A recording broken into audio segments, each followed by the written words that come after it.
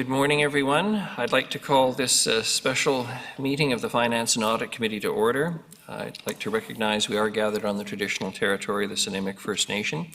Our clerk today will be Ms. Sheila Gurry. Today's special Finance and Audit Committee meeting will be held in accordance with the Community Charter, Council Procedure Bylaw 2018, number 7272, and Ministerial Order number M192, governing open meetings during a state of emergency, and the Provincial Health Officer Order regarding mass gathering events.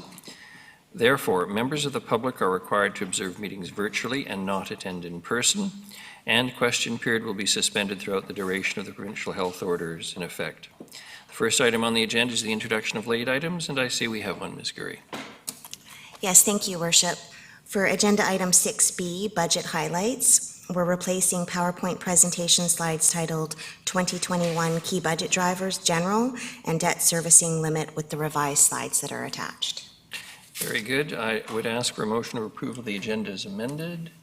Councillors Martman, seconded Councillor Hemmons. All those in favour? Opposed? Motion carries. We have no minutes to adopt. We have no presentations, but we certainly do have reports. Mr. Rudolph, you're first up. Good morning. Good morning, Mayor and Council. It's an exciting day for everybody. It's a culmination of many weeks and months of work. On the budget side, it's been months, certainly back to the spring with the capital. It started at that time with bigger departments. So the purpose of the next few days will be to lay out the landscape of everything we do, where we're at on the journey. And then that will be followed up by several days of council discussions about our budget. But really the purpose of business planning is to put everything back into context, why we exist, why we're here, what we are doing, what not only the front of house departments are doing, but the back of house are doing to support the front of house and to make everything work well. So it's a program that I've been involved in since the late 90s. This is my 22nd, I think, version of business planning. And my 15th as a CAO. So pretty comfortable in my own mind that, at least we're attempting to deliver a comprehensive package of information so that when you do get to your budget deliberations, starting on Monday, you'll have the complete update on where we're at, and it will help to inform you about the decisions that you need to make next week.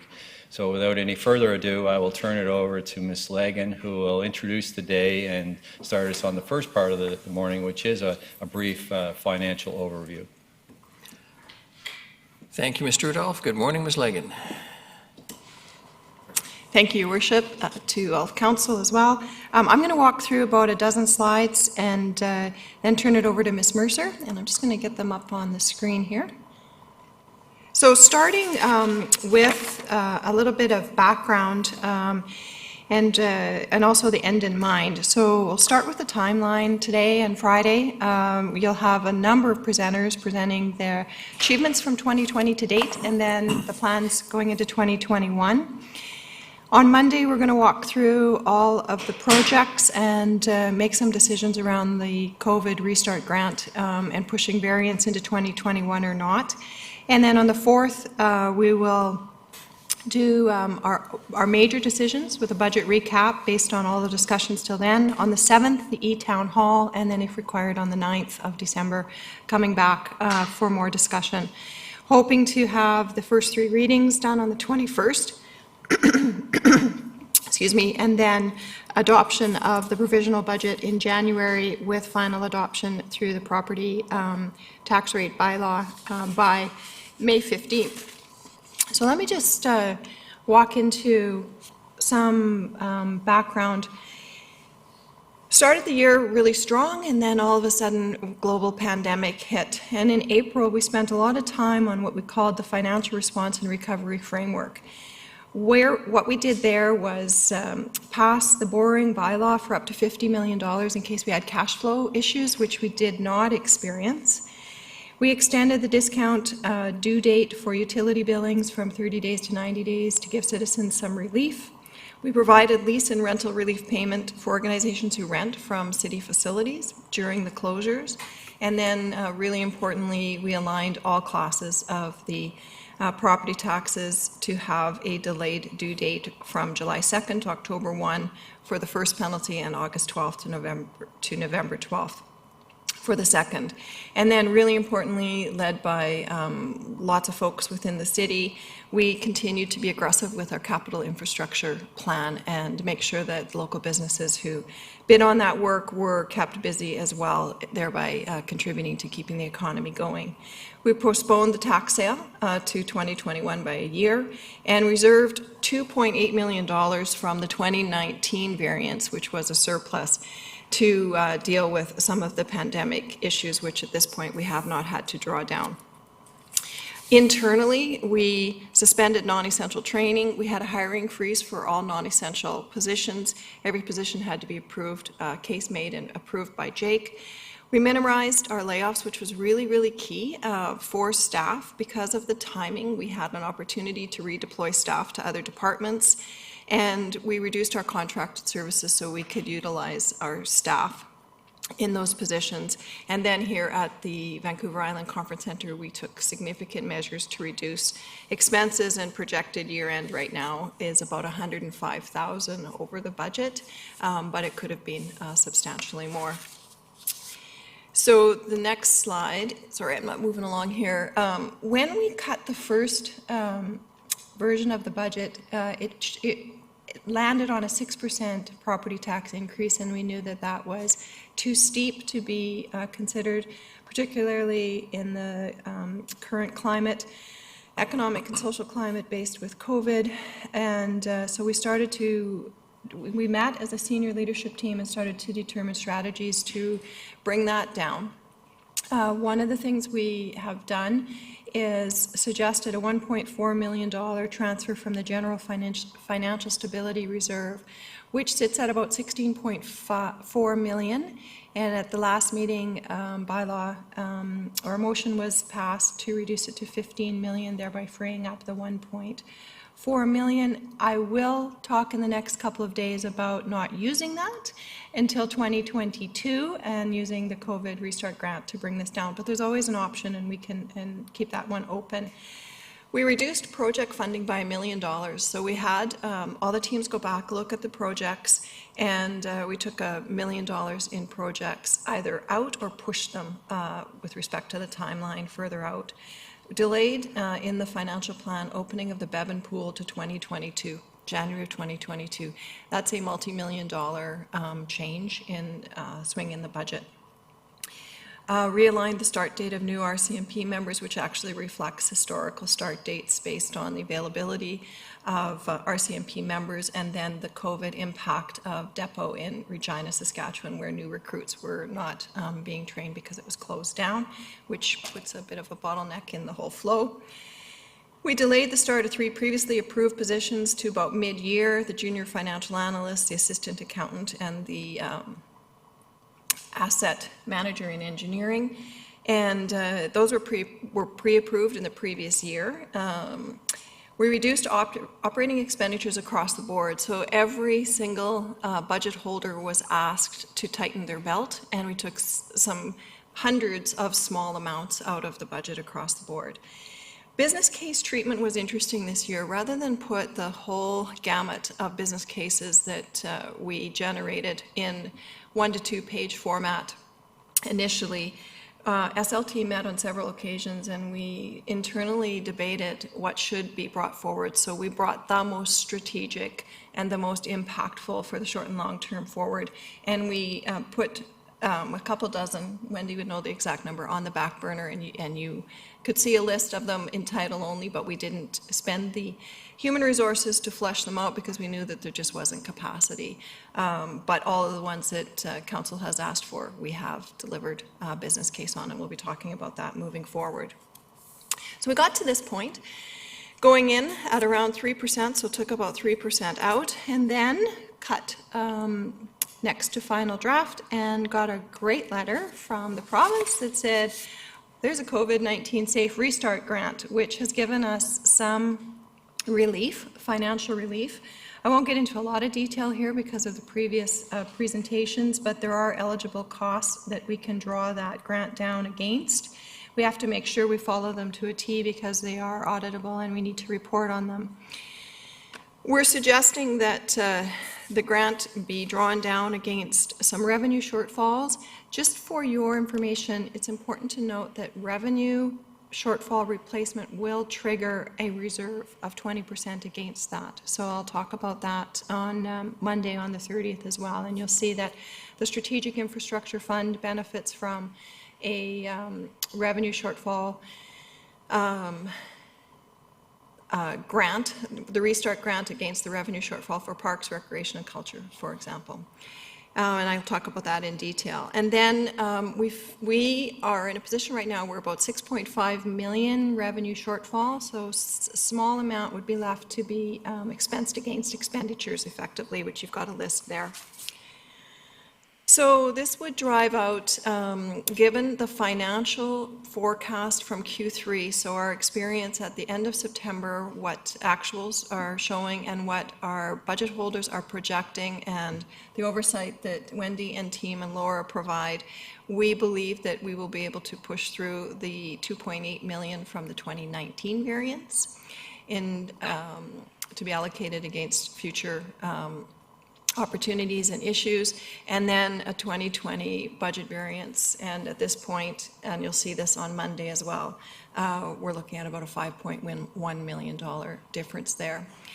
So we, on last week when we provided potential allocation, just recommendations with respect to some of the shortfalls that we've seen, with respect to the budget that was cast before the grant was tabled.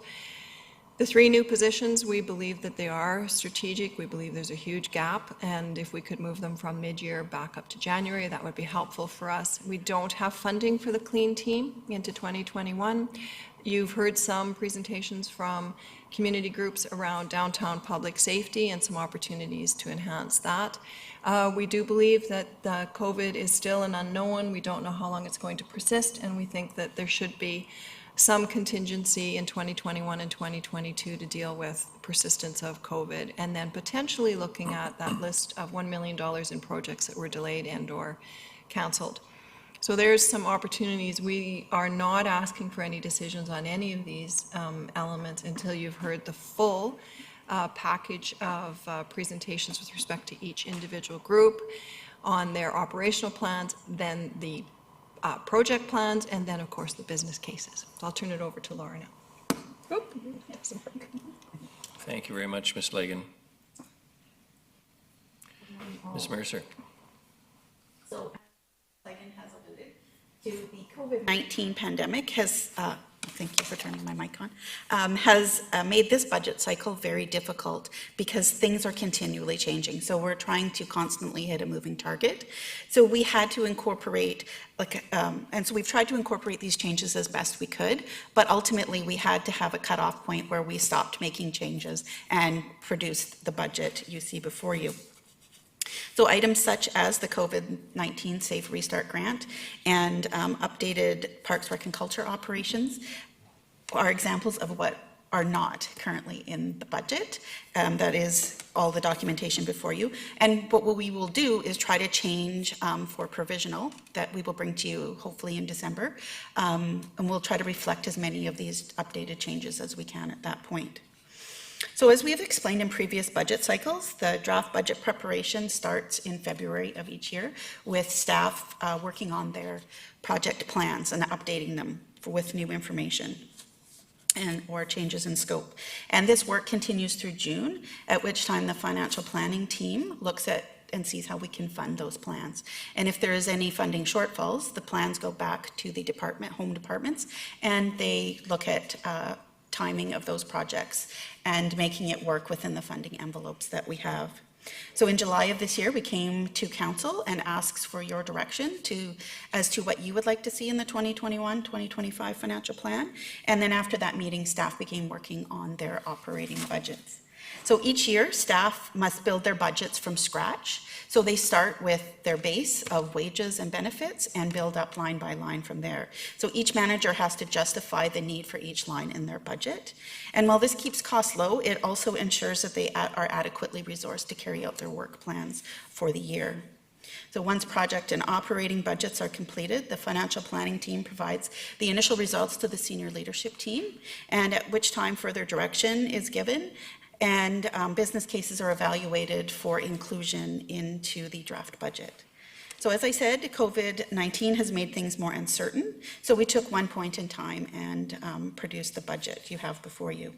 So we suspect that before we bring the final to you, there will be several more changes that are made as the evolving COVID impact shows itself more in the coming months. So casinos reopening or changes to Parks, Rec and Culture operations are example of the things that we might update in that budget for final. So as a result of a lot of time and hard work, we have produced the 2021 to 2025 financial plan that we're going to talk about today. So the projected property tax increase for the draft budget is for 2021. We're still considering 2021 a pandemic year, and that has a 3% increase in the draft plan, and that's 1% for the general asset management reserve and 2% for a general property tax increase.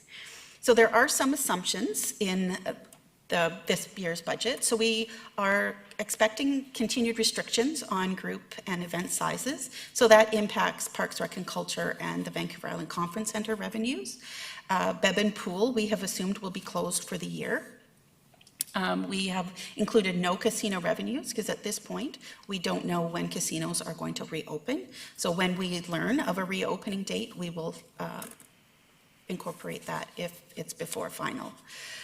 We have reduced parking revenue, so we're currently experiencing that, and we anticipate that that will go into 2021. And we have lower our interest on investments because of the global markets right now with low interest rates.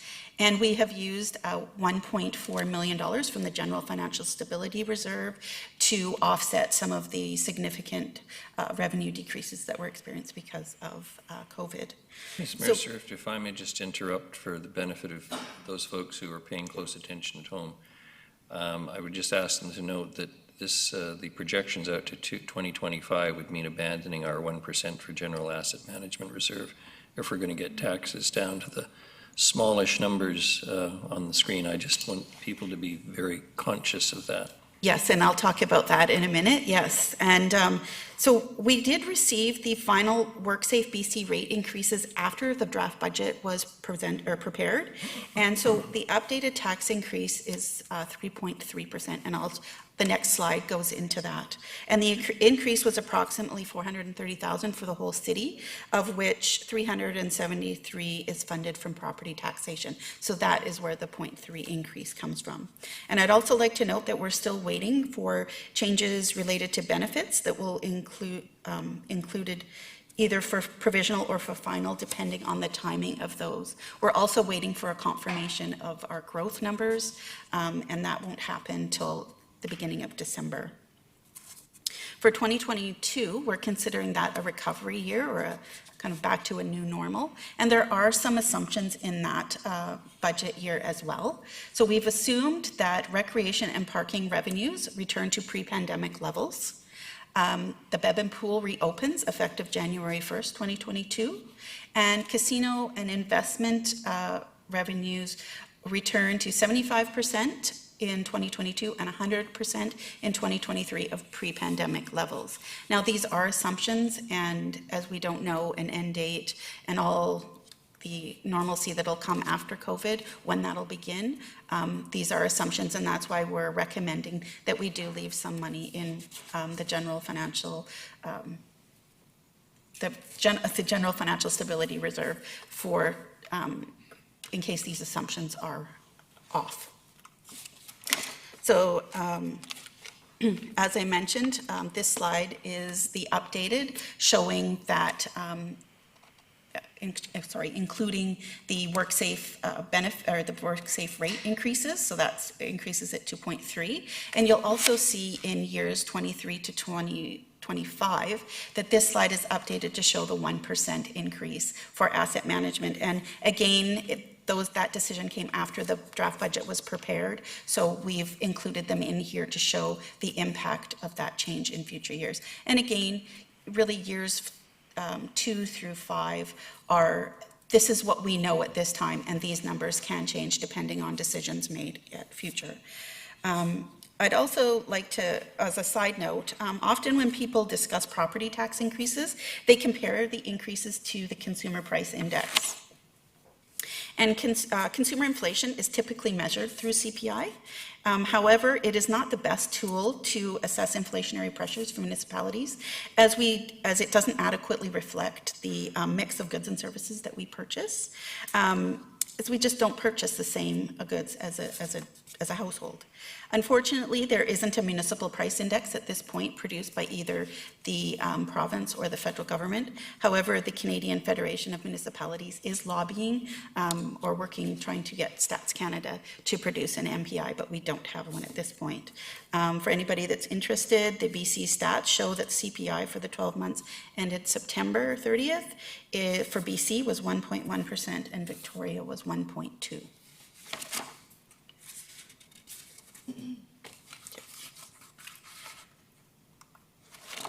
So our projected user fee increases in the draft plan.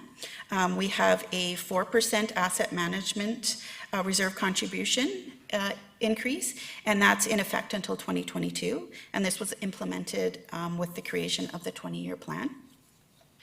Water increases have a general increase of 5% in 2021. And as I presented at the November 19th Finance and Audit Committee meeting, the 2.5% water asset management reserve contribution ended in 2020. And as such, the draft budget doesn't reflect that increase. However, with the additional increase that council approved at that meeting, I'll have an updated slide next to show that it'll be 7.5 in 2021. The results of the water and sewer utility review will be presented to you early in the new year, and we will include any recommendations for future increases beyond the ones that are currently in the budget. And these changes would likely take place or be effective for January 1st, 2022. The annual sanitation user fee is projected to be $181 in 2021, and this is up $10 from $171 in 2020. So I'd like to note that this rate does not include the November 9th GPC recommendations, and those recommendations will be part of the decision points discussion on the December 4th budget meeting. So currently this does not reflect those. Councillor Bonner has a question. Thank you. Just specifically on that, these numbers don't reflect this meeting, and we're writing they don't reflect the decisions of this meeting. Why don't we just change the page to reflect the decisions of that meeting? And we have the next slide, because what we want to do is the documents that were presented to you, we needed to explain those, and then we'll explain any additional changes we made after, so we're not confusing. If anybody goes into our budget and brief document and says, well, that isn't what's reflected in that document. So we've done a slide that shows what's presented in the draft plan, and then any significant changes that have occurred after that. It's just the timing, and that's all that is. Definitely less confusing. Thank you. Yeah. We try to get it all in, but unfortunately, things happen right before we're going to present.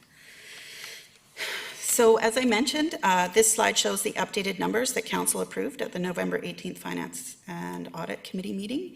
And so you'll see now that the water user fee increase is 7.5 for 2021.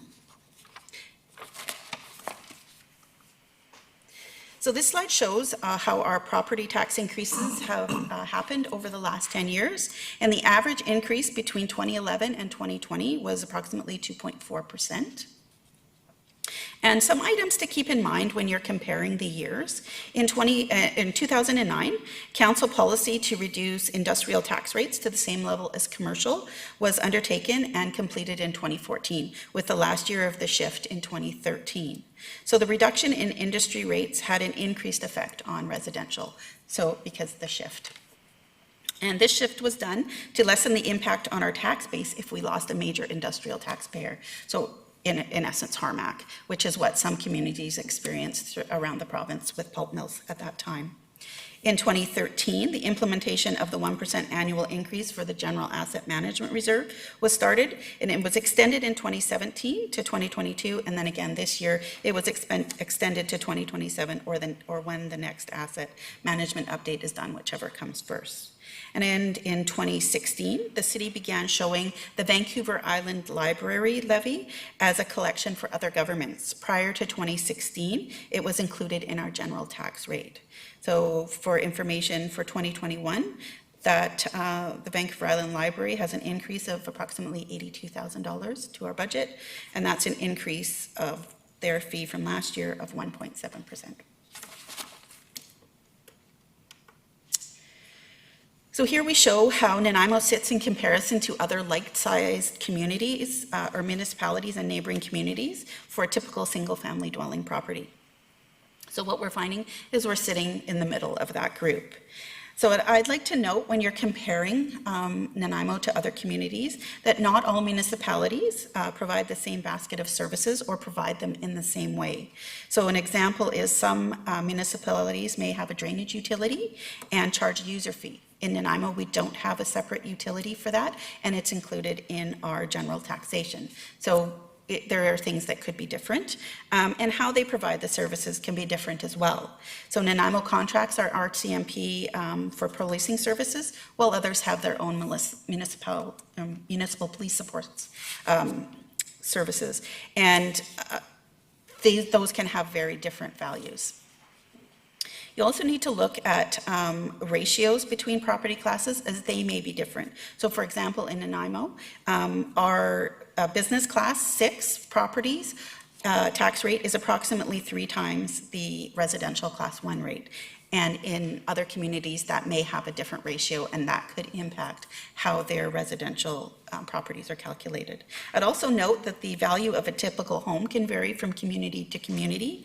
So for 2020, we have a low of just over $318,000 for Prince George and a high of just over $896 for Saanich. Nanaimo sits kind of in the middle of that at $527,145 for our average single-family dwelling. So for those of you who like a graphical representation, here is a chart. And the black line is Nanaimo's taxes, and the colored lines are the various municipalities that were listed in the previous table. So what you'll see is we are very similar to Kamloops, Kelowna, and Prince George, while Saanich and Victoria are above us, and Ladysmith and Parksville fall below us. That's just a different way of looking at the data. So how does this affect a typical home? So the next few slides will include municipal portions only, and it would exclude collections for RDN, school districts, hospitals, and the library. So again, hopefully not causing too much confusion, I will try to explain what's in the draft budget and what we ultimately landed on so far. So a 3% tax increase for a typical home in Nanaimo, based on the assessed value of just over $527,000, is a homeowner would pay a total of $2,271, which is an increase of $67 over 2020. When we factor in the WorkSafe BC increase, the total property taxes would be $2,277 and represents a $73 increase over 2020 for a 3.3% increase. Water fees would go up $29 in the draft budget based on a usage of 330 gallons. Is it 330, right? 220, sorry, I got my numbers wrong. 220 gallons per day, and that's what we use when we do all of our comparisons. And however, with the 2.5% increase for the asset management contribution, that increase would be $44. Sewer fees will increase by $5, and the sanitation fee will increase by $10. And again, those do not include the recommendations that were brought forward at the November 9th GPC meeting. So the overall increase for the draft budget is $111. However, once you factor in WorkSafe BC and the 2.5% increase for water, the overall increase will be $132. And these values are before any homeowner grant is taken. So the homeowner grant would come off that total. again, here's the revised values showing that that $132 change. So you had $73 for property taxes, water fee increase is 44, sewer is unchanged at 5, and sanitation is unchanged at 10. So the total taxes paid for a typical house would be $3,242 at this point. So the $2,271 collected in property taxes is spent as follows. So $1,880 it pays for city services. So this provides services that make Nanaimo a desirable place to live, such as trail maintenance, pool and arena operations, snow removal, police and fire services. $35 funds our 2021 debt. And this represents payments on 3 long-term debt borrowings, the Port of Nanaimo Centre, which includes the Conference Centre, Cranberry Fire Hall, or Station Number 4, and the Waterfront Walkway. And this assumes a fall borrowing starting in 2021. And some other things to note about debt is the debt on the Nanaimo Aquatic Centre ended in 2020, so that has fallen off the budget. And we also have 4 non-property tax funded long-term debt borrowings, and those relate to Fire Station Number 1, which is funded from the General Asset Management Reserve, the automated garbage collection for carts and trucks, and that's funded through the sanitation user fee, the construction of the water treatment plant, and that's funded through water user fees, and the internal borrowing for some sewer DCC projects, and those are funded through sewer user fees. $329 funds the reserve contributions. So these contributions are to the Asset Management Reserve, Equipment and Depreciation Reserve, IT Photocopier Reserve, as well as the NDSS field, school field. So this helps replacement of assets when they become end of life. And these reserves help to smooth out tax increases so we don't see large spikes in the years where we need replacements. And finally, $127 funds the 2021 projects. Approximately $6.5 million of general taxation was used to fund projects in 2021, and this includes strategic projects such as Daytime Drop-In Center, the OCP, the Parks Rec and Culture Master Plan, furniture and equipment replacement, condition assessment programs, new drainage, and trail rehab, to name a few. So when we look at how that $1,880 for city services is broken down by department, you will get the following. Well, I need to have better eyesight here. $478 goes towards our CMP costs. $394 is for Parks, Rec and Culture. And $298 fund the Nanaimo Fire Rescue and 911. $227 goes towards corporate services, and corporate services includes costs for the general manager, finance, IT, police, support services, emergency management, and some committed contingency. So for example, our IAFF contract expired at the end of 2019, so we have a contingency for 2020 and 2021 increases. It also includes grants and aid as well as corporate insurance. $225 funds engineering and public works, while $118 funds development services. $107 goes towards city administration, and city administration includes the CAO's office, legal expenses, legislative services and council costs, as well as human resources. And to round it out, $22 goes to the Port of Nanaimo Centre and $11 for corporate facilities. And if you break it down further by day, that's an approximate $5.15 per day and broken out into the various departments. And so now I'm going to turn it over to Ms. Fulla, and she's going to take you through how we came up with these values in detail. Thank you, Ms. Mercer. Ms. Fulla. Good morning, Mayor and Council. This morning I'm going to walk you through the financial summary for the budget. So in 2021, our draft budget is based on revenues of $194.1 million. About 63% of this will come from property taxation and about 23% from user fees. These revenues will fund operations, projects, as well as transfers to infrastructure reserves and the Vancouver Island Regional Library. Now, what other sources of funding that we have that are not considered revenue would include new boring. So we will be doing a drawdown on our approved boring for the Fire Station number 1 rebuild in 2021. And we will also be using funding from reserves for projects. The reserves are actually a major source of funding for our project plan, which we will be discussing on Monday. And then we will also be using operating reserves for reducing property taxes. So as Ms. Mercer mentioned, we'll be using $1.4 million from the General Financial Stability Reserve. That's been incorporated in the draft budget. And we're also using some funding from the RCMP contract reserve to help offset the increase to the contract.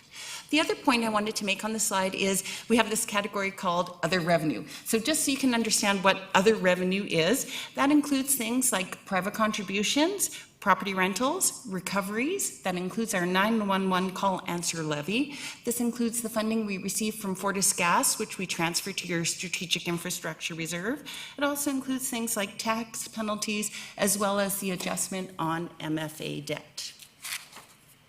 The draft operating budget is $153.6 million. So this doesn't include projects. Both operating projects and capital projects are part of our project plan, which we will discuss on Monday. This also does not include the funding for the Vancouver Island Regional Library. When we talk operating budgets, we're talking your day-to-day services. This is when you pick up your phone and dial 911, that someone actually answers the call. This is the fire and police showing up as a result of the call. It's the clean water you get when you turn on your tap at home. It's your garbage being picked up, your streets being plowed. It's the parks and trails that you enjoy and are maintained. The sports fields are cut for you and playable. It's even receiving your property tax notice in the mail. A couple of things I wanted to point out on the slide. So the largest portion of the budget does go to the RCMP contract at 17.1%, followed by Parks, Recreation and Culture, and then Engineering and Public Works. As Ms. Mercer mentioned, in corporate services, we also include some general government expenses. So we do have that committed contingency in there. We also account for post-employment benefits under corporate services, corporate insurance, grants and aids. So different things like that are captured in there. It's not just strictly IT, finance, purchasing, emergency management. The other one that I wanted to talk about was also the Port and Nanaimo Centre. So under the Port and Nanaimo Centre, that's where you're seeing the operating expenditures for the Vancouver Island Conference Centre. You're seeing the debt for the Port and Nanaimo Centre, as well as we have a small operating budget for the common spaces in the Port and Nanaimo Centre that we're responsible for maintaining. Now, when we look at the 2021 budget, and here we're looking strictly at the general fund, we have identified for you the key budget drivers. We typically stick to six-figure changes. Otherwise, we'd be here for days. But we do have a few that we want to highlight for you that are less than 6 figures. Of course, the first budget driver is that increase to the General Asset Management Reserve. Then we have a $100,000 increase for the animal control contract. We did an animal control review this year, and those recommendations were brought to council at a GPC meeting that has resulted in that $100,000 increase. As well, we have also added a project to complete renovations at the animal shelter. In June, you had a report as well as a presentation on the Nanaimo Art Gallery. You asked us to include those recommendations in the budget for your deliberations. They included an increase to their annual operating grant of $50,000. They included an annual grant for capital projects that they could undertake of $10,000, and also one-time funding for a feasibility study of $25,000. So that has an impact to the budget of $85,000 in 2021, and then it would be $60,000 going forward after that, and the $50,000 would increase 2% per year, just as their current operating grant does. As Ms. Mercer mentioned and Ms. Legan mentioned, the budget is based on Bevan Pool reopening on January 1st, 2022. As a result of that, we will see some savings at the physical plant. So the physical plant at Bevan Park, it runs the whole Bevan Park complex. There will be some savings, mostly related to utilities. So this will be the electric, the heating, the water, and the sewer as a result of Bevan Pool remaining closed. Then we'll also have some direct savings as a result of Bevan Pool being closed. Now, this line item here of $214,000 in savings does not reflect any savings in wages and benefits. We've grouped all the wages and benefits in the bottom line here on this slide. So this $214,000 is mainly made up of savings in materials and supplies of about $77,000, chemicals at $33,000, and contracted services for maintenance at $66,000. Last year, you had a business case before you to train all our firefighters and EMR over a 5-year period. You approved adding that business case to the plan, and you funded year 1 from your strategic infrastructure reserve so it wouldn't have an impact on property taxes. However, years 2 through 5 are being funded from property taxes, hence this is causing a $60,000 key budget driver for 2021. Last month at the Finance and Audit Committee, Ms. Mercer brought forward a report indicating that we had received our estimate for our MIA liability insurance, the Municipal Insurance Association, and we were anticipating a significant increase. Overall, our budget for corporate insurance is going up $149,000. Then, of course, we have the good news story. Next week, we make our final payment on the Nanaimo Aquatic Center debt, so we will see a reduction in our debt servicing costs. So that's very exciting. It's always nice to see debt pay out. The next line item here is net. So we've netted parking. So historically, parking has generated sufficient revenues that it covers its day-to-day operating costs, and it also generates a surplus that goes to the parking reserve for future infrastructure and parking initiatives. Unfortunately, parking has taken a huge hit with COVID. Our parking revenues are down significantly. In 2021, we are not anticipating making any transfer to that parking reserve, and in fact, we will need money from property taxation to fund the parking function. Project expenditures. So typically with project expenditures, we do up the budget from general revenue a little bit every year because costs go up for undertaking our projects. For 2021, we initially targeted keeping the funding level at 2020 levels to help with the financial situation. Of course, when we brought that preliminary budget back to the SLT, the tax rate was not a manageable tax rate for residents. So to adjust that, one of the things we did look at is reducing funding from general revenue for projects. So we made almost $1 million in cuts. Staff undertook this by they delayed some projects, they canceled some projects, and they also reduced the scope on some projects and also some programs. And I'll reduce some programs. They reduced some programs to set, they reduced programs, they reduced programs, efficiency programs, they pushed some programs out. And we do have a list of some of those projects that we might wish to reconsider as part of our deliberations on December 4th. The RCMP contract is budgeted at 95% for 2021, which is the same percentage we used for 2020. We're looking at costs going up just under $1.1 million, and this is based on the start date for the new members being moved from April 1st to September 1st. So this is a cost savings measure, but it's also in line with, we likely do not expect that we would be able to receive those members by April 1st. Recreation programs, so this is a less than 6-figure change, but the reason I wanted to highlight this here is on the next slide, you're going to see that our recreation revenue is down. So while we do see revenue being down, we are seeing some offsetting cost savings. Unfortunately, the bulk of that savings, almost $81,000, is related to contracted instructors. So it is that we will be using less contracted instructors due to the programming schedule and complying with COVID regulations. For security services, we are seeing an increase to the budget for security services. About $32,000 is related to the public works yard, and most of the rest of the increase is related to parks, recreation, and culture. So increases at their park annex of about $30,000, and then increases in security at city parks as well as Matheo Sutton. Now, the transfer to the Facility Development Reserve. So 20% of revenue generated from recreation facilities that contribute to the reserve goes to the Facility Development Reserve for future repairs and maintenance projects on those facilities, or we also use funding from that reserve when we built the Oliver Woods Community Center. As you're going to see on the next slide, we're anticipating some pretty significant revenue shortfalls in Parks and Recreation in 2021. So this has reduced our expenditures because that means, of course, we will be transferring less to the Facility Development Reserve as a result of that. The next line is the Vancouver Island Conference Centre operations, and here we've netted that for you. So they're anticipating revenue will be down about $704,000, and that expenses will be down $601,000. Therefore, the net cost to the city will be about an additional $103,000 to operate the Conference Centre in 2021. Councillor Bonner has a question.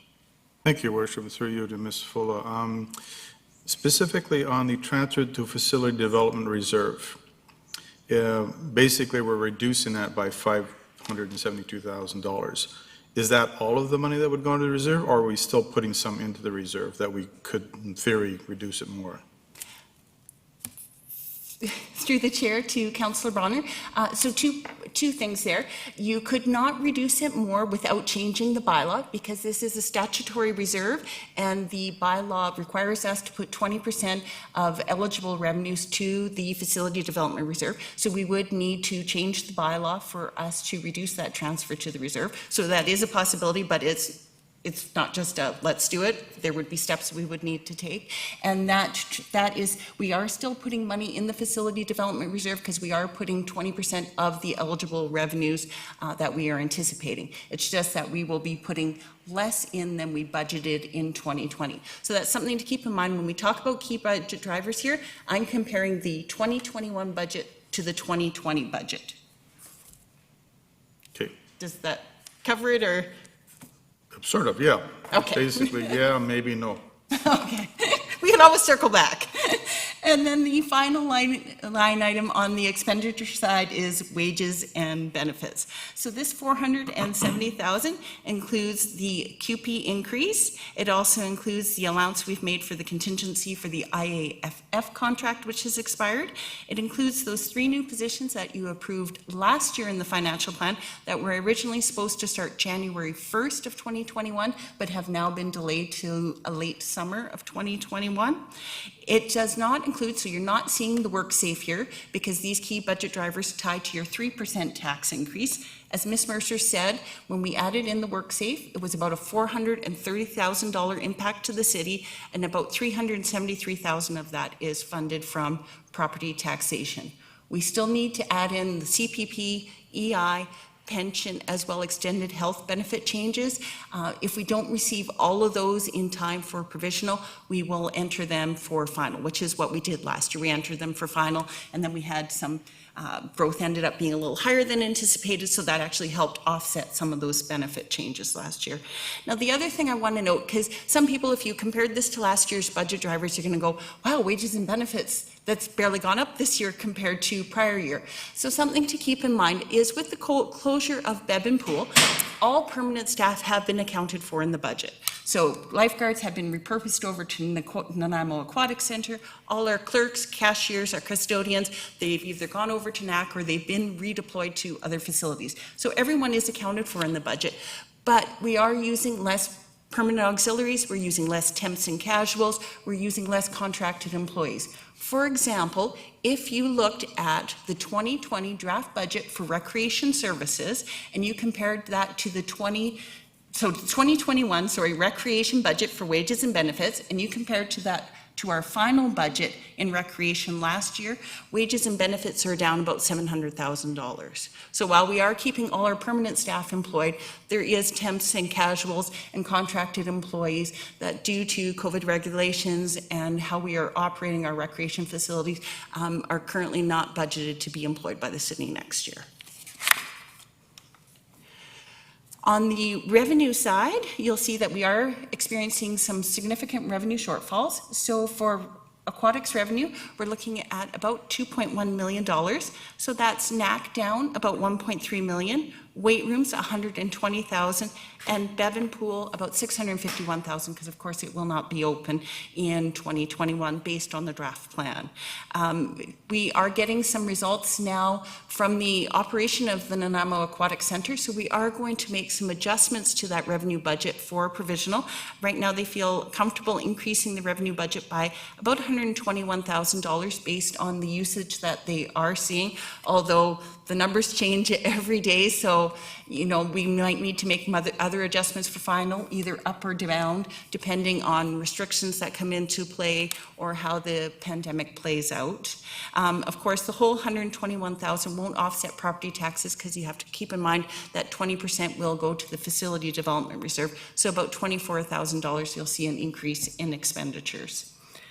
On the arena side, revenue is projected to be down about $234,000. So about $141,000 of that ties to the Bevan Arenas. This includes about $61,000 for facility rentals. We're looking at about $19,000 for fees and admissions and $18,000 in program revenue. At the Nanaimo Ice Center, revenue is down about $91,000, and about $65,000 of that is tied to the facility rental side. Casino revenue. So in 2020, we budgeted for $2.5 million in casino revenue. 67% of that goes to your strategic infrastructure reserve, and 33% goes to reducing property taxes. As we've mentioned, right now we don't know when the casino will reopen, so we have not budgeted any revenue from the casino for 2021. So this has an $825,000 impact on property taxes, because that's that 33% that we would have used to offset property taxes in 2021 had the casino been open. Facility rental revenue is projected to be down about $314,000. So this is about $112,000 at the Bevan Social Center, $67,000 at Oliver Woods, $61,000 in Playfields, and about $50,000 at the Bowen Social Center. Investment income. Interest rates have dropped significantly since the start of the year, and we're anticipating a drop in investment income of about $900,000. And finally, recreation program revenue. So I mentioned on the other side, the last slide, we talked about the expenditure savings that we were having. Well, revenue will be down about $301,000 based on the current programming schedule. So that's a net impact of about $211,000 when you take off the expenditure savings. So right now we're looking at a decrease in revenue of just under $4.7 million in 2021. Now, we do have two transfers from reserves that are going to help us out.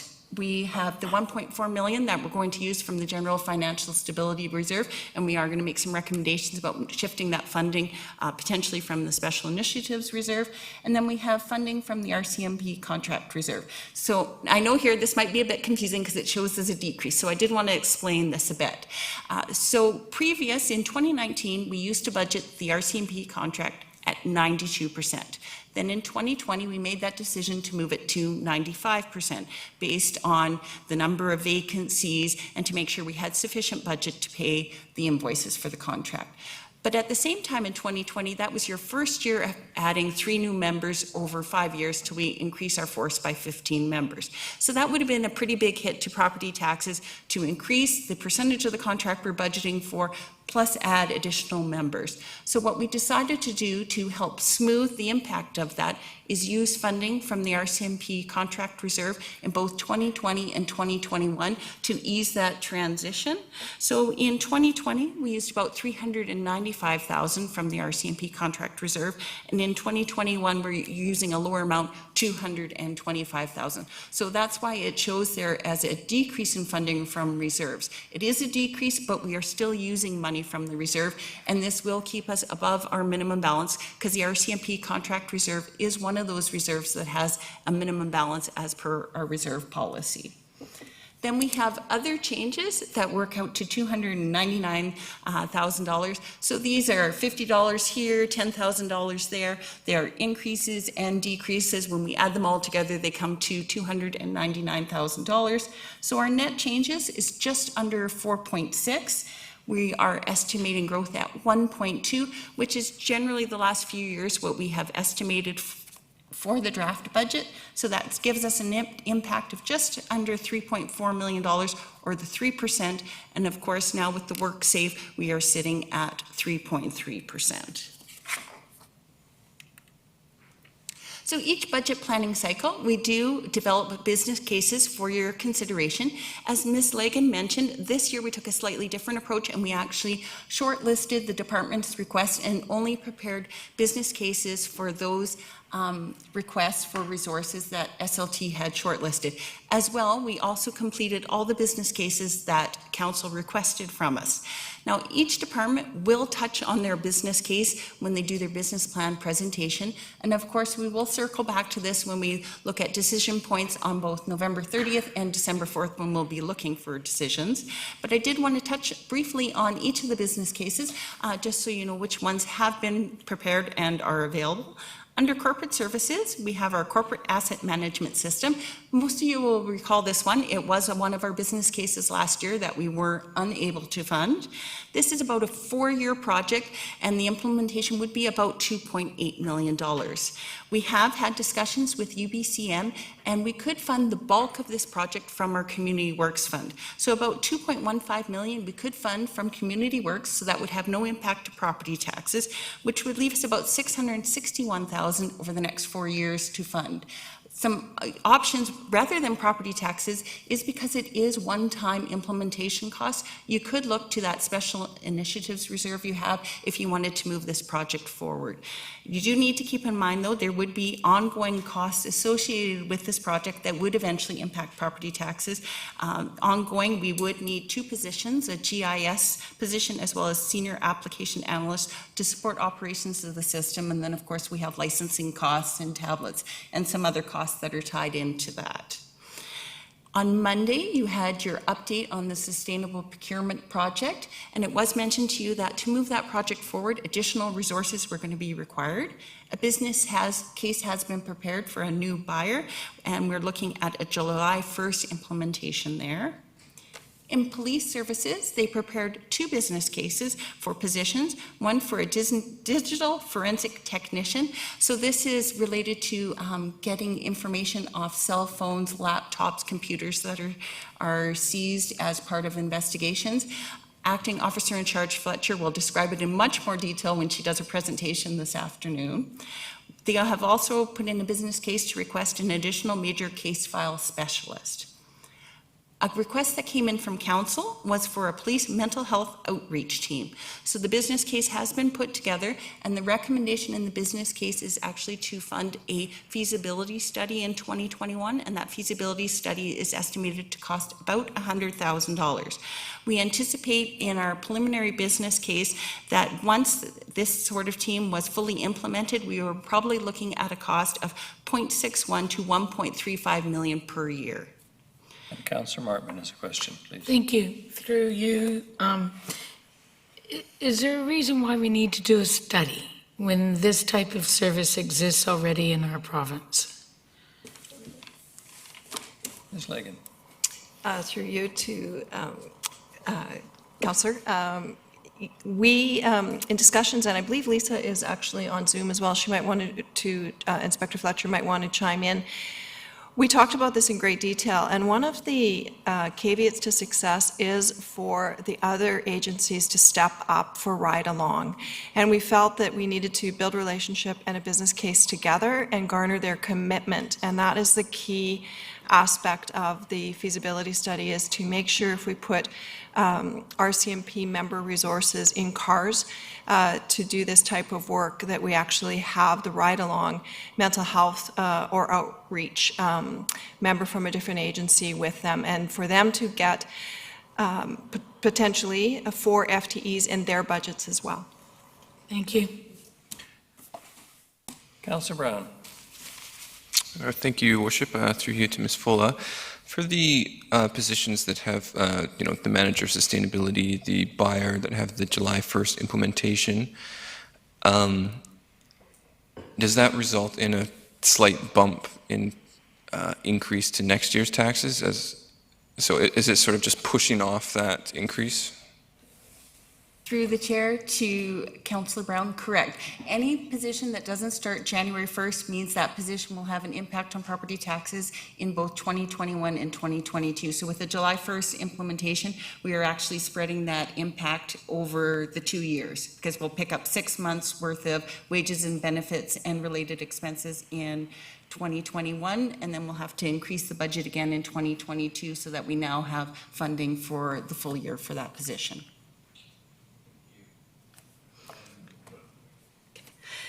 In development services, they had a Sorry, number. Councillor Bonner? Yes, you're not getting away with that, sorry. And through you, the chair, going back to the council request and the police mental health outreach team, in theory, could that be something that's done by the entity that we're talking about through our health and housing task force? And this is probably just springing it on you, but that seems to me a good fit for such an organization to do that work. Ms. Lagan? I'd like to request Inspector Fletcher respond to that. My response would be not ideal, as the police received the call. My understanding of the situation is when you have an individual who has been has a visual, someone's called in, the RCMP would not have the privacy access to them having a mental health condition and may put them into a cell.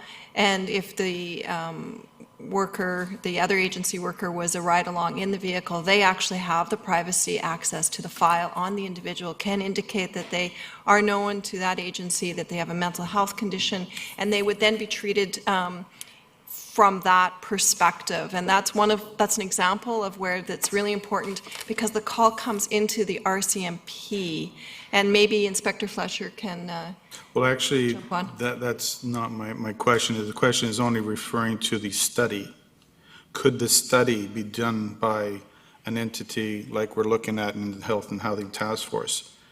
Like you're asking, it's $100,000. I'm saying, can we get them to do it as opposed to the city doing it? So if I could respond, Your Worship, and I believe Mr. Rudolph wants to respond as well. Inspector Fletcher has an individual who is now in a position to move this program forward. Part of the spend will be on building that relationship and coordinating between the RCMP and with the other agencies. So I know she's either on the line or will be able to answer the question this afternoon when she's here to present for an hour with respect to the budget for RCMP and for police support services. But my understanding is that it would be driven by the current member who she has now put in the role to move this program forward. Mr. Rudolph? Thank you, Your Worship. We do have the opportunity to flag items for further discussion. Of course, as the presentations take place over the next couple of days, there'll be more opportunity to discuss those. And if there's more discussion required, obviously all of these are on the list for discussion as part of the budget process next week, because none of these have been captured in the current budget submission to you. So these are all add-ons. One of the issues that you've mentioned is the timing, because the report of the Health and Housing Task Force hasn't been submitted to council yet. Hopefully soon. I'm expecting it before year end, but there's no certainty around that. So in that will be a discussion at council table about how to receive it, how to deal with it, and so forth. So the outcome of that's not determined yet. Even though the task force will ultimately make some recommendations, there would be timing to get that up and running and all that type of thing. So this would presumably, just on that lane, say this would be the fastest track to get this particular program going, is to look at it this way, and of course dial it into the entity once it's up and running. So coordination is critical. I think that's what you're suggesting, and it's obvious. But this is tracking a little bit. So maybe it gets parked and awaits that outcome of that report and the governance side of that, or is it something that can stream along independently? And it is really being driven on the police side anyway. So Inspector Fletcher will be here this afternoon to speak to that. And then again, I suggest that any item like this that you want to have and you feel you need more conversation around, we create that list of flagged items, and by definition, all these are on that list anyway, because they're decisions for you come next Friday, I think it is. Councillor Hemmons? Thank you, Your Worship. Just regarding the manager of social planning, I want to confirm with staff and my colleagues that the Health and Housing Task Force will be bringing recommendations forward that will require resourcing. And how we do that and if we do that obviously is still a conversation. However, I think what Dawn and I were trying to do with this manager of social planning was to kind of earmark some funds to start that. But I understand, given the budgetary restraints and also the fact that we don't have the recommendations, we don't know, like there's no sense earmarking money if we don't know exactly how much, et cetera. But I do just want to flag that currently in this budget, that was our only piece that we had to extra to kind of look at implementing the recommendations of that task force. So I would hate to see the work take place and then not implement, and that requires resourcing. So I'm just flagging that. Thank you. Councillor Brown?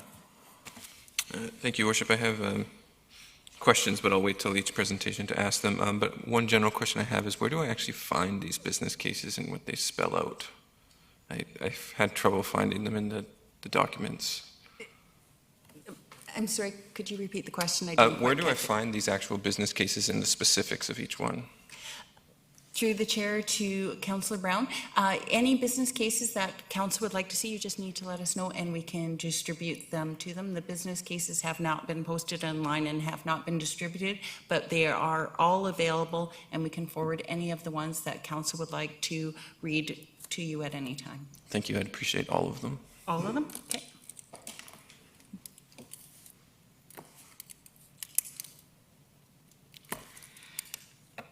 To continue, development services. Most of the business cases from development services were prepared at council's request. So we have the annual community watercourse restoration grant. That is a $20,000 a year grant pool. Then we have the manager of social planning and the manager of sustainability. So the manager of sustainability, we're looking there at a July 1st start date if it was approved. And part of that is to give staff time to work with BC Hydro to see if we can secure grant funding for the position. So when you see the 0.05% property tax increase, that would be based on us securing grant funding from BC Hydro. Then we have the Indigenous Engagement Specialist, and the department is just finishing up that business case, so I won't be able to forward that one to you quite yet, but I can all the other ones. And then we have a change in the schedule for the municipal enforcement officers. So you may recall last year you had a business case to move the bylaw enforcement officers as well as the bylaw enforcement officers parking patrollers from a 35-hour work week to a 40-hour work week. Now the department has put together a business case requesting to move the municipal enforcement officers from a 35-hour work week to a 40-hour work week. And finally, the last batch of business cases is from engineering and public works. The first one was the council request for e-bike rebates. So this would be a $10,000 a year grant pool, and it would be funded from the emission reduction reserve. Then we have the community clean team. So this started as a pilot project, and you will recall in May you extended the pilot project to the end of this year. The department has prepared a business case with a couple options. One is making this a permanent team, and the other option is to extend the clean team for an additional 12 months. Now that we have that special initiatives reserve funding potentially available, this would be a funding source for this, or you could fund it from property taxes. A one-year extension of this program would cost just over $248,000. And then the final two business cases from engineering and public works, you saw these ones last year. It's for a municipal services inspector position and a project engineer. Both of these positions would be partially funded from sewer and water. So currently right now we are using contractors to complete some of this work, and their costs are being charged to the projects. So if these positions were approved, you would see an increase in your operating budget, but we would see expenditure savings on the project side. Moving on to debt. At the end of 2019, we had outstanding external debt of $41.6 million. So as Ms. Mercer mentioned, the Fire Station 1 borrowing is being repaid through the General Asset Management Reserve. We have debt for Fire Station number 4, the Cranberry Fire Hall. The Nanaimo Aquatic Center debt pays out this year, so it will be disappearing. We have the borrowing that we did for the automation of our sanitation program. So some of that debt will pay out in 2022 and some of that will pay out in 2023. And of course, that is funded from sanitation user rates. Then we have the Vancouver Island Conference Center, or the Port of Nanaimo. We did 2 borrowings for. One will pay out in 2026 and one in 2027. And then we have the water treatment plant. We also did 2 borrowings for this. One will pay out in 2033 and one in 2034. And both of those are being, the water treatment plant debt is being paid from water user fees. Now, we also have done some internal borrowing for the Chase River Pump Station in Force Main, and you will see when I get to my next slide here, we're doing some additional borrowing as we finish up that Chase River Pump Station in Force Main project in 2020. In 2020, we also did another drawdown on the debt approved for Fire Station number 1, because of course we are borrowing those funds as we need them. And in September, our new automated garbage truck came online, and we did short-term borrowing over 5 years for that new truck, and it is being funded from sanitation user fees. Also in 2020, we are doing internal borrowing for the Millstone Trunk South. So this is a 2-year project. We'll do additional internal borrowing in 2021 for this project, and you did approve an internal borrowing resolution for that project as part of the 2020 budget cycle. So in the 2021-2025 draft financial plan, we do have some new debt. So we will continue to draw down on the borrowing approved for Fire Station number 1. When the project's complete, we will have borrowed $16.7 million to complete that project. Then we have the waterfront walkway. So in the 10-year plan, the walkway is budgeted currently at $39.4 million, and this includes the portion that we would do in partnership with the Nanaimo Yacht Club. Of that $39.4 million, right now we're anticipating that we would do borrowing for $37.8 million of that. The remaining is, we of course have a private contribution from the Nanaimo Yacht Club for the piece we're doing in partnership with them, and then we're also funding a few smaller pieces through our PILTS funds. Then we have the Wilcox secondary access, so we're looking at about $7 million in borrowing there over 3 years. Next year, we are ordering a new automated garbage truck. Now, the truck won't actually arrive till 2022. There's a very long lead time when you order a garbage truck. It could be up to 18 months. It's kind of like fire trucks. It takes a really long time on some of those bigger pieces of equipment to actually get them. So we won't do the borrowing until the garbage truck is actually here. So we haven't budgeted for that repayment to start till 2022, because we figure it'd probably be around the summer in 2022 that the truck will actually arrive. And then once we do that borrowing, it'll be short-term 5-year borrowing, just as we did on the other garbage trucks, with repayment through sanitation user fees. Then, as we've mentioned in the past, we do have funding pressures when it comes to sewer DCCs. So we're not collecting the DCCs as fast as we need to for the projects that we need to complete to continue development. Right now, we're looking that in 2023, we'd have to do our first external borrowing for sewer projects, because we only have so much capacity to do internal borrowing. Of course, we're going to do the internal borrowing that we can first and push off that external borrowing in hopes that by the time this project rolls around, we will have collected enough sewer DCCs that we won't need to do this borrowing. But right now, in the 5-year plan, we do plan to do DCC SS 58, a portion of the Long Lake Trunk, in 2023-2025 from external borrowing. Now, we also have several sewer DCC projects that we're going to do internal borrowing for. So as I mentioned, we started the Millstone Trunk South this year, and it continues on into 2021. So that's the 2021 borrowing you see. In 2022, we will do design with construction in 2024 for DCC SS 17, the Millstone Trunk North. And then 2023, we'll do design, and then with construction in 2025 for DCC SS 36, the Metro Area Drive. And of course, with each of those internal borrowings, we do revisit that each year to see if we can actually fund those projects from the sewer DCC reserve. So based on the draft 5-year plan, this is what our projected outstanding debt looks like over the next 5 years. Currently, it would peak in 2023 at just over $59 million. Now, if we look further out, so this graph here, it includes all the long-term borrowing we're anticipating in our 10-year project plan. So this includes all of the waterfront walkway, and this also includes the new water supply dam. So the water supply dam actually extends beyond our 10-year plan, because our 10-year plan goes to 2030, and the dam also would have costs in 2031, 2032, and 2033, based on the current timing, which of course could change. So if we did all that borrowing, we're looking at our outstanding external debt peaking in 2032 at $98.4 million. Now, something to keep in mind here when we're looking at this graph, what it doesn't include. So we have had talked with council before, there is eventually going to be a need for a new public works facility. Likely that would need to be funded from some borrowing. So that's not in here because it's currently not in our 10-year project plan, as well as we have space need issues at the police operations building. Any sort of construction there might possibly involve debt, and that's not included in here because that project is not in our 10-year plan.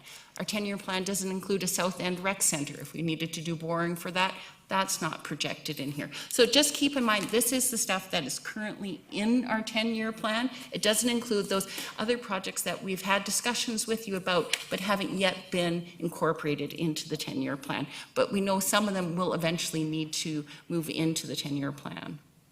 So when we look at that external debt, on the flip side, here's what the annual debt servicing costs would be for that debt. With our debt peaking in 2032, that means our debt servicing costs peak in 2033. They're estimated here at $8.6 million. So for a bit of perspective there, in 2021, we're budgeting just about $5 million for debt servicing costs. Now, of course, these are just estimates because interest rates fluctuate. So this is, based on the best information we have right now, but some of that borrowing is many years out and there is no way to predict what the interest rates will do. How much the city can borrow is based on our liability servicing limit, which is defined as 25% of the municipal's controllable and sustainable revenues. At October 16th, we were at 12.06% of our current limit, and our limit was $45.1 million, although of course I don't think we'd want to have debt servicing costs of $45 million a year. Now, we have done a municipal comparison of similar sized communities and our neighboring municipalities. Unfortunately, this is the same slide you saw in the budget presentation last year because BC Stats has not provided updated information, so it is out of date right now. And then finally, we wanted to touch a little bit on reserves. So 2021 is our first year under our new reserve policy. We have both operating reserves as well as statutory reserves. Statutory reserves are authorized by the community charter or city bylaws and can only be used as authorized. Our reserve framework breaks our reserves out into a number of different categories. So we have equipment reserves like our photocopier reserve. We have infrastructure reserves such as our asset management reserves and our facility development reserve. We have strategic reserves, which include our housing legacy, your strategic infrastructure reserve, as well as our emission reduction reserve. And then we have some other reserves that include things like the Knowles Estate, as well as our 911 reserve. Now the graph here shows the projected closing reserve balances over the next 5 years. So currently right now we're projecting a closing balance in 2021 of $141 million. So that's made up of about 12% sewer reserves, 30% water reserves, and about 58% general reserves. About 34% of that total, of the 141, is DCC reserves. So you need to keep in mind that DCC reserves can only be used for projects that were part of the bylaw that authorized those reserves. So we can't use that funding for any other projects except for what we've already identified and are collecting DCCs for. Now, I know $141 closing balance seems like a lot of money, but there's a few things to keep in mind. We do have minimum reserve balances. We have a number of our reserves that are statutory reserves, so that means you can only use them for what they were set up for. And we also know we have some funding challenges. We came to you last month at the Finance and Audit Committee and talked to you about our challenges in the General Asset Management Reserve, and you extended that 1% annual increase for 5 years or until our next 20-year investment plan update. So that's helped address the challenge we're facing there. We know we have challenges in sewer DCCs. I bring this up every budget cycle. We talk about sewer DCCs. I mean, we're doing internal borrowing right now for sewer DCC projects, and we're potentially looking at external borrowing. And then the other thing to keep in mind is our gas tax agreement. So our gas tax agreement, that's the funding that goes into our Community Works Reserve. That agreement currently expires March 31st, 2024. Now, we all anticipate that that agreement will be extended, but at this point, we don't know what an extension would look like, how much funding that would be, or what type of restrictions, because they do put restrictions on how we can spend that money. So at this point, we don't know what that would look like or how that would continue into the future. And then the final point I just wanted to make is, and Ms. Mercer touched on this, and it's just more about the general budgeting process. The city does use a modified zero-based budgeting approach. So what this means is when people sit down, we don't just roll your budgets over to the next year. And I think this is really important in a pandemic year for the public to understand this. Managers start with basically a blank sheet. The only thing that's in their budget is computer charges, so network charges, photocopier charges, and if their department owns a fleet vehicle. And only their approved permanent positions. They then build staffing schedules to look at if they need temps and casuals, which is why you're seeing that big decrease in recreation services. Because it's not just we give you all your wages and benefits budget. No, we only give you the budget for your permanent staff. And then they go line by line through and they look at the resources that they need to deliver on their business plans and maintain current service levels. And they worked really hard with their financial analysts this year. We're talking, we debated over $50 items. You know, that's how hard staff have worked and managers have worked to bring in a budget that can maintain the service levels of the city and still try to keep the property tax as low as possible. So that's all we had, unless you had any additional questions. Thank you very much to all of you. Councillor Turley. Thank you, Your Worship. Through Ms. Fuller, the 911 reserve you referred to, is that specifically for use on infrastructure, or is there operating options there as well? Through the chair to Councillor Turley. So the 911 operating reserve, that is with our partners. And what happens is each year we can, as a group, we contribute $25,000 to that reserve, and then we also put in the additional funds we receive from the Call Answer Levy. So as we are dissolving that partnership, we will need to pay out a portion of that reserve to our partners because it's not strictly the city and Nanaimo's money. And then the plan is to use that reserve to help fund costs of the Firecom contract going forward. Thank you. Thank you very much. I think we're, Councillor Bonner. Thank you, Worship. I had a whole bunch of questions. Do we want to do them now? Sure. Sure, okay. The one that just came up, which isn't even on my list, is the as I described it, the Facility Development Reserve. And you mentioned that it's, we put 20% of revenues into that reserve. Only certain revenues, not all revenues. So Yeah, revenues, certain just to be clear, so that. And we said we had to change the bylaw. So I looked up the bylaw of that reserve, and it says the contribution rate is defined in the Parks, Recreation, Culture Regulation bylaw number 20008. I looked in that law, and I can't find any reference to that reserve. Is Mr. Harding here? Because he wrote the. I can wait for an answer, so I'm just wondering if Mr. Harding's here because he wrote the. Mr. Strudel. Your Worship, the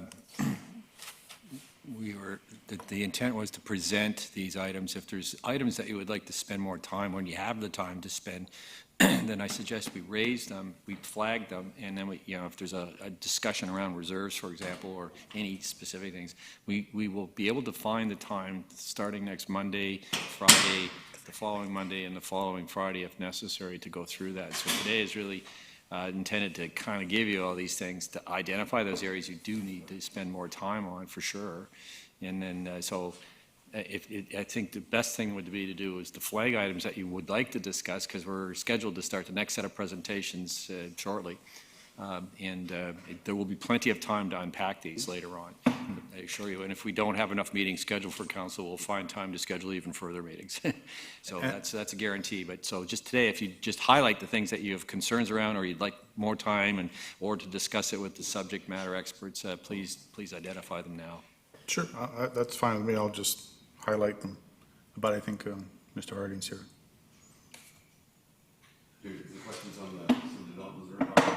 Oh, I just couldn't find any reference to the Facility Development Reserve in the Parks, Recreation, and Culture bylaw. It's not in that bylaw, it's its own bylaw, so I'd have to figure out where the actual number is, but it's a separate bylaw just related to the Facility Development Reserve. Well, yeah, it is. It's a bylaw number 7217. It's a Facility Development Reserve. And I don't want to waste everybody's time here, but it refers to the Parks, Recreation, and Culture Regulation bylaw for the contribution rate. But in that bylaw, there's no reference to it. On the fees and charges bylaw, there's no reference to it? I'd have to check to see. I don't have it in front of me, so. Yeah, I mean, I guess this could be a flag. I know that if we have to dip into that money, we have to change the bylaw, but I'm not finding anywhere in the bylaw where it's actually referenced. Okay, I don't have it in front of me, I'm sorry. With it. But I think, is there a question on the intent with the bylaw at all, or how the flexibility with it?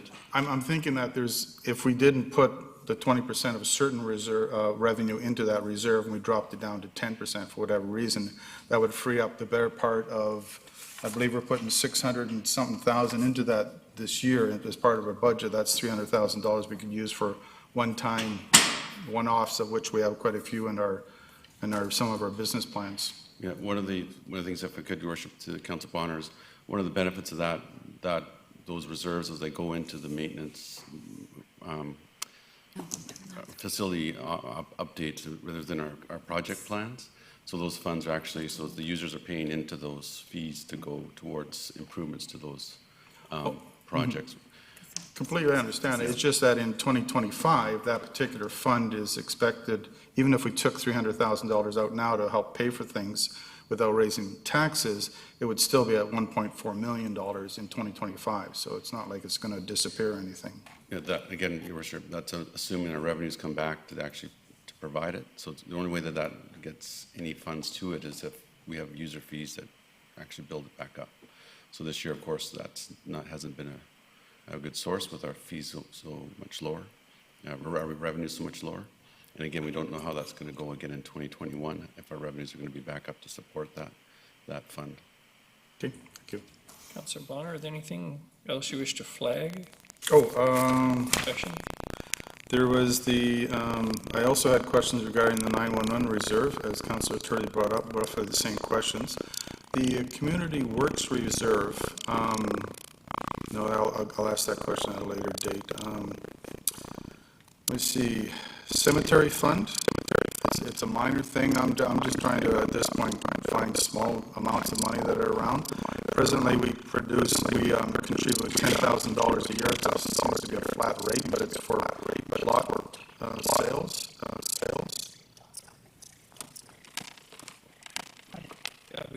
I would suggest you just go through the list and then go through the staff and then respond. Staff can respond. And then the other one was the general operating surplus, fund surplus.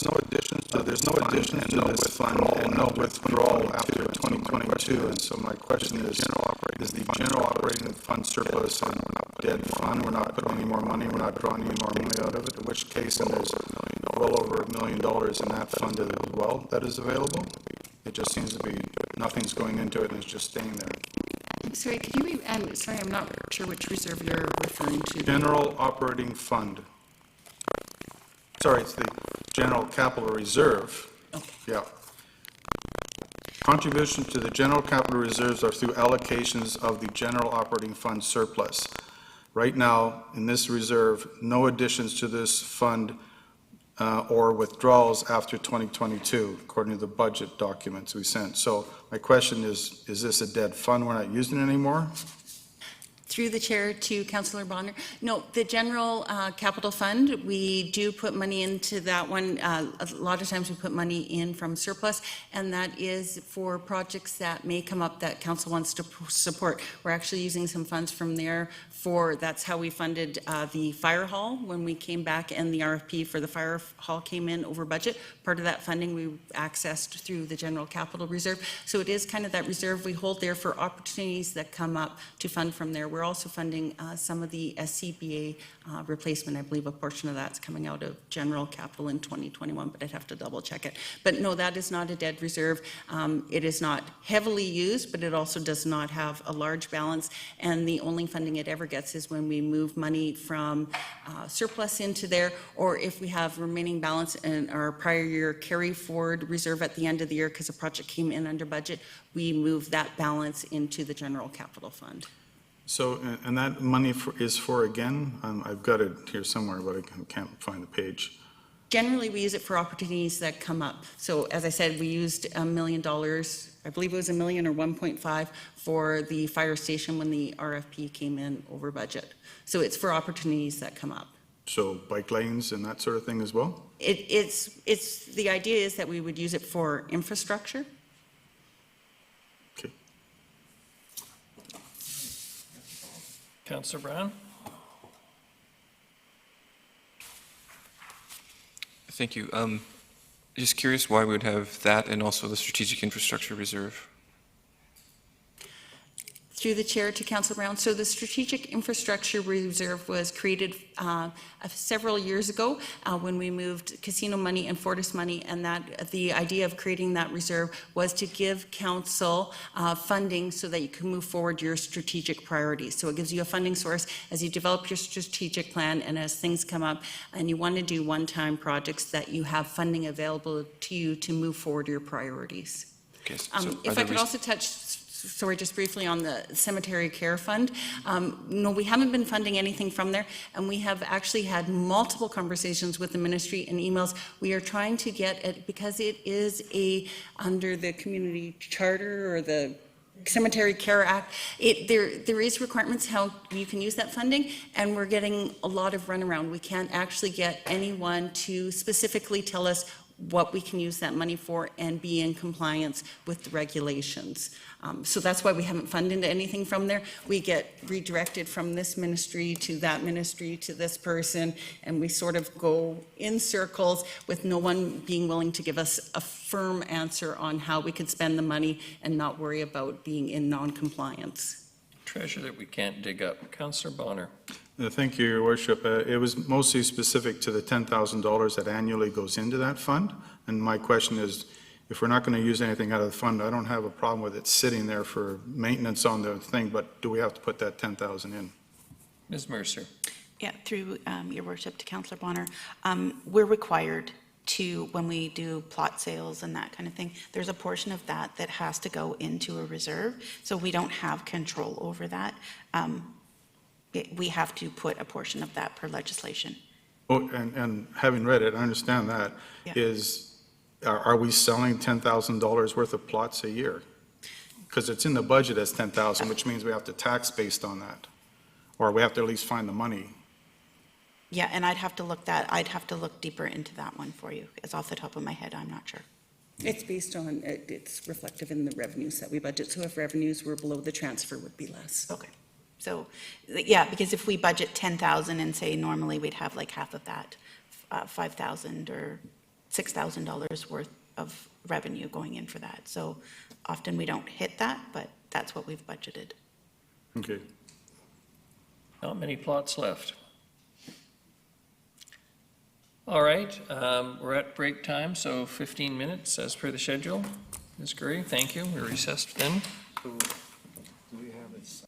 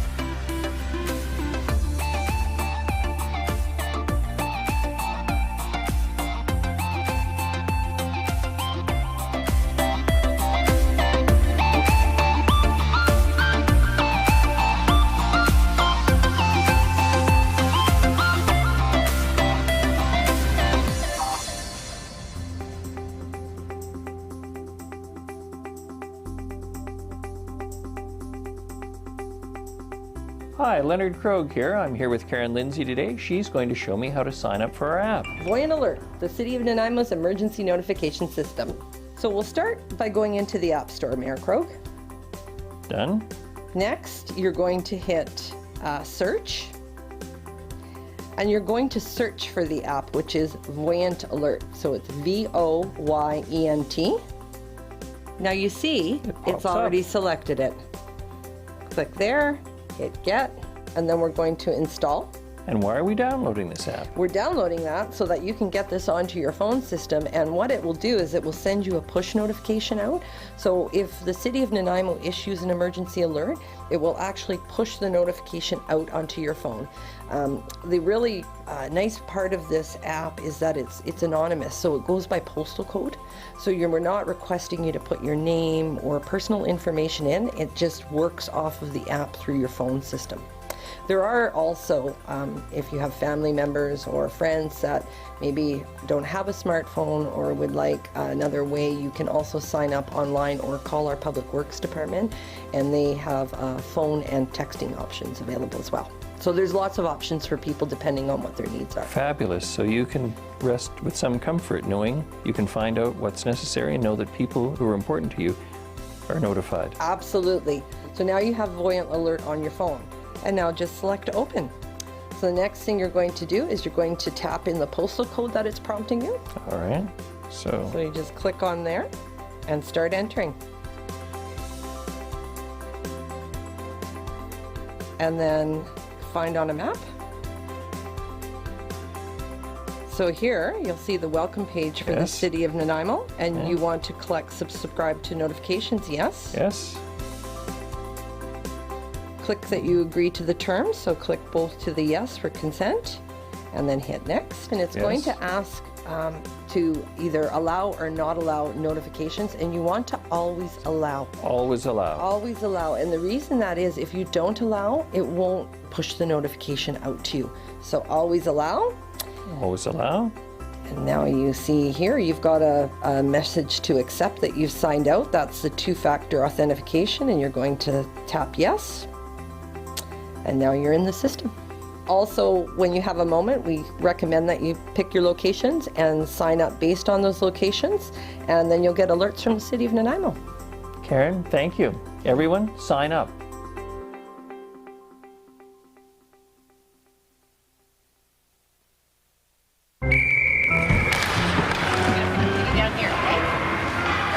Oh, hey, Tiana. Hey. It sure is the coldest rink in town. Thank you. Oh, yeah, buddy! Nice save, James! Wow, your goalie is keeping you guys in the game. Cheers.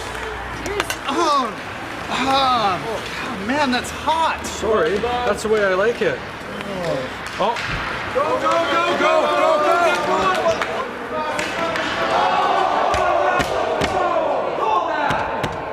go! Penalty shot!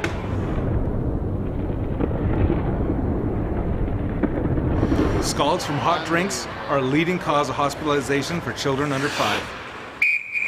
2 minutes, stand in the front, unsportsmanlike conduct. Hot tea and coffee will cause serious burns to a child in less than a second. Got a kid? Use the lid.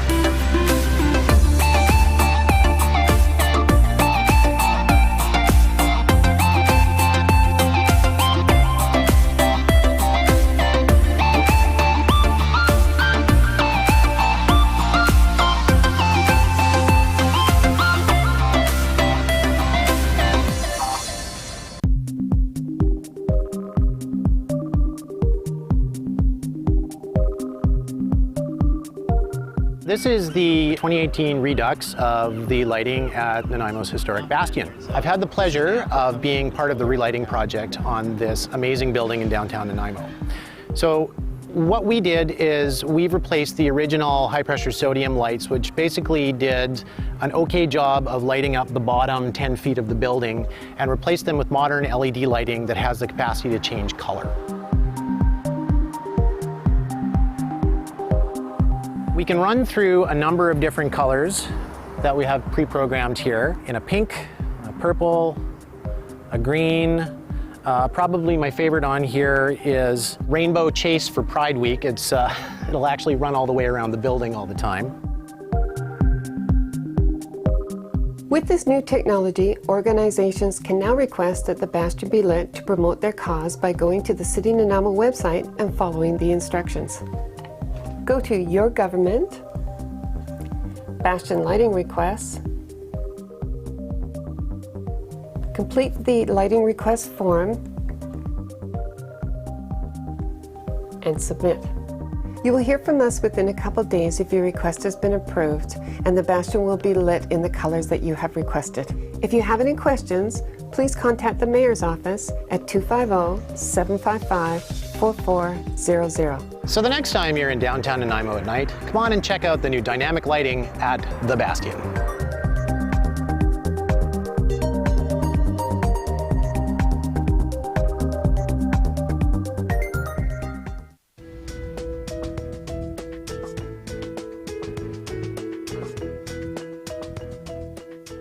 We're here today to make a couple street names. There was some vandalism in town, and we're just going to make replacements. In the roads today, we're doing our Dundas Street and Bruce Avenue. They're all 8-inch, and we use 3 different sizes, mostly 24-inch, 32-inch, and 36-inch. We do use a consistent font with street names. This is actually my metal blank, so the only material here is the material that I actually will cut out in vinyl.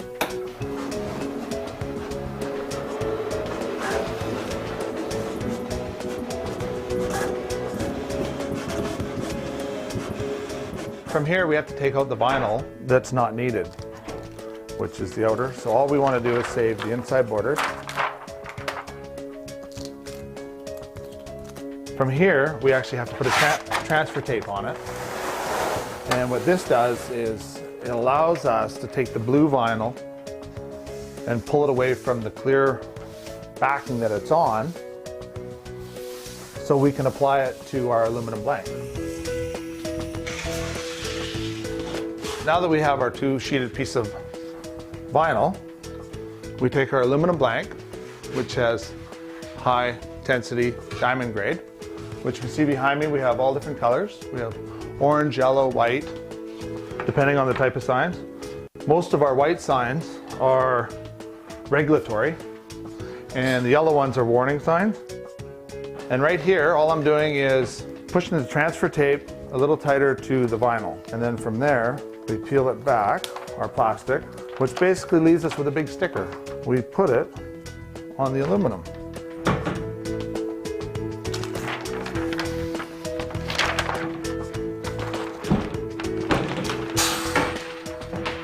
And when we're done here,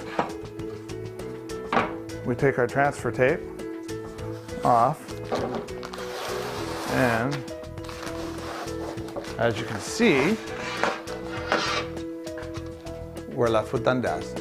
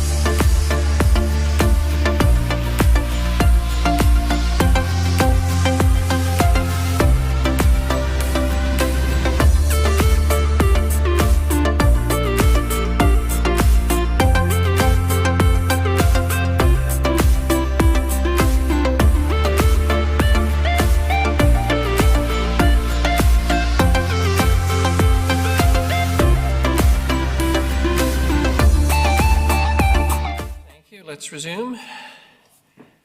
Mr. Rudolph, first off. Very difficult act to follow after listening to that very thoroughly professional presentation this morning. From now on, for the next 2 days, we'll unpack the story behind those numbers.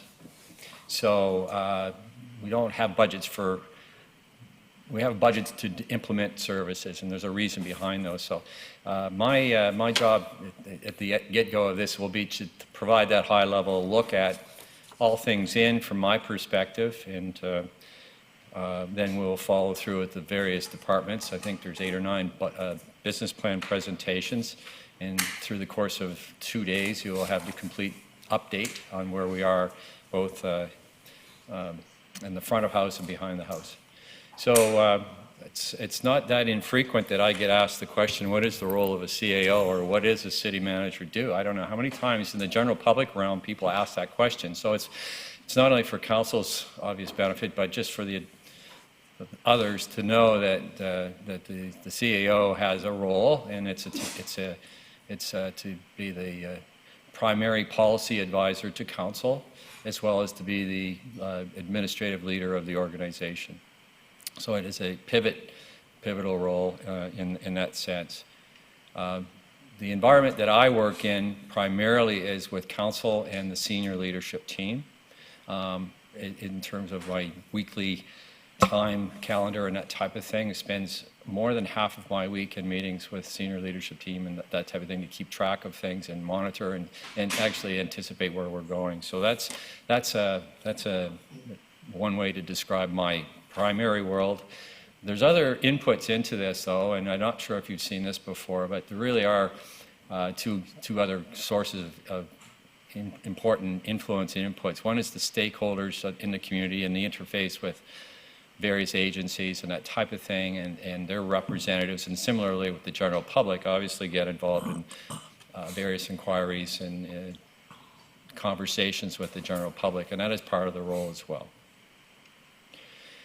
You've also seen this slide in the past, but it helps to define the role a little bit more specifically, and this is the slide that depicts where the CAO is positioned in terms of spending time. So on the left-hand side, you'll have the frontline staff. These are the people that are out collecting the garbage. These are the ones that are answering questions at the front counter. These are the folks that are doing things. Their job is not to develop policy. Whereas on the right-hand side, the primary job of council, of course, and the CAO, and it is to work in that realm. And certainly it's a sliding scale and it's a conceptual model, but it gives you the sense of primarily it's not working in the nuts and bolts of the organization. It's dealing with more of the strategic issues. This is the current. Whoops, not sure what happened there. We need to go back. Keep going back. There. Nope. Yep. Thank you. This is the direct reports to my office. These are the general managers, and directors that report to me, and I generally have meetings with each of these people weekly or bi-weekly, and there's always changes to these org charts. Firstly, this org chart was refreshed and presented to you for the first time last year, and then we at that time had a vacancy, so I want to welcome officially, finally, Ms. Lagan to the general manager role in corporate services, which is a role that we hadn't had for some time. And also note that next year we'll see a different name under the fire chief role, so which is a sad but happy occasion, depending on which side of the line. So those are the direct reports. Again, I threw this in last year. It's again useful to remember that we are a collection of many pieces. The cross-section of services and impacts that we have is multifaceted. We're not a uniform, we just don't make widgets. We provide services in a whole host of very different areas at a municipal level. So these are some of the metrics that are, or numbers that are attached to some of the things that occur in our organization, in our community. So it's a fairly large geographic area with about 100,000 population. We have a lot of assets primarily in the ground.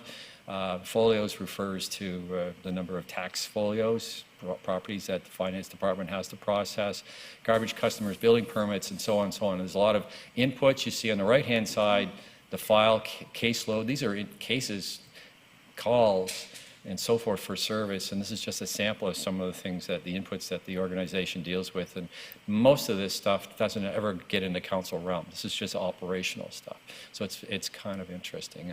The budget will fluctuate on a year-to-year basis, and this is the current, what was inserted as the current capital and operating budget, but it's roughly $200 million a year on average, and it depends on how you do the calculation.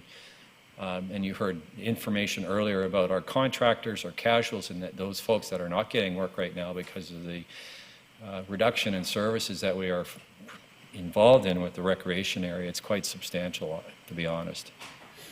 You saw a version of this slide last year. You saw it earlier. The only thing I was thinking about when I looked at this yesterday is if you look at the 515 or a slightly larger number and you multiply that by the number of days in a month, it's about $150-some a month, which is, for me, what I pay for cable and Wi-Fi access to my house. So that is incredible when you start thinking of it in those terms. I think there's a lot of value there, and just has to be, knowing what the police and the fire and all those amenities that Ms. Fulla spoke to this morning.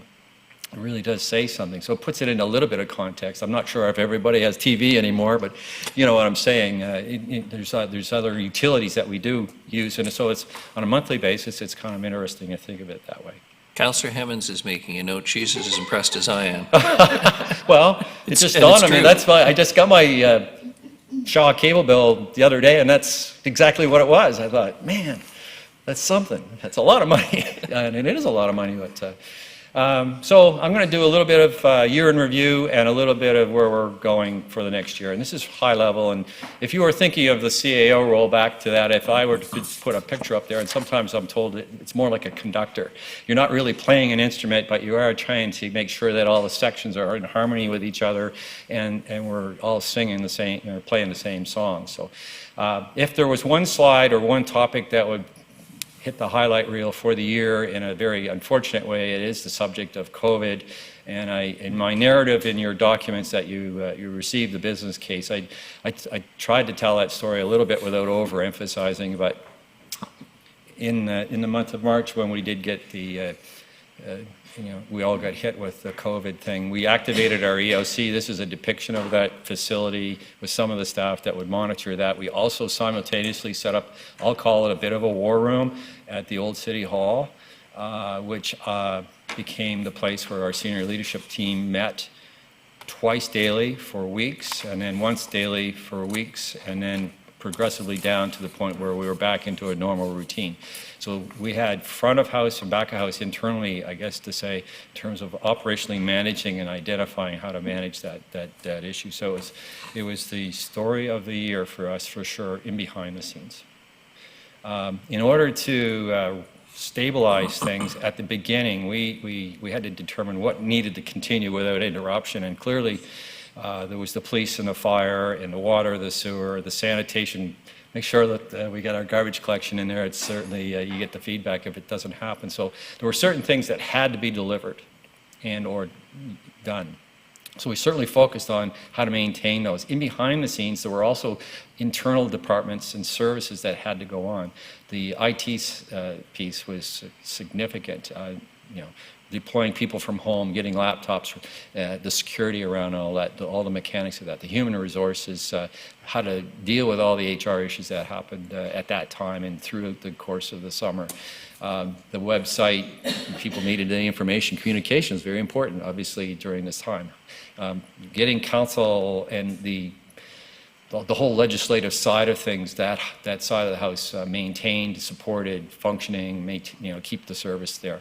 And then I mentioned the work from home piece, which was particularly significant for some parts of the organization and not for others. We have parts of the organization that never happened. Of course, you can't work from home if you're in public works. Mm-hmm. Councillor Hemmons has a question, Mr. Rudolph. Thank you, Your Worship. Through you to Mr. Rudolph, I'm curious about the transition of people working primarily from the office to home. Yes. And once COVID is resolved, will we retain the infrastructure and the opportunity for people to work from home? And will that impact the budget? An additional question is, what was the appetite and continues to be for staff to work from home? Thank you. It's a great question, and it's a question we talk at almost every senior leadership team meeting. What's the status of that? So, let's break it down into across the organization. So we have the public works, we have the police, the fire, the recreation, which is a generally a different subject matter. Then we're talking about SARC, and the City Hall complex, which is the office workers. So we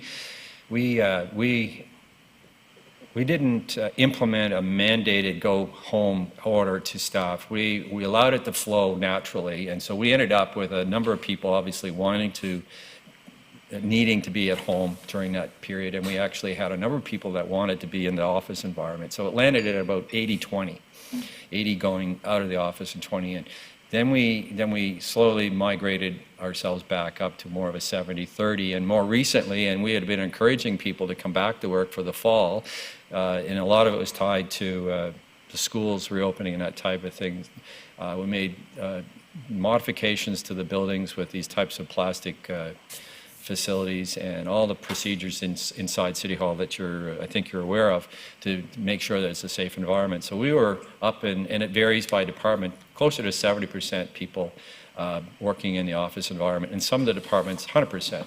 Ledge services, finance with the budgets and all these types of things. So, and others where we had a little more flexibility, like IT, that would be a larger amount. But overall, it's about that. That's the safe space. There were costs attached to that. There's costs in terms of additional laptop leases and purchases. There's software attached to that, and there's security concerns around the integrity of maintaining, so we don't have security breaches in that. So it's a permanent feature. It's interesting. I think the municipal world is landing on more people coming to work than staying at home. And whereas you see the private sector and the towers in downtown Vancouver, you're seeing, no, we're out of this. We're not coming back. So I think we're somewhere in the middle on that spectrum. But on the office staff, I think we will end up with a permanent arrangement of people working from home, and as long as the productivity and the accountability is there and that type of thing. And it doesn't necessarily save money because we still have the fixed costs of the buildings and that type of thing. So I'm not sure if I answered the question. It's not something that we could say for the police. 100% municipal employees there the entire time. Had to be there, can't not be there. Security issues.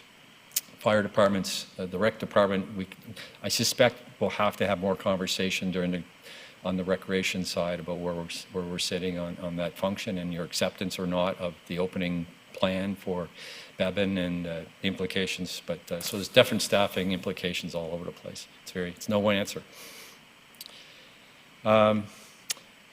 Just a couple other visuals to indicate things that depict themes throughout the COVID year. The virtual City Hall, we launched, as the mayor says, history went faster this year, which I think is a great way to describe the fact that we fast-tracked ourselves into digital building permits and things that were in the queue, but they had to go fast. So we're much more of a digital enterprise than we were with meetings and activities.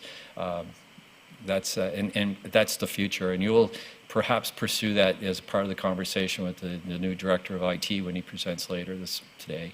Park ambassadors, I think Council's familiar with that. This is an illustration of something that was undertaken last year with redeployment, and when it was really needed in our parks, we implemented the payment center, which was highly used, surprisingly highly used up at the Frank Crane, and became a real asset for us.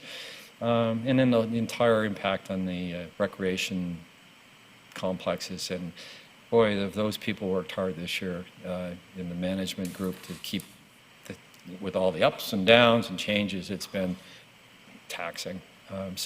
But there's been a lot of change in that area. So we changed things. Quickly on the strategic plan and going back to the 4 pillars, notwithstanding the fact that COVID existed, I will say that we did a lot, and I said that in right up in the business plan. We've managed to stay on track with our work program for the most part in this organization, and it's kind of remarkable when you think of that. It's modified, but it's still going on. A lot of bylaw and policy changes. We've had work going on in that area, and as you know, we had to change procedures in this room. As you can see, this is a different look than it was a year ago. probably be here for a while, if not permanently, I'm not sure. So a lot of changes to the way we do things, and Zoom meetings, and the way council entertains delegations, and the fact that there hasn't been a lot of them, to be honest, and things that you've done in changing your governance procedures as a council. We're still here, we're still doing it, but it's different. And another area, and sort of speaking to the proactive side now more boldly, boy, we've had 3 task forces going on this year. 2 of them have been going on since before COVID. So that work is all coming to fruition now. So we've managed to find a way through that. You will see submissions from both the Health and Housing and the Economic Task Force in the coming weeks or months. 2 new committees were struck this year, the Advisory Committee on Accessibility and Inclusiveness, and the work program around that, and the more recent committee, interagency committee with the RDN Regional District on the recreation side. We also kept throughout this entire year, I don't think there was a single month missed, I may be wrong, on the monthly meeting with the Signamic First Nation. The protocol working group has met throughout this, all on Zoom meetings. The continuity there has been quite remarkable, actually. This year we had, as it turns out, I'll characterize them as 5 service delivery reviews. You saw earlier this year the animal control work by Mr. Nielsen, as well as the sanitation services review. Currently, we have a building permit review underway by Mr. Nielsen as well. I believe that will be reported back to you in January. And he's also been working with us on the tourism function. As you know, the Tourism Vancouver Island and Tourism Nanaimo have withdrawn their services from the city, and we're recalibrating that, and there's a review underway to establish how we move forward on that. So there'll be a report coming back to you in the not too distant future on that, as well as the fire dispatch service, which was a significant and difficult process, but that was certainly a service delivery review that Council has considered this year. On the economic health side, the task force I mentioned, the sustainable procurement, I think would fall under this conversation about supporting local business. The building permit review, but also the building permits that are issued. We are over $200 million for this year, which is a strong year. This is a picture of the new hotel, perhaps the most significant of the building permits that have been issued in recent memory. And that's coming out of the ground as we speak, which is very exciting. And it's good for the downtown, it's good for the city, and it's good for the conference center. And a smaller, but nonetheless, another indication of economic activity was the implementation of some flexibility around patios and that type of thing. On the environmental quadrant, firstly, the Environment Committee has maintained its activities throughout the year. At the beginning of its mandate was trying to develop a framework to how to understand the city side of where we're at, and that's an illustration of that early conversation earlier in the year. Now we're into more of a holistic approach with the donut conversation which is going on. But some of the big initiatives have been underway for some time, and the Community Sustainability Action Plan, the Climate Resiliency Strategy that we received earlier this year, even the MOESS update, or the environmental the standards for streets that encourage bicycles and active transportation could be put under this. The Green Fleet Strategy, you were presented a copy of that, and we're all aware of the checkout bag story, and how that's not only a local story, but a national one now at federal government. They even put in the STEP code as a measure of working towards environmental responsibility. One could argue the pace is not at a going as fast as some council may wish. And we've got some answers, I guess, in terms of business cases and so forth that are being considered to accelerate that or possibly modify what we are doing. Livability, one of the bigger topics, and it's an all-encompassing topic, but Reimagine Nanaimo is our biggest public engagement process over the council term. It's a big project. You've seen, you get regular updates on that. Again, the Manual of Engineering Standards and Specifications that I just spoke to, there's an illustration of a a cross-section of Metro, which is an award-winning process that we've developed. That's an environment, a livable, that's making our streetscapes more multi-purpose and livable. And then under health and housing category, and I've just sort of put some topics together here. We did at the MOU with BC Housing. We implemented the social disorder response team. And there's been fairly continuous advocacy as we can get it with the Vancouver Island Health Authority through UBCM and those types of things, and various ministers. We were able to have meetings with 3 or 4 ministers this year, and there's been ongoing advocacy through the Mayor's office on this file for sure. Downtown initiatives, some of those smaller projects that were taken you last year have been implemented this year, and that the whole talk around the waterfront walkway with Ms. Fulla talked about the big picture, which is the long-term coast-to-coast kind of trail system. The main topic for now is the from Departure Bay to the ferries, and that is that is an illustration of what that project could look like, and certainly we'll have to find a path forward on that project over the next 12 months. I think is going to be something that will be a consideration for council, how to move forward on that. Councillor Hemmons has a question. Thank you, Your Worship. Just regarding the social disorder response team, has that also been called the CLEAN team in the budget? Because I noticed we don't have funding for the CLEAN team. They're the one and the same? Yes. Okay, thank you. Transitioning to 2021, unfortunately, I still have a slide on COVID up there. So this is the city's 4-step process, and we are somewhere in the step 3 or 4. So we're assuming complete reopening, and once the vaccine is there, and maybe we're back to more of a normal, modified new normal. And this again primarily affects the recreation side of house. But so certainly, as illustrated earlier, we've made assumptions around that from budgeting point of view. And certainly, I think you'll want to have a conversation with Mr. Harding and his team about how does that lay for them for next year, because that seems to be the area where it's the biggest impact. If I were to put categories to some of the subject matter of a priority for me to focus on for this year under the subject of governance, one is the support for council and everything around it, clearly. Second is make sure that we are continuing to provide the service delivery that you and our citizens expect, and that's the day-to-day operational side. And then keeping an eye to when I did this, I was thinking, and I still believe that this is a very significant issue, is being prudent with our fiscal management. And this was pre-notification from government that we had a grant, but it's still something I think is paramount in how we manage ourselves over the next 2 or 3 years. Resilience is a theme that maybe don't talk enough about, but it is enough about. It's there and behind the scenes. Resilience for us in some ways translates into the ability to work from home, as well as at City Hall. So we're keeping those people working and doing what they need to do. Our whole resilience of our technology and the expectations around that, moving into more of an intelligent city operational mode. We see the picture of the water break on April 3rd, which was a significant one, and the need to maintain our infrastructure.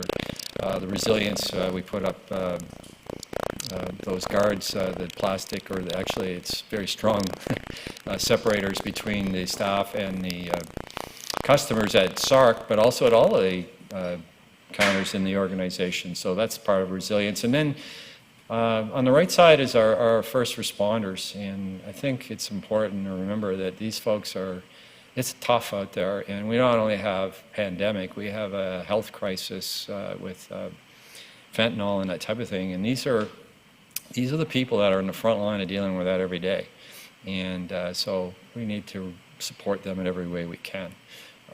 So I think from a resilience point of view, that's something to bear in mind. This is a very simple, perhaps overly simplistic model of making sure that we understand that we had 3 task forces. The Mayor's task force never did intend to supersede the other two task forces. I think they tried, and they were briefed constantly on the progress of those two task forces. So they wanted to make sure that whatever they did complemented the work of that and sowed the seeds of integration. And so it is one of the terms that came out of that exercise is one community. We're all one. And the social, the economic, and the large and the small, the south side, the north side, the central part of the city, it's all one community. So the theme is we're integrating all these things and working collaboratively to move forward. And on the economic side, we have all those service providers and entities that are forging a path to collaborate amongst themselves. The same with the social agencies having that conversation, and it all has to come together. As far as priorities for the year, social issues have, apart from COVID, have been at the top of, I think, Council's radar throughout the term, and certainly now is no different. So, you know, implementing the BC housing projects as promised, in the navigation center and all these other things, very important. Continuing with the advocacy piece, we'll await government's announcement tomorrow on the cabinet, and perhaps there's a ministry that would be set up that could integrate some of the things that the Health and Housing Task Force is talking about at a provincial level. There's actually talk of it needing to be done on a national level. And the whole business of social disorder and the fact that we have to deal with this. There's a lot of time. We just got another briefing this morning on how much was taken out of Wesley Street with propane cans and various sets of materials that are flammable, and it's a serious issue, not only there, but in other parts of the community, and a lot of work there, as Council's aware, and we could spend a whole day just talking about that again, but on a budget side, and it's a priority. We spend a lot of time on that. There's a lot of time spent at the staff level on this. Major capital projects, it was mentioned earlier, we don't have funding in place. We have work underway for the RCMP to identify a method forward for either expanding the complex or finding a greenfield site. Similarly with Public Works, we're going to come back to Council with a game plan on how we might move forward with that. Both need to have funding. The waterfront walkway I mentioned and Fire Hall 1 continues. These are major capital things on the docket for the next year. Local economy, just supporting it, the economic strategy, the economic function, sustainable procurement. These are all things that Council is very aware of. I mentioned organizational resiliency, the fact that we are, to attend back to that question about redeployment, it's fluid. We're now in the process of sending people home again, as opposed to bringing them back in, because it's, you know, with COVID ticking up, we better be careful, because we don't want everybody to, you know, get caught if there happens to be an incident at any of our shops. And the strategic focus areas of the task forces, the reimagine, and just being on top of keeping, showing leadership at the organizational level. So there's a lot of big things to do for the year, and some of it's here, and some of it's, you know, and behind the scenes, I guess, in supporting Council and the community. And the last slide I have is back to relationships, and we're not in this alone, and we talked about one community a minute ago, and we have partnerships and relationships with a number of agencies, and they're all very important. Perhaps the one that I've highlighted the most is our ongoing working relationship with the SFN, the Signamic First Nation. But we've had regular meetings with the Port Authority. The school district got suspended this year, but at the staff level, we've maintained that link. And we can't do it alone. We all have to work together, and the city has a role in that, and maybe we can, as one of the members of the Mayor's Task Force said, be a curator of and a facilitator of that collaboration that takes place. And that's not only the story for the community, it's the story internally in the organization, is fostering those relationships and working as a team. So that's entirely what the senior leadership team attempts to do. That's my presentation. So that's at high level, setting a bit of a stage for all the other presentations that you'll get throughout the day today and Friday. Any questions, be pleased to answer them. Thank you very much, Mr. Rudolph. Councillor Hemmons. Thank you, and thank you for your presentation.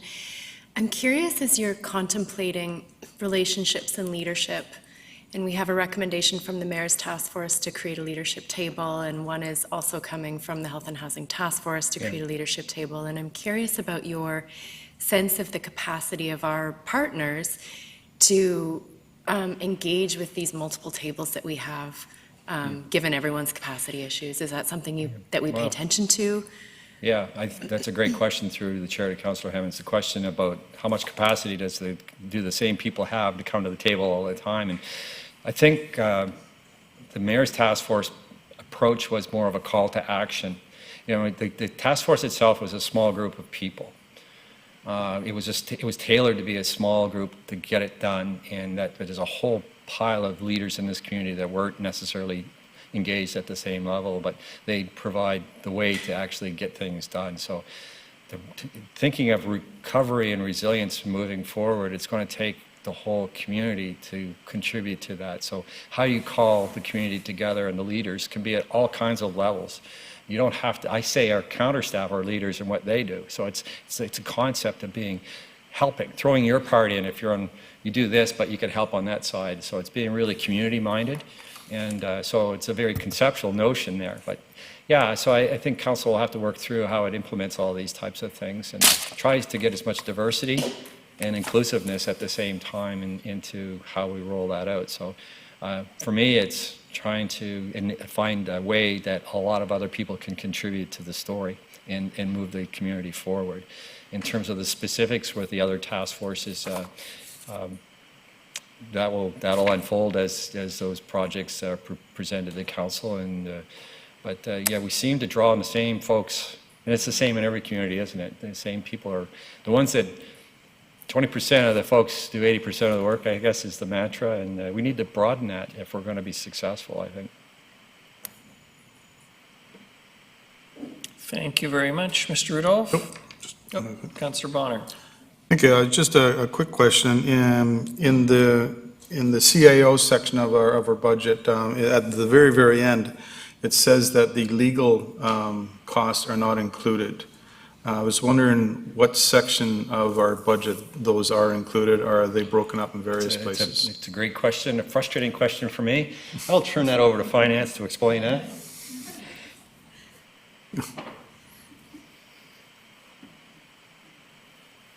Ms. Fuller. Through the chair to Councillor Bonner, the business plans only show the roll-ups for each individual area, so there is a few costs that when they don't land in a particular area don't show in the business plan. I can, if you're wanting to know the 2021 legal budget, I can look that up for you and get back to you in a few minutes on that. So it's just on another page, I'm assuming. Right? It wouldn't show anywhere where you could specifically identify it.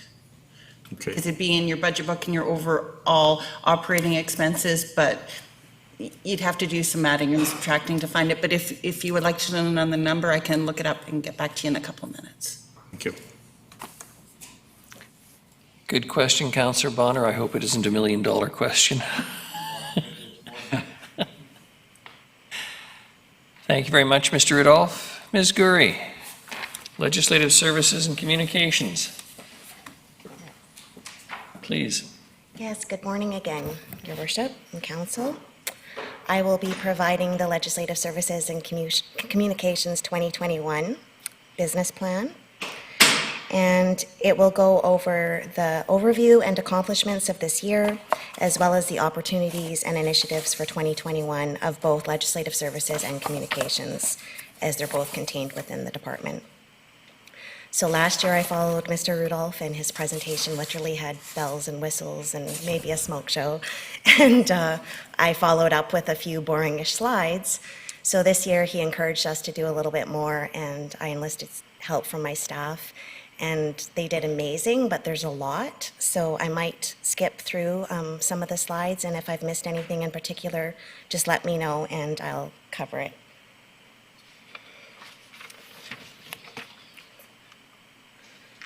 So starting with the overview of legislative services, for staffing, there's me, the Director of Legislative Services, but I'm also known as the Director of Legislative Services and Communications, the City Clerk, Corporate Officer, Claims Manager, FOI Head, Chief Elections Officer. I'm sure I'm missing at least one. We have a Deputy City Clerk who is currently seconded to the Bylaw and Policy Review and Renewal Project, and she fills in for me during my absences. We have a legislative services coordinator, 3 stenos, a records information and privacy coordinator, 2 FOI claims and records clerks, a legislative communications clerk, and that's in the legislative services area. So we look after providing legislative, policy, and administrative expertise and services to council, committees, task forces, and city departments to ensure the city conducts its business in a manner that is consistent with provincial legislation and city bylaws. The department also manages all requests received under the Freedom of Information and Protection of Privacy Act, oversees records management functions, liability insurance and claims, and municipal elections. So there's many hats I wear in my role and have to look after. And at times this role can be met with resistance from fellow staff members, members of the public, and even members of council. I'm often having to say no. And I'm sure it feels restrictive and or too formal sometimes, and it's a fine line to walk, but I do my best, as most corporate officers do, to find that middle ground and serve everyone. And a quote I heard this year that kind of hit home for me, and I think it's not only how I strive to do my job, but also to live my life, said something like, always endeavor to do the right thing and credibility will follow. So yes, it's a tough job, but having support from my fellow colleagues and a good council that believe in good governance makes all the difference, so thank you for that. This slide tries to reflect all those who Legislative Services supports and advises. And Nanaimo treasures, this is my favorite slide. So the picture on the left shows the first minutes ever taken at a City of Nanaimo Council meeting, and it's from January 22nd, 1875, so almost 146 years ago. The picture in the middle is of the minute book that those minutes are captured in, and on the right is the city's letter of incorporation, and it actually says, if you could read it, it says, gives council the authority to go ahead and appoint a city clerk. And so some other history when I was looking at this position, because of the many hats it wears, there's some interesting an interesting paper that's published in many places online, and I found it at the International Institute of Municipal Clerks. It's an organization I belong to, and it has this paper on the early beginnings, and just a little bit from that says, the city clerk is the oldest of public servants in local government, along with the tax collector. The profession traces back before biblical times. For example, the modern Hebrew translation of town clerk, literally translated, means city or town reminder. The early keepers of archives were often called remembrancers. And before writing came into use, their memory served as the public record. And when I read this, I kind of thought I was maybe born for the job because I have a really good memory. It's like a steel trap, and it comes in handy for this job, but annoys some people in my family. And ancient Greece had a city secretary who read the official documents publicly. And at the opening of a meeting, one of his first duties was to decree a curse upon anyone who should seek to deceive the people. I liked that. And the paper also mentions the eminent political scientist, Professor William Bennett Monroe, writing one of the first textbooks in municipal administration in 1934, and it stated, "No other office in municipal service has so many contracts. It serves the mayor, the city council, the city manager, and all administrative departments without exception. All of them call upon it almost daily for some service or information. Its work is not spectacular, but it demands versatility, alertness, accuracy, and no end of patience." Just ask Mr. Lindsay. "The public does not realize how many loose ends of city administration the office pulls together." And then it goes on to say that these words, written almost 90 years ago, are even more appropriate today. So I thought it was appropriate to share that. So now on to an overview of communications. The communications team consists of Farnaz Faroki, Tracy Lowen, Chelsea Barr, and Derek Johnstone. They also have limited use of the legislative communications clerk position for some duties, but that position has mostly been seconded to help with the electronic records management project. So as strategic communicators, the communication team collaborates with our colleagues in all of our city departments by planning the information flow of various projects and initiatives, working on the content and messaging to help our colleagues with their communication goals and needs, and oversees the content on the city's website, digital and social media channels to ensure message consistency and brand standards are met across all of those platforms. And here's the similar slide to the last one to kind of show who they support and advise. So it's basically all city departments and the units contained within them. And the department's share of the budget. I figure 3 years in a row to make a point of how much you get for how little of the piece of the pie, but I just did it again. So the legislative services and communication accounts for 1.7% of the overall budget. And that budget is mainly for wages and benefits, as we are a service department.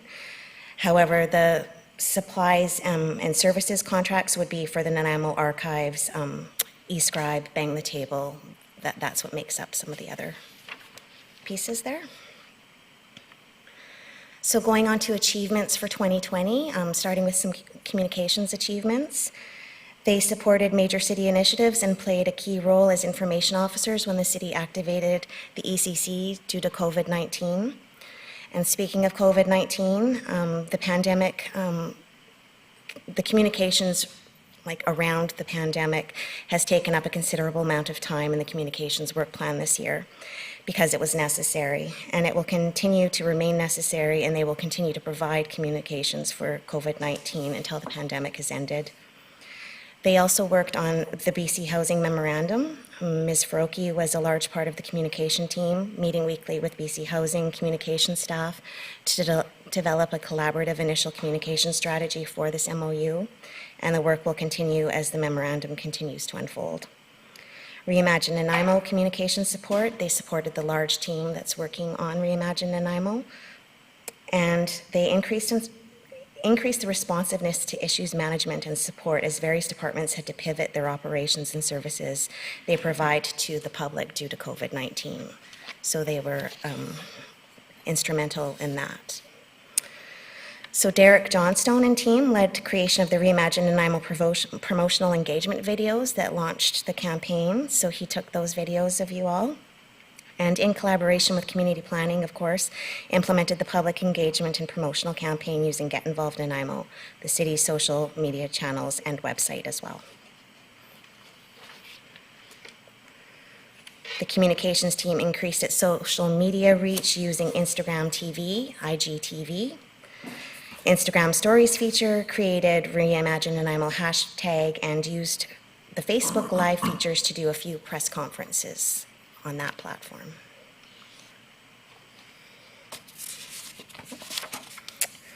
So there are now 2,800 followers on the city's Instagram account, and staff implemented the use of Facebook Live for special announcements to enhance audience reach and utilized Instagram highlights and IGTV features. They collaborated with Parks, Recreation, and Culture Department on the development of communication tools associated with the communication campaign, including videos for the public regarding various city facility reopenings and what the public can expect when visiting the sites. So Parks and Rec, as Mr. Rudolph has already mentioned, and I'm sure you're going to hear, had a huge undertaking trying to get those facilities open. So Mr. Johnstone, Derek, helped with the videos showing the public how they would be able to reintegrate back into those facilities. And stories in Instagram are very popular. Using the still shots from your Reimagine Nanaimo videos, they did 8 Instagram posts with a mix of those videos and photos, and had a total combined 1,316 views and likes just for those 8 posts, so that's pretty good.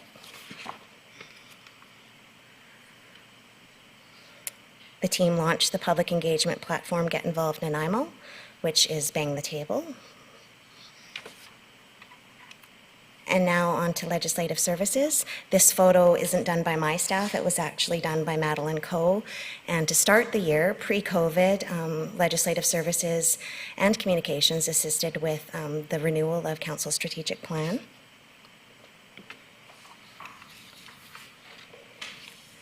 Legislative Services also accomplished the development and support for new committees and task forces. Mr. Rudolph went over this a little bit, but I'm going to too. And the Advisory Committee on Accessibility and Inclusiveness, the Mayor's Task Force on Recovery and Resilience, and as well as not listed on my slide, is the Special District 68 Sports Field and Recreation Committee. And all of this during the pandemic. So for COVID-19 response for council and committees and task forces, I did an initial review in April and then again in July of what that's meant and the site safety plans that we've had to do for council meetings, having council meetings still function and council able to do their business during the pandemic, complying with the ministerial orders, et cetera. It's been an ever-changing, ongoing achievement to have carried on with your business during this pandemic. Virtual committees and task forces were implemented in order to allow for this important business to continue and still adhere to the guidelines, orders, and safety of all. Public hearings, staff did an amazing job of working under the ministerial order, allowing for increased public participation, and they achieved a very thoughtful process to hold public hearings that has worked extremely well, and kudos to the planning department and the IT department, as well as my team, in working together to make that a success for you all. So these numbers are not the most recent, however, the numbers shown are consistent with their newer numbers in that the average meetings per month in 2020 is still higher than 2019, even with COVID-19. Another accomplishment that's not noted but will be rolled out this week is the council voting dashboard. So city staff did create the dashboard following a motion put forward by council at their July 6, 2020 meeting. And it will include voting at council meetings going back to July 1st, 2020, and will be updated after each council meeting.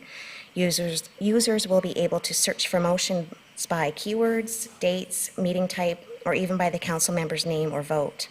And using the search feature will provide users with relevant motions and voting results. And I just want to say thank you to the IT staff for their work on this and prioritizing this project for council. The bylaw and policy renewal project is underway and was introduced to you on October 19th by Ms. Robertson.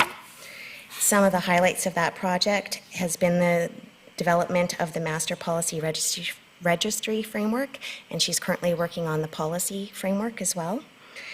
Some of the bylaws that have been brought forward as part of that renewal and you have adopted is the Appointment of Officers and Delegation of Authority bylaw, Management Terms and Conditions Amendment Bylaw, Management and Protection of Trees Amendment Bylaw, Zoning Amendment Bylaw, Fence Notice Ticketing System Amendment Bylaw, and the Animal Responsibility Bylaw, which is on hold, and a report on public feedback will be brought forward in early January for Council's consideration. On to achievements. Another 2020 achievement that has been a massive undertaking with amazing collaboration again, all around, citywide, but especially and specifically, I want to note the collaboration between my team and the IT department on the Electronic Document Records Management System project, so EDRMS. So listed on this slide is the project's vision, and truly I could go on for an hour on this project alone, but it is mentioned throughout the slides, but this is the largest project in our department. Though saying that, when an emergency hits and you're down to bare minimum staff and you have to move forward with just those services that are essential, this does get put on hold or would get put on hold, and council meetings and other legislative requirements would take precedence. So this is the project goals for the Electronic Document Records Management System.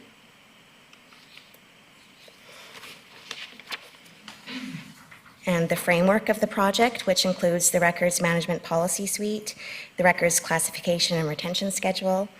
And so this year, staff finalized 12 policies that apply to all physical and electronic records owned by the city and under the city's control, including those in the custody of council members, committee volunteers, employees, and contractors. The policies cover a range of topics relating to records management, including accountability and responsibility of various members of staff and council, privacy and information security, email management, access to information, mobile device usage, castle legislation, and more. And the RCRS, which is the Records Classification Retention Schedule, will provide the framework for categorizing files and take the guesswork out of it when a file should be destroyed. It will be used to classify and assign a lifespan to each record and give staff the tools to determine when the record is due for destruction. Staff did request for a proposal, and an evaluation team of staff members from across the organization participated in the RFP evaluation process. A broad cross-section of staff to evaluate the proponents was important, as each department has unique needs and ways of storing records, and the city has entered into the discovery phase with the successful proponent and is currently in the preliminary planning stages. The pilot project consists of the 4 departments listed there, and the pilot project involves implementing a streamlined look and feel that will be used to save records in a consistent manner across city departments. The Records Management SharePoint site was developed as a one-stop shop resources and communication site for staff, and at this site you can find the Records Management Policy Suite, the records classification and retention schedule, guidance documents, FAQs, and more. And this site was developed as a large part of the change management process that takes place with implementing a citywide change and the way we keep records. Some of the achievements listed there.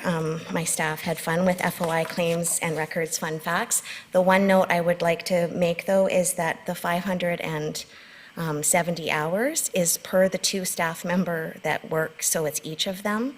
And that doesn't account for Megan Wagoner, who is the information records clerk, and she does that and some. So it's quite a lot of time that FOIs take. And there's some other stats there. This slide reflects how many meetings we had as of November 6th this year. So there was 31 council meetings, 27 in-camera meetings, and 66 committee and task force meetings. The FOI totals shown on this slide are as of November 6th as well, and there was 289 total and 33 that were active. This slide is labeled a bit wrong, that's my fault, but it's to show kind of the 3-year average. And more meetings to date so far in 2019, more meetings to date than in 2019 for 2020, so we've had more meetings this year. Councillor Martman has a question. Oh, yeah. Just, if I may, through you, Chair, how does this compare with previous years for your FOI requests?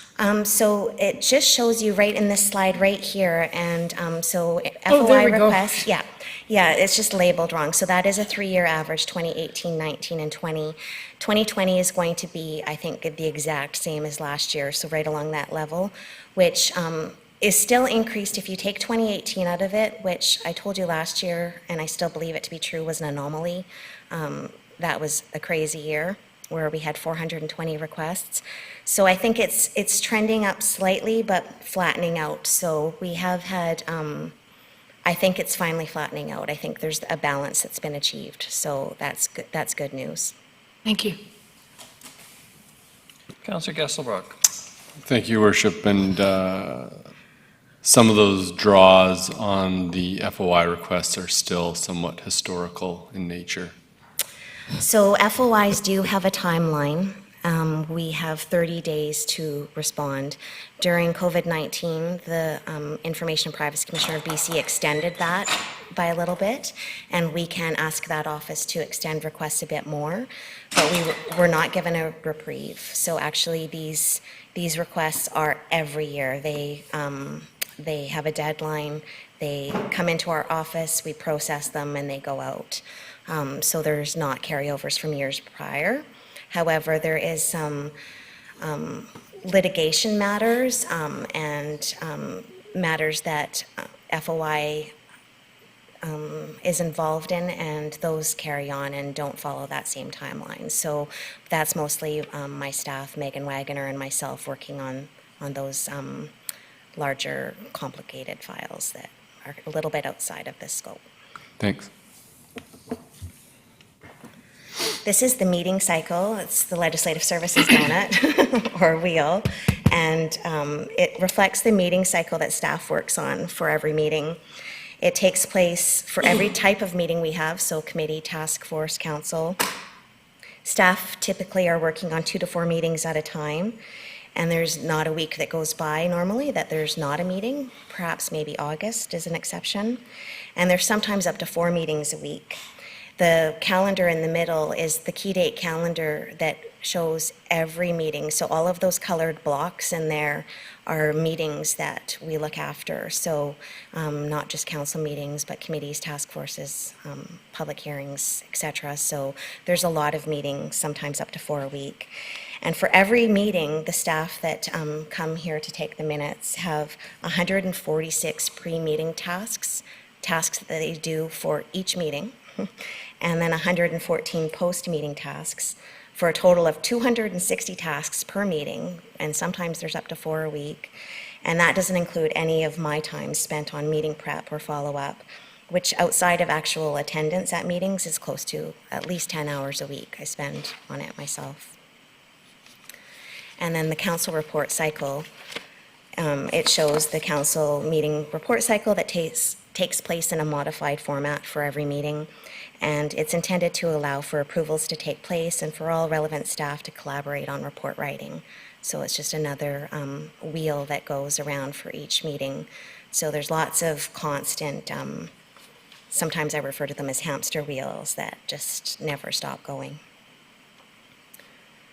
So reflected on this slide are the stats for social media, media relations, e-news, and videos.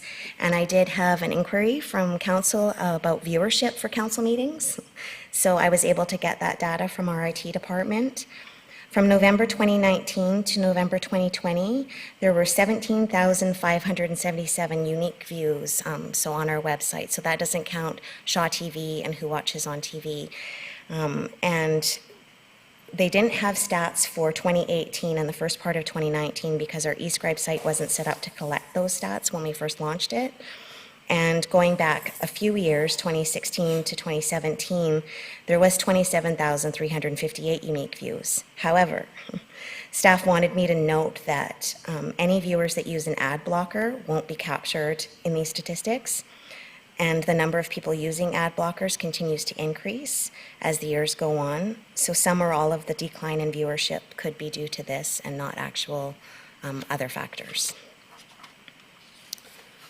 So opportunities in 2021.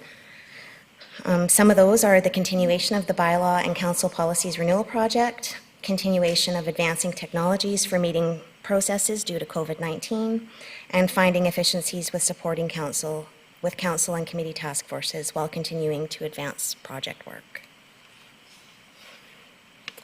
Some more opportunities, completion of the pilot for EDRMS implementation and commencing corporate-wide implementation, virtual FOI training opportunities to reach more employees because we are mandated to do that training, further utilization of our public engagement software, Bang the Table, and Emergency Coordination Center training updates and opportunities for advancement. So there's COVID brought on the not only opportunities, but the necessity to ensure we have training and some redundancies in that area. Here's my bells and whistles coming up for this year. So on to 2021 communications initiatives. There is some overlap between opportunities and initiatives. So continue with COVID-19 pandemic communications, connect with the public and share information through digital and social media platforms, public engagement and newsletter software training. This year, they will take on the annual report. So in June of every year, the city publishes its municipal annual report, and communications will be taking that on with finance's assistance, of course, but taking that on this year. And communication support for BC Housing and the city's MOU housing initiatives will continue. And we will continue in communications to support and enhance council-related communications. And some of the initiatives under governance excellence of council strategic plan, modernization of bylaws and policies, repeal bylaws no longer relevant, analyze active bylaws to ensure alignment with current objectives. So legislative services will either assist or coordinate over 100 meetings in 2021. We will train new staff on eScribe on an ongoing and as-needed basis and provide refreshers for current staff. We will continue to work through the pilot project and implementation of our EDRMS and review lessons learned and apply to corporate-wide rollouts. So once we're complete the pilot project, we will review all of those lessons learned, how to improve upon it, and then roll it out corporate-wide. And there'll be ongoing staff training and communication throughout the whole project.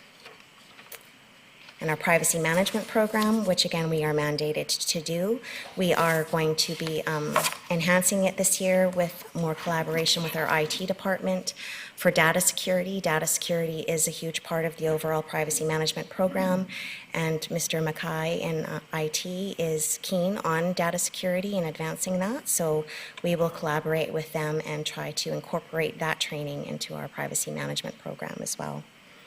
And we'll develop the online solution for this mandatory training. We'll streamline processes for privacy impact assessments, which are necessary for any new project, program, or activity that the city undertakes. And we will continue to provide advice and guidance to city staff on privacy matters. And finally, our draft operating budget. And there's the slight increase in 2022. That is the next municipal election. And that's the end. Ms. Gurry, thank you very much. Councillor Bonner. Thank you, Worship. I'm going through my notes on this department. Your net operating only goes up 0.07%, which is great. But you're also doing that with the same FTE. So how did you do that? A lot of it, I believe, is due to, with the electronic records management system, back when it was budgeted some years ago, we didn't have the foresight to put in added additional resources. So my team is working overdrive doing that. However, I think we're at a good space now, and I'm not sure if Ms. Fulla has any more intelligent answers to say why it's increased so little. I was very vigilant in doing my budget. That's fine. If I may then, well, some of that's been looked at. Under communications, many municipalities have their budget online for review by the public and to have input in it. Do we plan on doing that, and if so, when? So our type of engagement annually for the budget, I think it started back in 2013, has been the e-town hall. So we try to electronically engage with the public for budget purposes during that process. We haven't expanded upon that this year, and it's something we could look into next year, expanding those engagement opportunities. Yeah, I found there's not a lot of, there's mostly just questions of why this, why that, why this. During the town hall, or why aren't you doing this, or how come we have this many cats? So I think that a public engagement through like Bang the Table gives them a public opportunity to say, I would like to see this done. And then we can then say, okay, yeah, but it's going to cost this much, or things along those lines. So more back and forth, that sort of thing. So I'd certainly like to see that coming up forward. My third question is just a quick one. Is back on one of the other slides, you talked about the cycle of meetings and cycle of reports. Is that industry standard, those times and that sort of thing, that most municipalities work on that sort of relationship, time relationship? So the time that's up there is in our council procedure bylaw. However, it's not set in stone, and trust me, it's not followed. So reports are never on time. hear all that? However, that timeline is put in place to try to manage that. So if you imagine all of those circles going all the time for all those different meetings, we, as far in advance as we can get prepared and publishing the agenda. So publishing the agenda is in our bylaw as well, that we publish it the Wednesday before the Monday meeting. And that's has been a variation from when I started doing this job, from Tuesday to Thursday to now split in the middle with the Wednesday. And so that is necessary, that it is published, and it gives the public the advanced opportunity to see your agenda before the meeting. And in order for us to have all of that inputted into an agenda, along with the 260 tasks that are involved in that whole cycle going on at the same time, getting those reports as soon as possible, or having staff write them as soon as they start having the idea or council wants something done, is, I think, best practice. Thank you. Councillor Hemmons. Thank you, Your Worship. Excuse me, a few comments. Well, first, I think I'd like to acknowledge that the ledge services, they're really the quiet workhorses of the organization. Like, agendas and minutes and that cycle and those processes, I've never noticed a glitch, so kudos. The electronic documents record management project, that's a massive, massive undertaking. I was working in provincial government when they asked all of the physician offices to do this, and that came with massive funding and resources to get it done. And I think the acknowledgement is that when it's done, your system works that much more efficiently. So it's a good project to kind of, you deal with the upfront costs and then your system works better. Last year, we put the deputy city clerk position into the budget, and now I see that she's overseeing 4 FTEs. Are those FTEs that you would have overseen, they would have been direct reports to you? So in the grand scheme of things, when that project work is done, that would be where she would fall in the organization. However, she's completely seconded to that project work. So Okay. she only oversees, she actually fills in for me, which oversees everybody, and that's only during my absences. So she's removed from that organization chart during that project time. So she doesn't have that responsibility on a day-to-day basis. She's just focused on project work. Okay. And I think my final question is the FOIPA-friendly newsletter. Can you explain what that means, and will that make our FOIPA, will that reduce workload for all of the freedom of information requests we have? So there's a lot of FOI requirements and privacy more so when doing those types of things. And so I think Ms. Faroki, when she was doing it, worked with Megan Wagoner, the information and privacy coordinator, to ensure that all of those requirements were met, and that there wasn't going to be any breaches, as well as getting information out there. More transparent we are, more information we are available, able to release on a regular basis, without being asked, the decrease in freedom of information requests we receive. We always strive to, if it's releasable to the public, or the public should be able to view it, let's get it out there and let's share it. And it reduces requests that just aren't even necessary.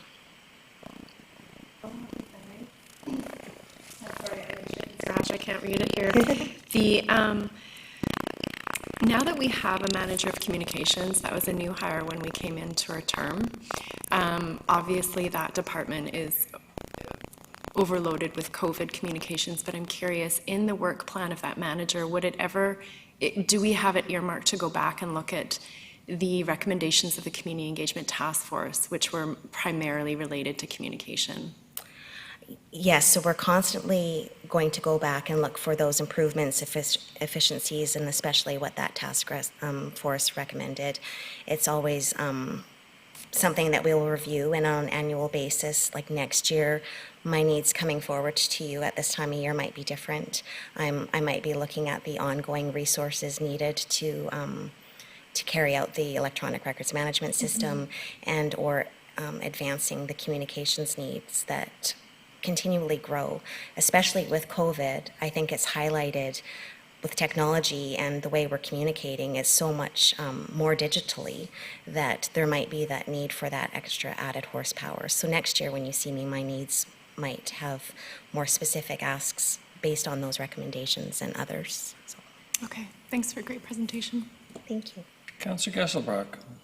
Thank you, Worship. I just want to take a moment to thank Ms. Scurry. It's a great presentation, and it's just, I think it's really important to highlight sort of all the work that does get done, and it just with COVID sort of kicking all of that and being able to pivot and still maintain sort of a complexity of different operations is a real testament to sort of the ability of your crew. And so thank you so much for that work. And I'd like to also add that to Mr. Rudolph as well. Like COVID, for the entire senior management team and management threw a huge wrench in the system, and I've been very impressed with how well we've been able to adapt, and I think that speaks a lot to our resiliency. So thank you for all that. I know that we're council's constantly driving hard and asking for strategic changes, and there's a lot of work behind the scenes that's going on, and it's we're remarkably lucky to have the crew that we do have. So thank you.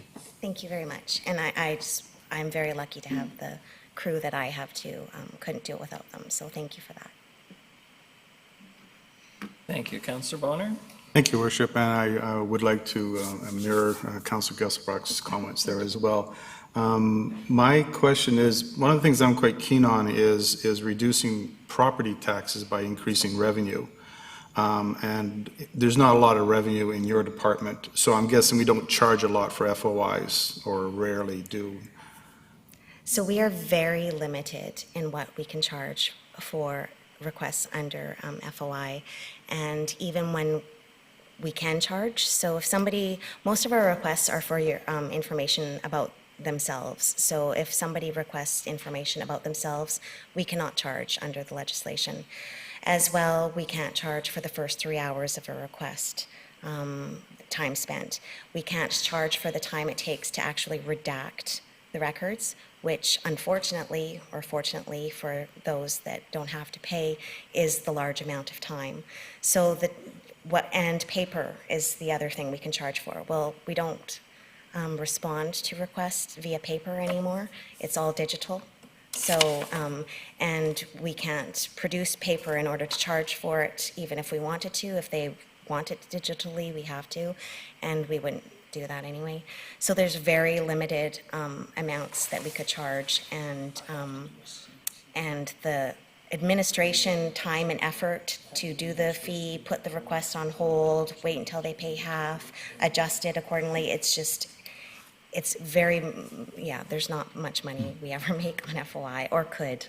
So the other thing, though, is you do show a $45,000 revenue in 2022. Is that specifically for the election? Yes, I'm going to guess and say yes, because the school district kicks in and pays 1/3 of the amount that it costs us to run an election. Okay, thank you. Yeah. Ms. Gurry, likewise. Well done. Thank you very much. Much Thank you all very appreciated. much. The next is Human Resources and Mr. Van Horn. Ms. Fulla, sorry. Thank you to the chair, to Councillor Browner. I just wanted to follow up on the question he had regarding legal services budget for the city. So we budget for legal services in 2 areas. One is actually in Mr. Van Horn's section. So we do budget for expertise when it comes to labor law. And in 2021, we have budgeted $135,000 in HR for legal services. And then under Mr. Rudolph's area for 2021, we have budgeted $430,000 for legal services, which is a slight decrease over 2020, because we did hit a peak there for a few years of legal expenses, and we are now starting to see a decline there.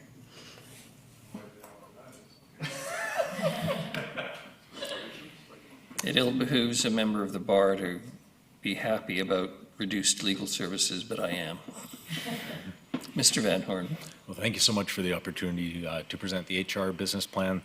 I'm going to be fairly brief, recognizing we're starting to cut into lunch, so I think only Nick has fewer slides than I do. The HR department, our role is to provide specialized advice and support to the rest of the organization, to our managers and staff. Much of our role is just fielding calls, emails, day in, day out, just deciding whatever might be going on out in the workforce. We're hearing about it fairly quickly. We often get the opportunity to get together as a department and collaborate on some of the more challenging issues, because we find sometimes that there are health and safety matters that become labor relations matters, or vice versa. Recruitment issues that come up, and sometimes it's better to just get a few of us together and just make sure that the answer to a public works manager is going to be the same as to Parks and Rec or IT. We've got a fair degree of overlap with payroll as well. Fortunately, payroll and HR share an office there, so we have a great opportunity to talk back and forth on issues that we share between us. We've sort of taken on a role of trying to anticipate and respond to the workforce trends as part of this specialized advice and support. This year we saw some new challenges that came forward as a result of COVID, including people having childcare issues when schools were closed, and then there needing to be a parent and a worker at the same time. We had employees with personal health issues or with immunocompromised family members at home that obviously had a considerable amount of anxiety in coming into an office before we had all the things in place, like the mass sanitizing stations, the sneeze guards and everything as well. And this year as well, we also saw a change with the municipal pension plan.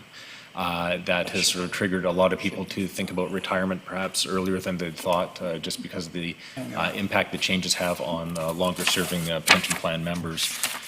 We found that the work from home became sort of an instant issue that we needed to address, because in mid-March, of course, there was a strong push to, if you could have people work from home, have them do so. So through senior leadership team, Sheldon, health and safety, the ECC, we had IT heavily involved on it, just to try to get as many people as we could reasonably get out of the office and have them being, functioning and contributing to keeping the operation going. Recognize that municipal services are essential services. We also had to balance the individuals' needs for their own health, safety, and well-being, with their community well-being and safety, with trying to make sure we can get work done. So, obviously there were a lot of questions, generated a lot of answers this year as well. The decisions that come out of human resources, and part of the reason we spend a lot of time collaborating on getting the answers, is these decisions impact the entire workforce. And as we saw in an earlier slide, about 800 plus employees that work for us. So we want to make sure that if we're going to have an answer, it's a consistent answer. When there's a right answer, we're pressed to provide the right answer. When there's not a right or wrong answer, we need to provide an ethical, a fair, a reasonable answer. And that's sometimes when you're under the pressure to respond now because people are waiting and the anxiety is creeping up. That tends to be when we get thrown into it and try to do our best to navigate that. The work is done through others.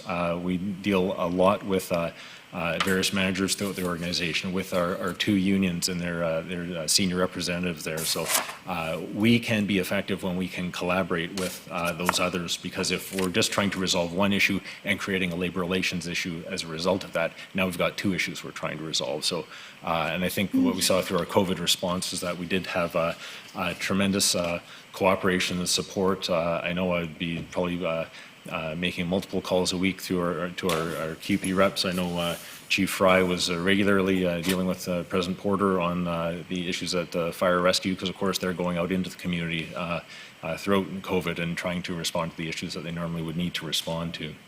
Mr. Van Horn, if I just may interrupt, I have to do a BC Civic Info panel at lunchtime, so I'm going to turn over the chair to Councillor Hemmons and Ms. Gurry. Thank you very much. Much appreciate your presentation. Thank you.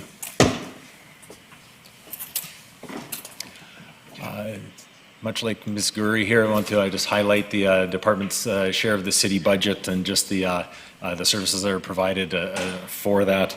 The services and supply contracts that you see there, that are represents things such as legal expenses as well.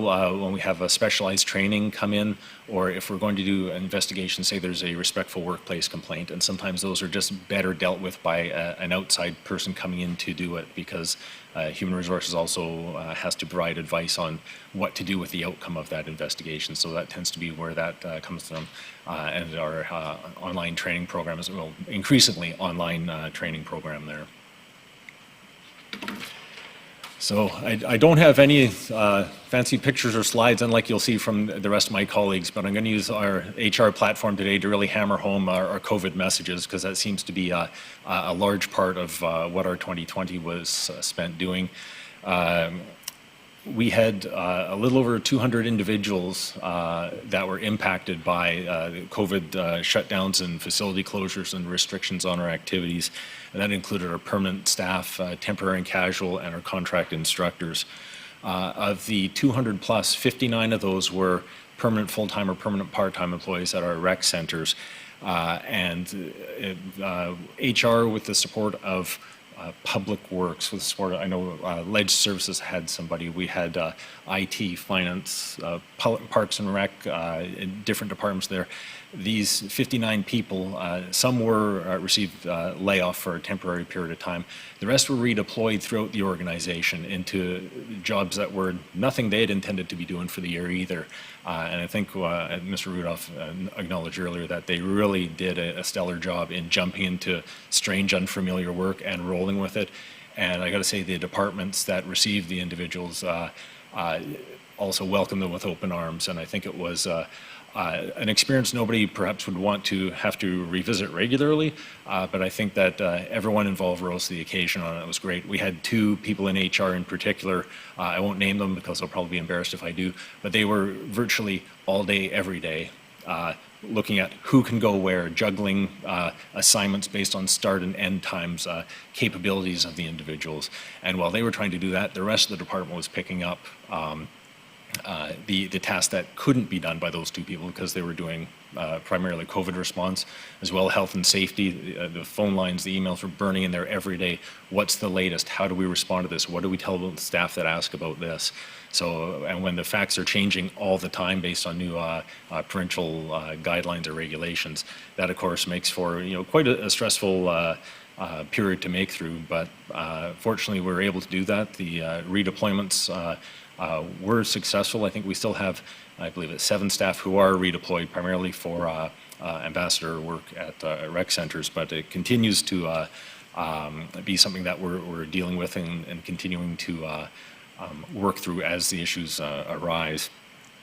Our health and safety section, they were instrumental in developing safe work procedures to keep the staff safe, both when the buildings were closed to the public and when we reopened. And a lot of the signage you see and the processes that have been put in place that needed to be tailored to each one of our unique facilities, and even things like driving in city vehicles. We need to have a health and safety procedure for that, and a lot of development required for that. So there's a significant amount of behind the scenes work that goes into things like even just preparing a poster like this, relying on our comm staff and our rec staff to help with getting these produced and getting them out and posted. I think COVID demonstrated our ability as an organization and as a department to adapt and carry on getting things produced and doing the work of the city, knowing that tomorrow we might have to do it all over and do it differently again tomorrow. It's been an interesting year, and we're not through it yet, so you'll see soon that much of our 2021 has this hangover as well. Departmentally, we spent hundreds and hundreds of hours responding to COVID, and we pretty much functioned almost entirely on Zoom. At one point of our 12-person department, we had 2/3 of them working from home because we had the capability to do that based on the nature of the work and with the IT resources available there. And a lot of people, I think there's a tendency to think, oh, people work from home, they really have it good. When they've got home issues, they've got pets harassing them, they've got kids that want mom or dad's attention while they're there, it can be a tremendously challenging work environment for them as well, especially when office staff are calling at various points in time and they're expected to produce a regular day's work. So it's a different challenge for those left behind in the office. Sometimes you feel put upon because the people at home can't necessarily do every single thing, and so perhaps rely on the in-office staff as well. So on top of all this response, we're having to deal with the issues of growing angst even amongst people within the same departments throughout the city. And that's sort of been one of the things that we've been trying to deal with as a senior leadership team, just to try to make sure we have a consistent method for how we've got to our answers on things like working from home or working in the office. And all this is on top of the regular work that we need to do through recruitment, benefits administration, assisting payroll, and the regular health and safety matters. It wasn't only COVID that we had to respond to this year. There was all the regular issues that do arise there as well. Fortunately, though, I guess we had to find a silver lining. COVID gave us an opportunity to jump in and either try new methods or expand existing methods that we had underway as already. We went to almost entirely online applications for work at the city. We get very, very, very few paper resumes dropped off at the door now. It's virtually 100% is submitted electronically. It reduces contact, which has a COVID benefit, but also saves paper in that we only print what we need.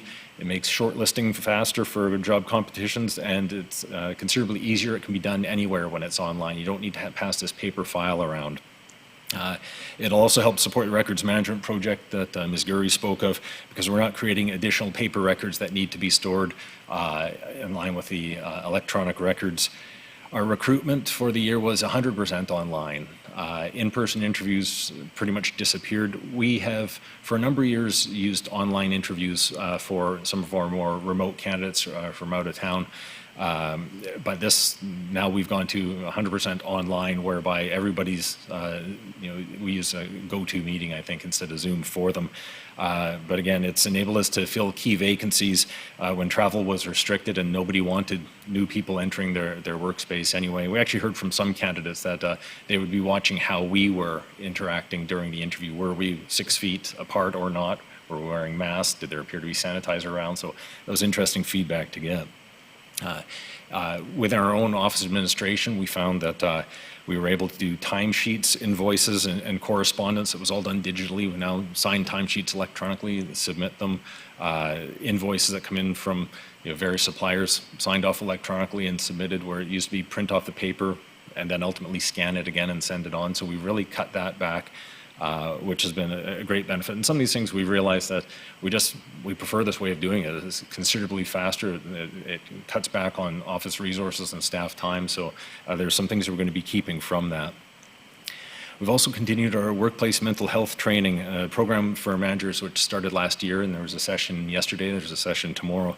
This is a partnership between our benefit broker and Queen's University, and it's had very good uptake, and it's basically on identifying and helping support mental health issues when you see them in the workplace. We also negotiated the recent adjustment plan with the IAFF regarding the discontinuation of fire dispatch as an in-house service. So that's been sort of the 2020 in a nutshell.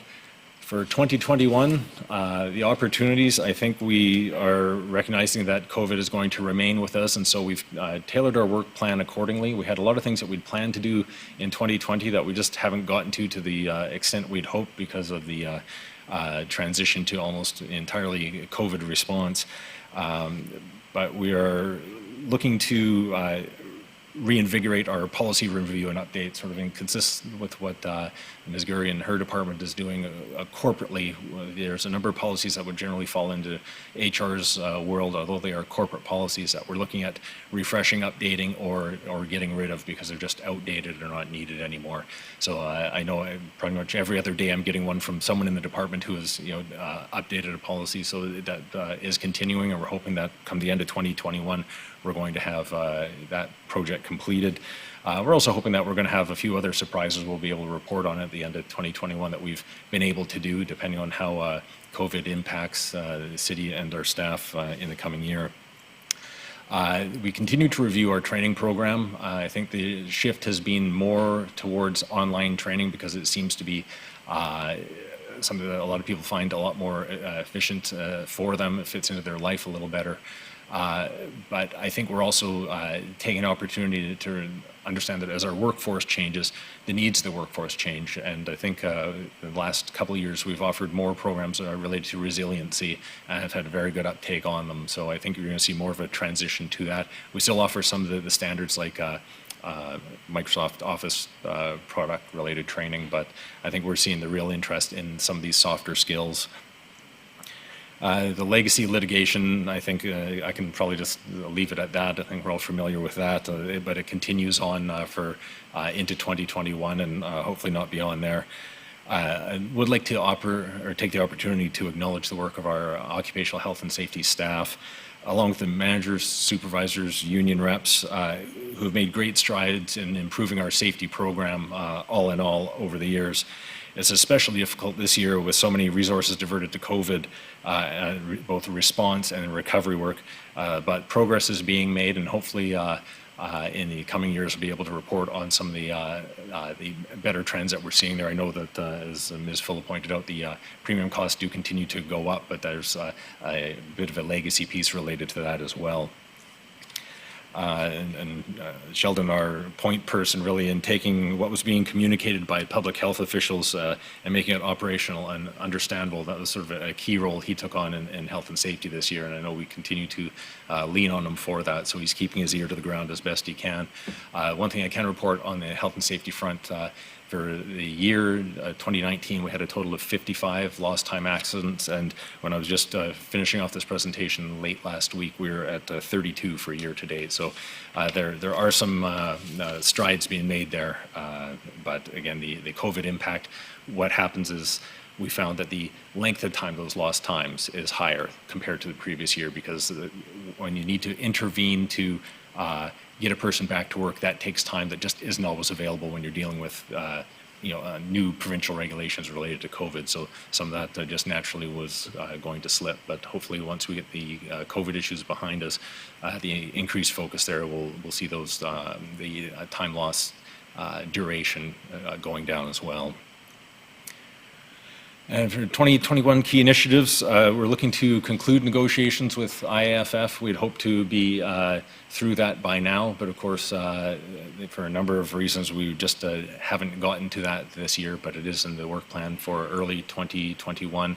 And hopefully, much like with our QP agreement, we'll be able to get through negotiations fairly quickly and smoothly. And I think it's better for all of us when we have all our staff and the organization with the peace of mind of being under a current collective agreement. Hopefully, we'll resolve the legacy employment litigation, because these things have been going on, as Mr. Rudolph indicated, for quite some time. The policy review and update, again, is going to be something that we're redoubling our efforts toward, and that is going to take some time for a number of other managers through the organization, because while HR may be authoring the policies, they do impact a lot of other areas within the organization. We want to make sure that those various departments have the opportunity to get some buy-in and have some ability to build these policies or revise them from the ground up here, because ultimately they are corporate policies. I know I've had this discussion with Ms. Gurry as well, that the entire organization owns them, whereas we might be the authors of it. So it's important that everybody be aware that we've got new updated policies, and hopefully if they're impacted, have a say in what those policies are going to look like. And the last slide I have is the operating budget, or the draft operating budget. And you see, it's fairly stable over the years. We've worked over a number of years to try to hold the line as best we can in a number of areas. I think we saw with this year, we're down a little bit because our recruitment costs are lower. We're not paying people to come to interviews or relocation expenses, anything like that. And we don't take on any significant projects, at least in the plan here, because we're sort of just trying to chip away at some of the smaller projects that have been sitting around for a long period of time, but that don't directly impact the budget. So, we have also tried this in 2020. We had at various points in time. There was a brief period where we actually had 1/4 of our department off on some sort of leave. We're blessed to have staff that seems to bring in new babies to us to enjoy every now and again. So through maternity and parental leaves, we've had some staff absences, and we've tried to ease back where we can on filling those running short for brief periods of time, or filling 2 jobs temporarily with 1 person, just because we recognize that we can shuffle some things around, some things can wait a little bit, but it's always a fine line to make sure we can continue to deliver for our client departments without there being an undue delay there. So anyway, that's pretty much all I have to present to you. If there's any questions. If maybe council, just wants to raise their hands, because Councillor Hemmons is sitting in not the mayor's seat. Thank you, Chair. And through you, you're being humble, sir. Your department has actually reduced their cost $93,000 and reduced it down 4.2%. So kudos to you for that.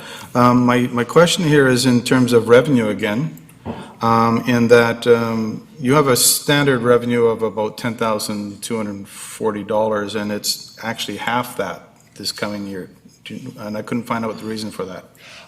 Our primary, through the chair to Councillor Bonner, our primary revenue driver for the department is training seats that we sell to others. And because training was curtailed for a significant part of the year, that has resulted in a reduction there. Ms. Fuller was careful to point out that part of the reason for the reduction in HR was due to carry forwards. And so it's not just necessarily exceedingly sharp pencils, although I can say, without fear of equivocation, I work with some good and frugally minded people in my department, and they do manage the budget like their home budget. So. And kudos to all departments, because going through the budget, most of the savings is because we know that wages are going up, and you're doing it with the same amount of people, but it's expenses that are down dramatically across departments. So thanks for that.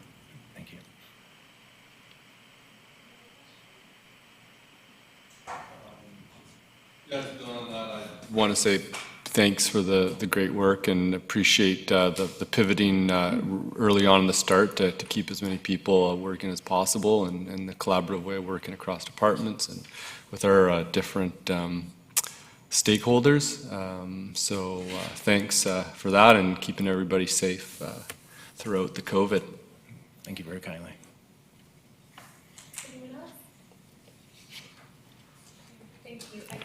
Time is always a really good reminder for us to see the engine behind the people who come to the podium. So thanks for that reminder, and to all of the departments that present. There's a lot of effort that goes into the daily work that we take for granted. So thank you.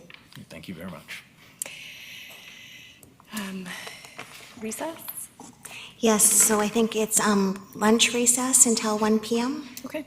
Thank you. Thank you. I don't know, Sheila, is lunch provided, or are we heading home? So lunch is provided. If it is not in that room, you are in.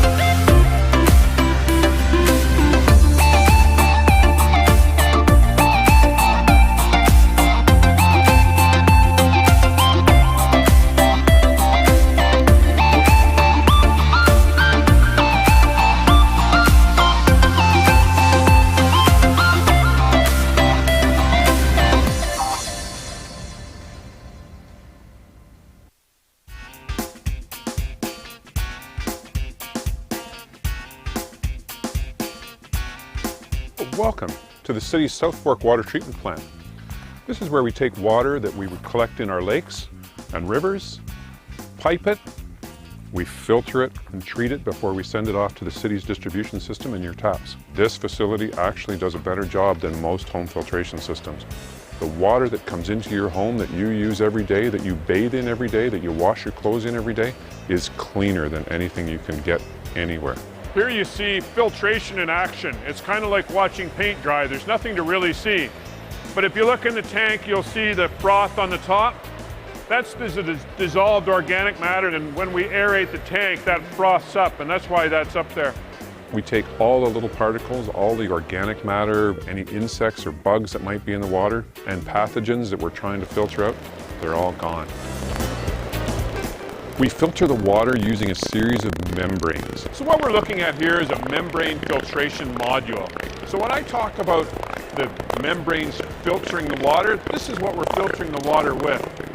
And while you might think that the water flows through like the baleen of a whale, it's not true. These are hollow fiber membranes.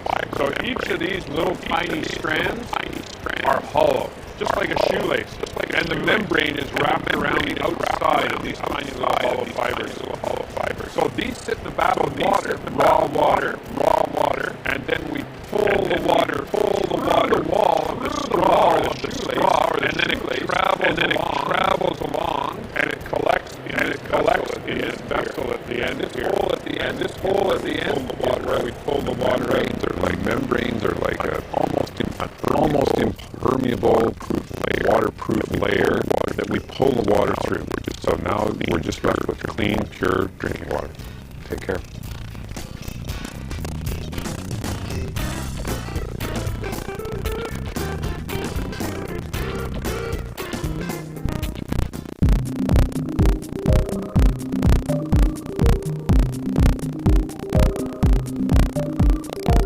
This is the 2018 redux of the lighting at Nanaimo's historic bastion. I've had the pleasure of being part of the relighting project on this amazing building in downtown Nanaimo. So what we did is we replaced the original high-pressure sodium lights, which basically did an okay job of lighting up the bottom 10 feet of the building, and replaced them with modern LED lighting that has the capacity to change color. We can run through a number of different colors that we have pre-programmed here in a pink, a purple, a green. Probably my favorite on here is Rainbow Chase for Pride Week. It'll actually run all the way around the building all the time. With this new technology, organizations can now request that the bastion be lit to promote their cause by going to the City Nanaimo website and following the instructions. Go to Your Government, Bastion Lighting Requests, complete the lighting request form, and submit. You will hear from us within a couple days if your request has been approved, and the bastion will be lit in the colors that you have requested. If you have any questions, please contact the Mayor's office at 250-755-4400. So the next time you're in downtown Nanaimo at night, come on and check out the new dynamic lighting at the Bastion.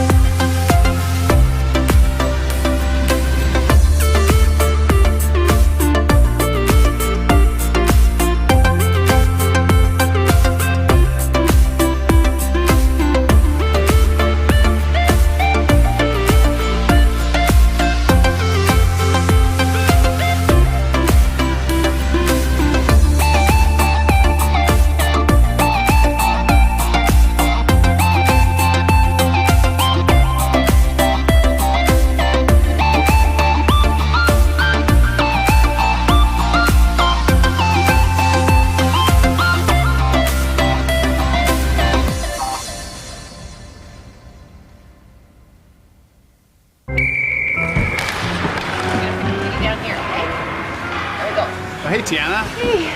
This sure is the coldest drink in town. Thank you.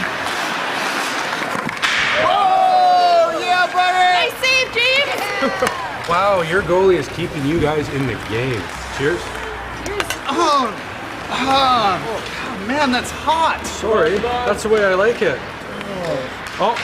Go, go, go, go,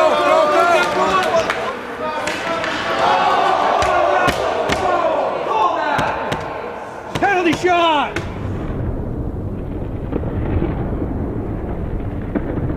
Scalds from hot drinks are a leading cause of hospitalization for children under 5. 2 minutes, stand in the front, unsportsmanlike conduct. Hot tea and coffee will cause serious burns to a child in less than a second. Got it, kid? Use the lid.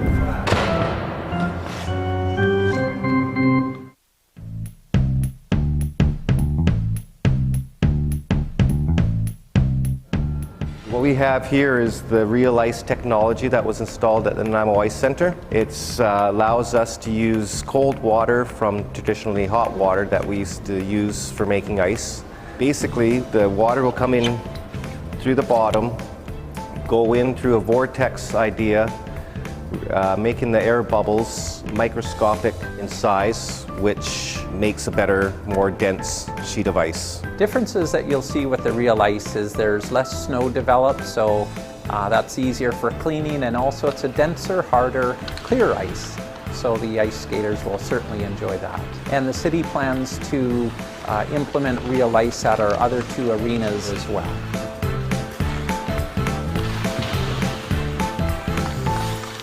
Some of the other efficiencies we've implemented in this facility are LED lights in some areas, and we've also, in the last few years, installed a higher efficiency refrigeration system, which lowers our energy costs. Both Zambonis at our facility are now electrically operated, so there's no harmful emissions, and they're very quiet as well. So what this means for the city is that we're able to use less energy and also reduce the amount of greenhouse gas emissions, which is more beneficial to the environment.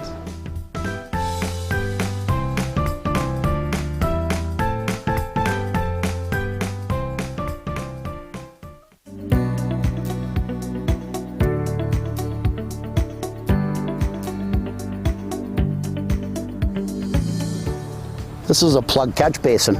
We have 10,000 plus of these in the city of Nanaimo with over 600 kilometers of road. Maintenance staff can't be everywhere at once. So we don't ask a lot for the city of Nanaimo residents, but if they know that they have one of these catch basins, clear it off with a shovel or a rake. Do not use your hands. If this gets plugged, you could ultimately flood a neighbor around the corner, flood a road, which is prone to hydroplaning. And if you're lucky enough that you have a green bin, by all means, throw the compost into the green bin. And if you don't, throw it into a composting pile. It's just going to make a lot of the roads much more clear once we have the debris lifted off. During a snow event, the catch basin can be plugged with snow. The resident knows the proximity of the catch basin. By all means, grab a shovel or a rake, don't use your hands, and clear it off again. This is ultimately going to save you from flooding, the road, or your neighbor. You know, as much as we want help cleaning the plug catch basins off, please do not assist us by trying to unplug a culvert. Call the city yard. They have 24/7 service. It's 250-758-5222. And also there is sandbags and sand available. Just bring a shovel.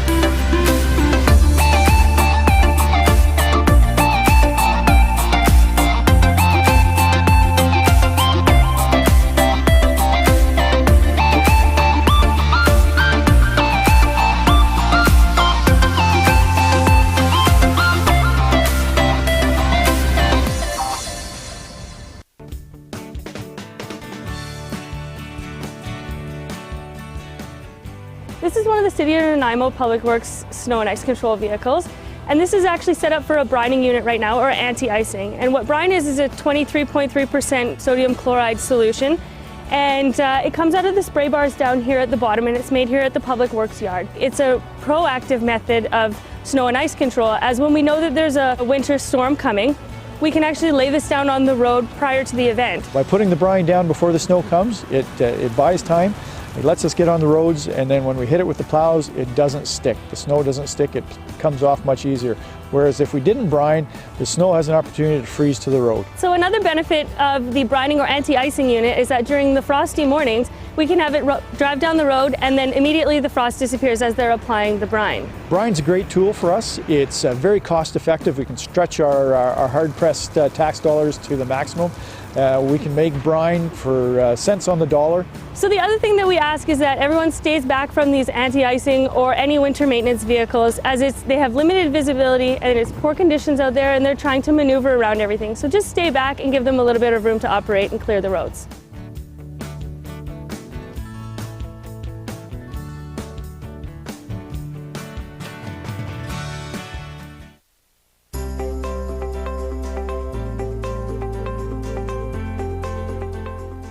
So here we are in the Public Works Yard, City of Nanaimo, and what you look around, you can see our various tools that we use for snow and ice fighting.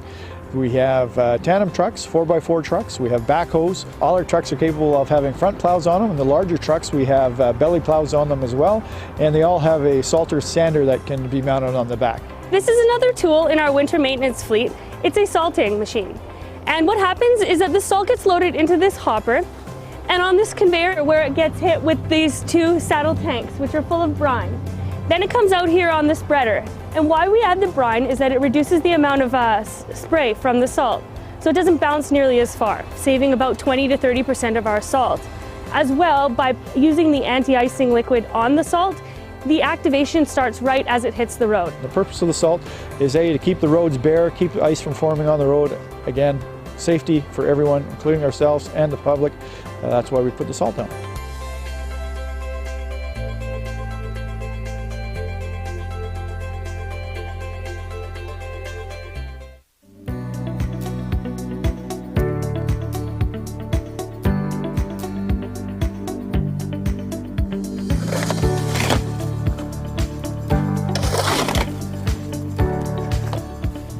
Today we're talking about clearing catch basins or road drains on residential roads. The first thing to understand is where the catch basin is in proximity to your residence.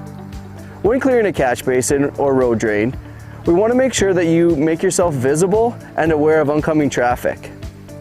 When clearing snow or debris from a catch basin, we ask that you put it in an area where it will not plug the catch basin again, not placing it on an already shoveled driveway or sidewalk. Sandbags are available at 2020 Labio Road 24/7. Just remember to make sure you bring a shovel. The City of Nanaimo and Public Works appreciate your help in keeping your catch basins clear. Thank you.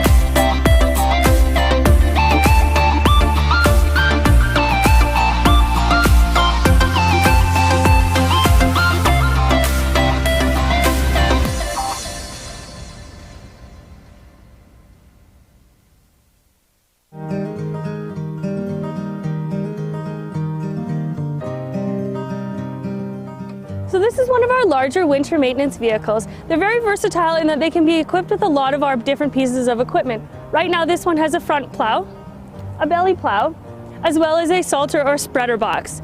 We also have a brine unit that fits into this vehicle.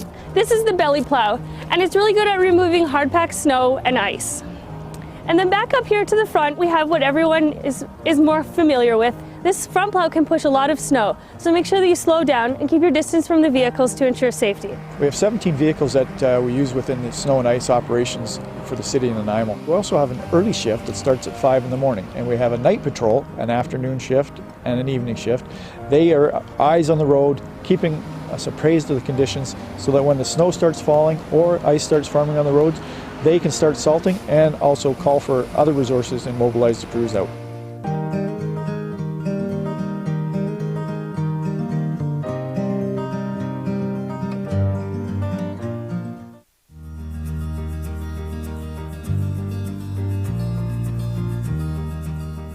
Our emergency routes, they are priority routes. They consist of roads that go to and from the hospitals, from the fire department stations, and from the BC ambulance stations. They're also their main commerce routes through the city of Nanaimo. So this allows commerce to happen during a snow event. So we hit those roads first. Once those are clear and open, then we move into the secondary roads, and then we move into the residential areas, which are dead-end roads and cul-de-sacs. And it can take up to 96 hours before we get into the residential areas. One of the side effects of plowing snow is it does end up on the sidewalk, and this can be very frustrating for homeowners and business owners that have just cleaned the sidewalk. It also pulls into their driveways. The crews try to keep it as close to the curb as they can, but we need to open the road right up to the curb to allow the drains to be exposed for when the snow starts to melt.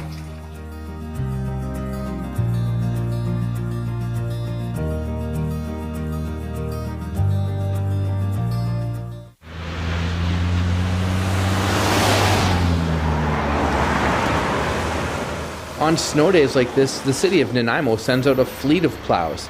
How well equipped are these trucks? They're really well equipped. We all have plows and sanders on them. We come with a belly plow too, so we're well prepared once we get a big snow like this. A lot of waves, a lot of friendly faces. People are pretty happy when you come and rescue them and clear off their road. So on our maps to determine where we go, we follow our red routes, which are our bus routes and our major routes, and they're first.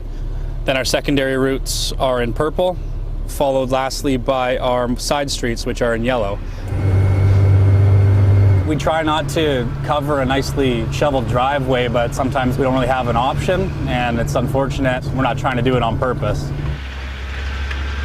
In some cases, the plows can't scrape heavily packed or iced snow right down to the surface of the pavement.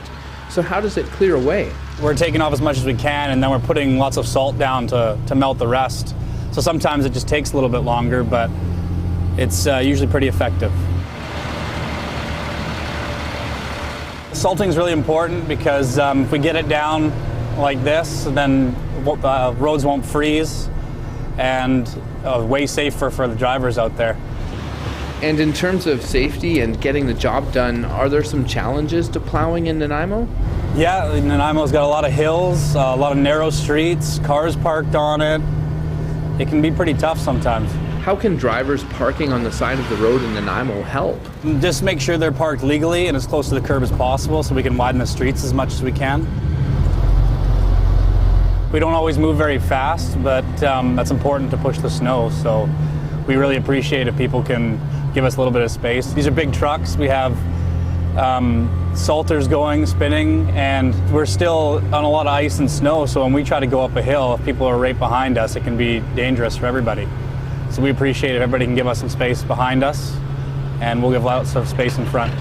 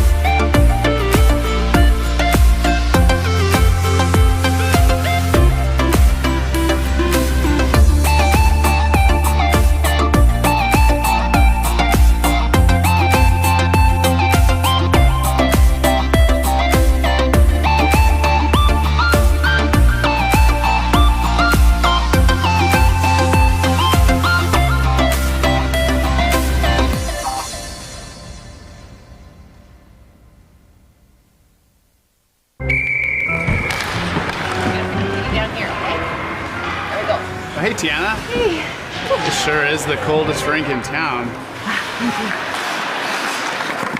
Oh, yeah, buddy! Nice save, James! Wow, your goalie is keeping you guys in the game. Cheers. Oh, man, that's hot. Sorry, that's the way I like it. Oh. Go, go, go, go, go,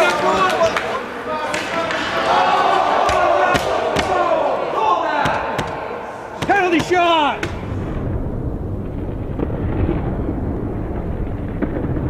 Scalds from hot drinks are a leading cause of hospitalization for children under 5. 2 minutes, down in the front, unsportsmanlike conduct. Hot tea and coffee will cause serious burns to a child in less than a second. Got it, kid? Use the lid.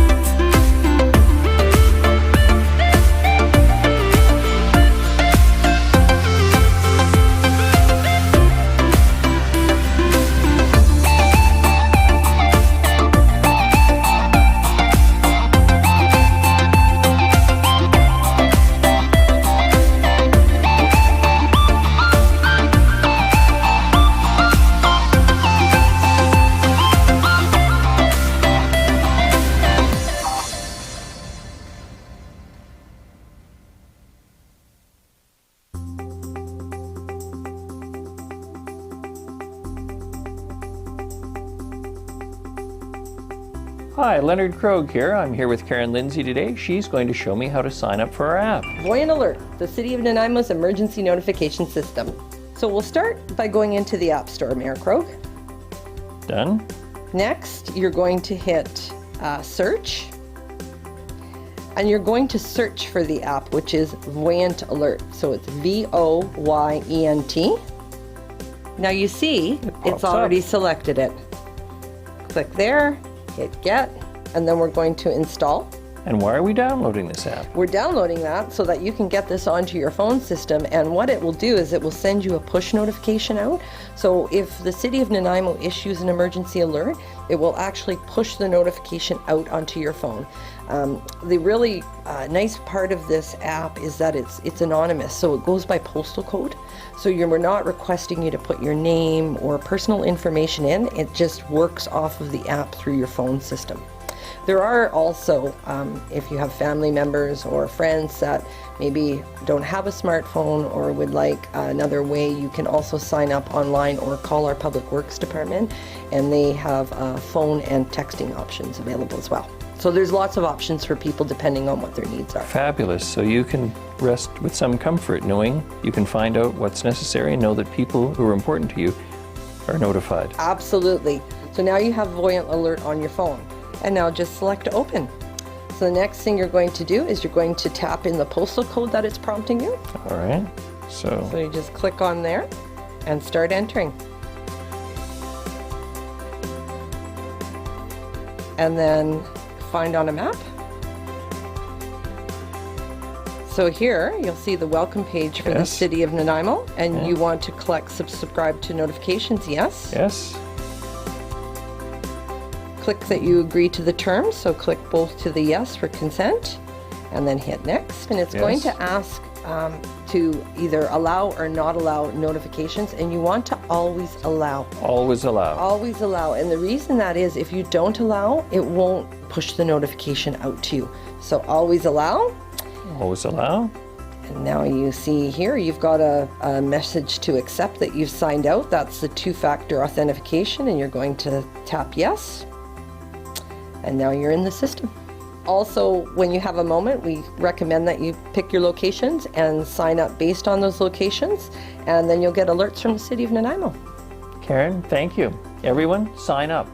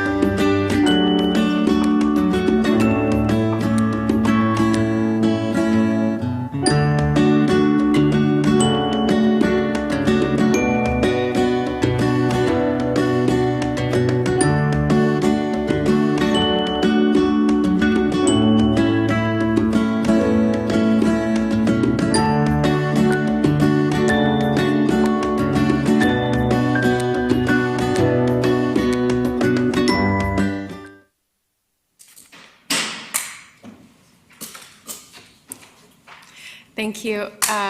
We're going to call the Finance and Audit Committee meeting back to order. And on our agenda, we have finance as our next scheduled presentation. Thank you, Ms. Mercer.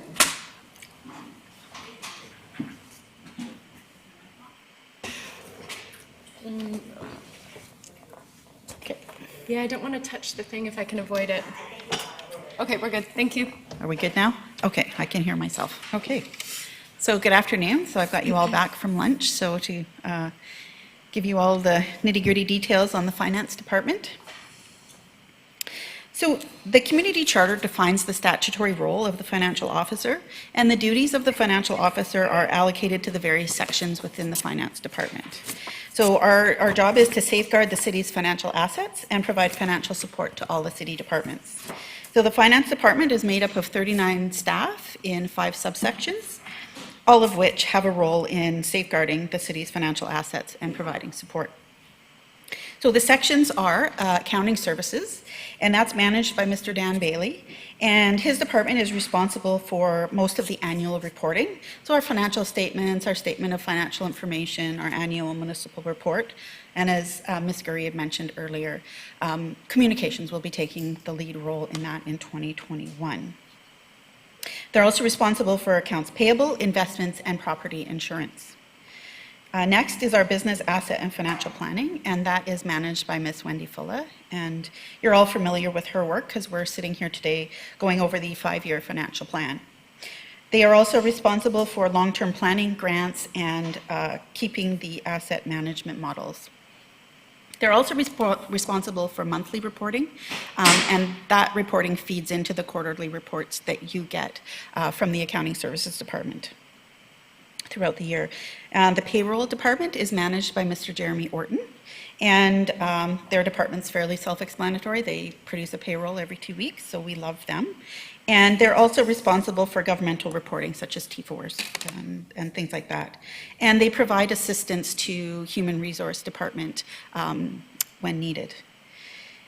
Our purchasing and stores department is managed by Ms. Jane Rushton, and they facilitate the purchasing processes for the city. So RFX and tender documents all flow through purchasing, as well as maintaining the city's inventory. And last but not least, our revenue services department is managed by Ms. Barbara Wardle, and her department is responsible for billings and collections for property taxes, user rates, and dog licenses, as well as they're responsible for the accounts receivable for our miscellaneous accounts receivable for the city. As well, they maintain all of the property information for the city. Oh, sorry. This isn't working. How do you get this to work, Sheila? Sorry, we're having some technical difficulties. How do you get this to work? It's red. Does that mean the battery's dead?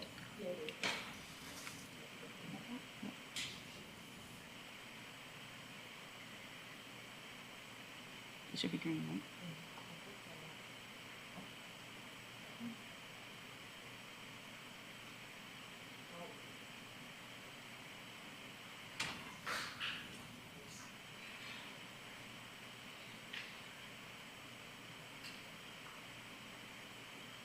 Thank you. Okay, we're back in business, I think. Where do I aim this? I am seriously inept today.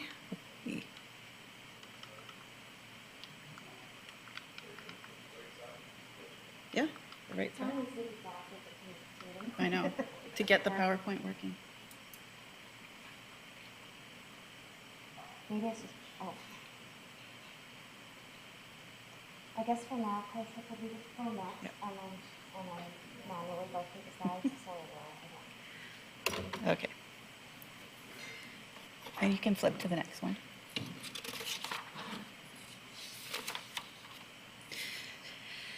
So this is my attempt at a visual timeline of the financial operations for the city and kind of the high level major tasks of the financial department. So it doesn't include all of our tasks, but just the major ones.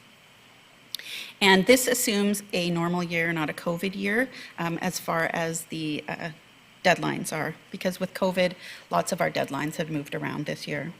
So first off, we'll talk about the financial plan. So it really seems like we're always working on a version of the financial plan, and this timeline actually shows that we are. All year there's some aspect of work going on the financial plan. So we start the financial plan in mid-May, and work goes until December. And that includes our project plans as well as our operating plans are worked on during this time. Ideally, we would like to have a provisional budget adopted by the end of December or early January, and so that gives staff the go-ahead to work on the things that they had planned for in their budget. From January to May, we update the financial budget, or the final budget, with new information, as well as the information we receive for other governments. So the other levies that we levy on the property tax notice, we get that information in the spring. At the same time, through January through May, we start updating our project plans for the next budget cycle. So while we're still working on the current year budget, we start work on the next budget. And as per legislation, we must have the financial plan adopted by May 15th of each year. So our next task on there is the year-end and our financial statements. So the year-end process really starts in December with the purchasing and accounts payable groups working to process and get all of the invoices in for the start of January. And staff start working on the audit through January through March. And in March, usually mid-March, our external auditors come in and audit our financial statements. And our external auditors are usually on-site, but it looks like this year they'll be virtual. And as per legislation, the audited financial statements need to be approved by council by May 15th. So while the year-end work and the financial statements are getting ready to be adopted by council, we start work on the statement of financial information and the annual municipal reports. And those are due per legislation to be approved by council by the end of June each year. And as Ms. Gurry mentioned earlier, finance will no longer take the lead role in preparing the annual report, but we will provide support for all the financial information within the report. So our next item is property taxes, and in March, mid-March to early April, we start to receive levies for other governments. So that's the regional district, the school district, hospital, BC Assessment, and Municipal Finance Authority. So once the financial plan is finalized and the funding needed from property tax is determined, we produce a property tax rates bylaw. And per legislation, this bylaw must be adopted by council before May 15th of each year. So once the bylaw is adopted, property tax notices are generated and mailed out to all property owners. And per legislation, property taxes are due the first working day after July 1st, and we are legislated to levy a 10% penalty on anything outstanding. So the city is elected to take that 10% and divide it into two. So we have a 5% penalty in July and one approximately 6 weeks later in August. User rates, so the Revenue Services Department has 5 bylaws they need to approve, have adopted each year, 2 for water, 1 for sewer, and 1 for garbage, as well as a bylaw for low-income subsidies. And these need to be adopted by council by December 31st of the prior year to have them effective for January 1st of the current year. The accounts are broken down into 16 categories, and 1 category is billed each week. So every week, there's a couple of weeks in there that are built in for catch-up weeks, but generally every week we have a billing going out, and each account receives approximately 3 billings per year for water, sewer, and garbage services. Revenue Services is also responsible for the tax sale. So per legislation, the tax sale is held on the last Monday in September every year. And if you have 3 years of outstanding taxes on your property, we are legislated to sell your property at tax sale.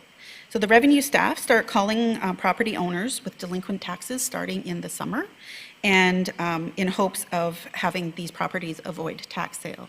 So at this point, property owners would just have to pay off that third year of outstanding taxes to avoid going to tax sale. Once they're sold at tax sale, to redeem or get their property back, they have to pay all of the taxes outstanding. And so once properties has been sold at tax sale, we have a requirement to contact all of the parties listed on title to say that that property has been sold at tax sale.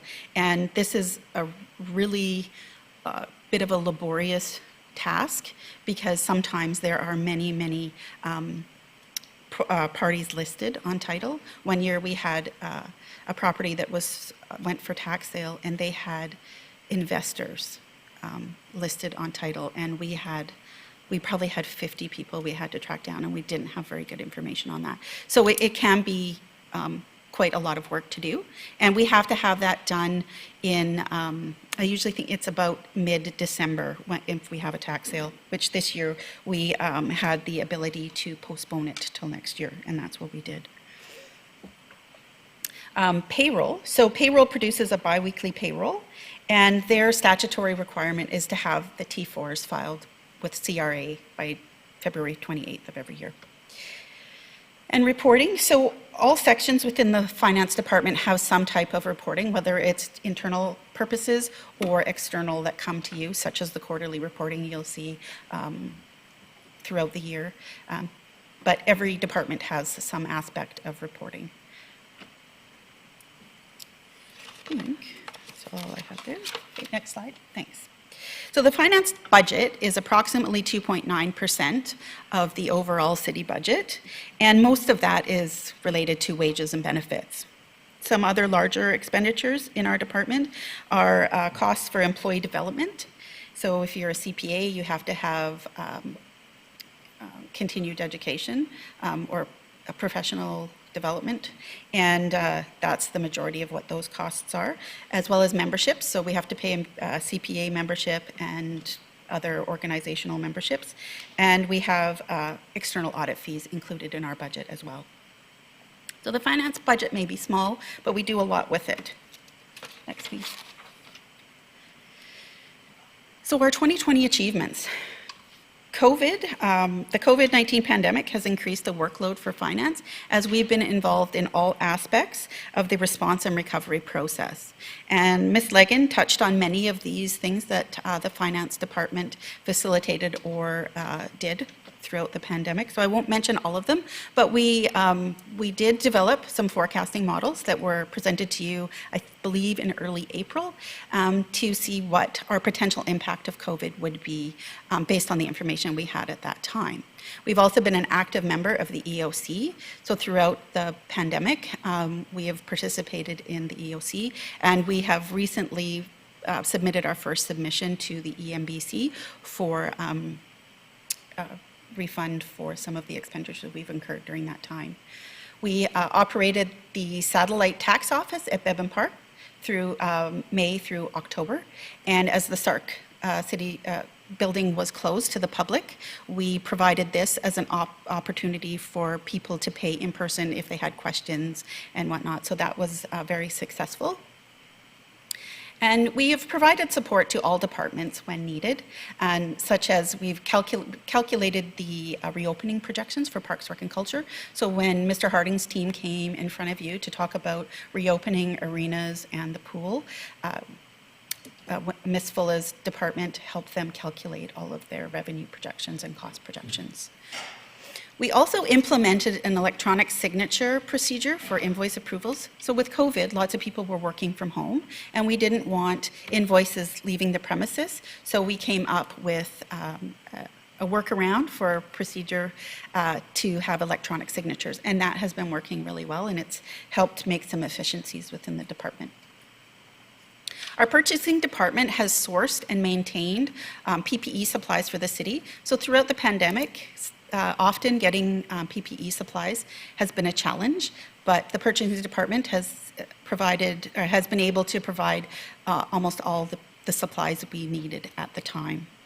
And Ms. Legan has gone through the other items of extending, the Finance Department facilitated the extending the property tax penalties, extending the due dates for the user rate bills, as well as developed the bylaw for revenue anticipation.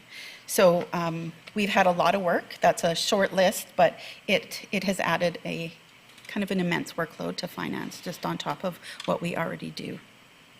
Next, please. Other 2020 achievements. So we undertook a comprehensive utility rate review for water and sewer utilities, as they have not been reviewed in many years. And the review has focused on two primary areas. Does the city have adequate utility revenues to provide sustainable water and sewer services? And do the current water and sewer rate structures effectively and efficiently support user equity and conservation? So we will be coming back to council in the new year with the results of this review. And I'll talk a little bit later about our 2021 opportunities. So the finance staff has been active in monitoring and applying for grants where applicable. And we have applied for 19, and they're listed in the business plan. And as of right now, we've been awarded 3 with a value of a funding value of just over $538,000. We were unsuccessful with 4 with a value of just over $410,000, and we're waiting for announcements on an additional 4, and that's approximately $6 million worth of funding. So some of that we won't know till the new year, but we are waiting on those. Our purchasing department has been busy. So per our purchasing policy, a review must be done of the policy every 3 years. And we have completed this review and we'll be bringing a report to you in the new year for council to approve. In 2019, we joined the Coastal Community Social Procurement Initiative, and the purpose of this group is to incubate a coastal community social procurement initiative for the Vancouver Island and Sunshine Coast region that supports local governments and First Nations in implementing social procurement. And we will continue to be a participant with this group and use the knowledge we gain to improve our processes. And as part of our procurement policy review, we took a deeper look into how we could further expand the sustainable procurement section of our current policy. And as you know, we've engaged Grieve Consulting to help guide us through that process. And as council heard on Monday, we've completed phase 1 and are currently working on phase 2. New software has also been a highlight in the finance department this year. We implemented Stone Orchard to automate our cemetery records management. So the software simplifies record storage, retrieval, and updates, as previously we had an in-house database that was no longer serving our purposes anymore. So our current budgeting software, BPC, will no longer be supported after December 31st of this year. And as such, we went out to market for an RFP to find a replacement software, and we have had a successful applicant, which is Unit 4, and the implementation is currently underway. So we plan to go live in 2021 for the start of the 2022 to 2026 budget cycle. And we currently have an RFP out for an e-bidding software solution. And implementing this solution will help streamline the process in purchasing and provide efficiencies, as well as a vendor portal where we place a homegrown system on our website. So we're hoping that this streamlines some of the roadblocks that they were having with receiving bids in purchasing. As well, the Revenue Services section worked with Public Works to implement an online bulk water hauling system for the 2 filling stations we have in the city. So the users create an account and are issued, I think it's called a smart card. Yeah, it's a smart card to access the stations, and they are billed on the volume they use, and that billing comes through the Revenue Services Department. So they took an integral role in helping to set that up within our system. Councillor Hammonds has a question. Thank you. Not a budget question, but when we have a bulk water station that people can come and fill water at, and they're billed by the liter or gallon. Yep. What are they using it for? Most of them are like water services. Sometime, I'm just trying to think, I saw the list recently. Some of them are water cellars. Some of them are construction kind of. Okay. Yeah. All right, thank you. Next, please. We, as well in 2020, we completed all of our statutory reporting requirements on time. So I've kind of listed at the beginning some of our main reporting requirements, and our annual report, our financial statements, statement of information, all the bylaws we pass, permissive tax exemptions, and our CRA requirements for T4As, T4s, and T5s. And so we met all of our deadlines, so we met the mandate of our department. Next, please.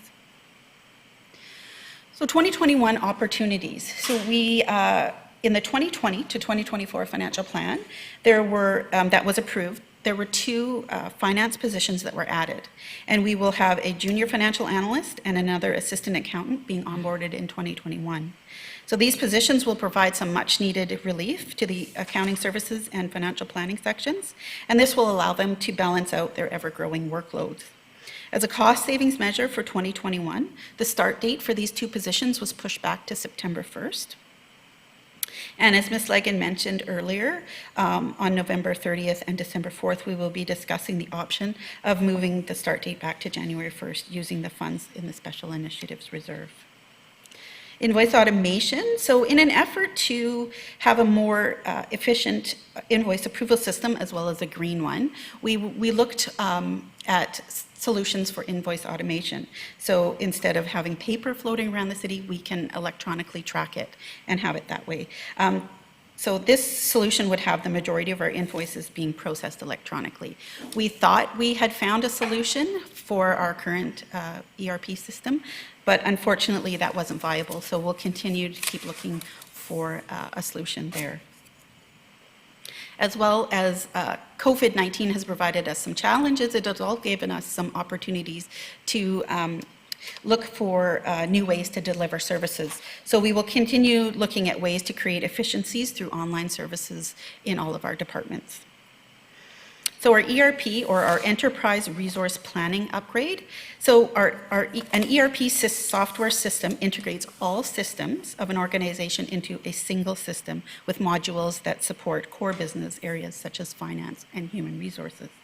So our ERP system, which is SAP, will no longer be supported after 2027.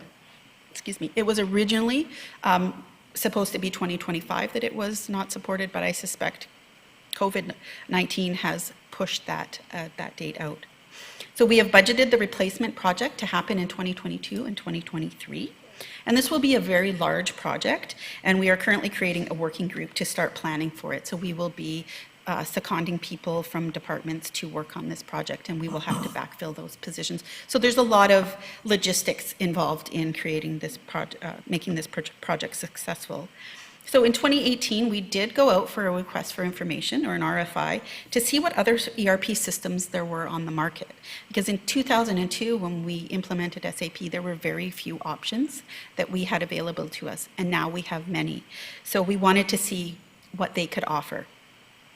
So now we will need to do a lot of analysis work to determine what direction we're going to go in replacing or upgrading our system. Again, this is going to be a very big project and take a lot of staff resources as well as dollar resources as well. Next, please. So our key initiatives for 2021. So the Unit 4, a budget software implementation, is projected to be done in Q2 or May 2021. The water and sewer user rate review will be completed as follows. So there will be an information report to council in Q1, as well as public consultation process will happen in Q1 as well. And we will take that public feedback and bring a recommendation report back to council, likely in Q3 for council's consideration. And the target implementation date for any of the recommendations that are approved out of this review will take place on January 1st, 2022. We planned a Q2 implementation for our e-bidding software. However, this could change as purchasing has a buyer on maternity leave until June 2021. And the backfill replacement we had for this position resigned from the position for personal reasons at the end of October. So purchasing is short again. So that may impact the ability to roll this out. Phase 2 and 3 of the Sustainable Procurement Policy Project will be ongoing throughout 2021. As well, we will continue to participate and grow through the CCSPI. And as always, we will continue to update our finance policies and create new ones where appropriate. Next, please. Councillor Hammonds. Thank you, Your Worship. Through you to Ms. Mercer. The work of the Sustainable Procurement Initiatives, Phase 2 and 3, that seems like a hefty piece of work. Do you think we're going to be able to complete what we've set out to do with our current staffing resources in that department? Not with our current staffing resources, no. Okay, thank you. So as I mentioned earlier, these 2 positions will be onboarded officially in 2021. So, however, with the junior financial analyst, we brought that on board in 2020 to help with workload.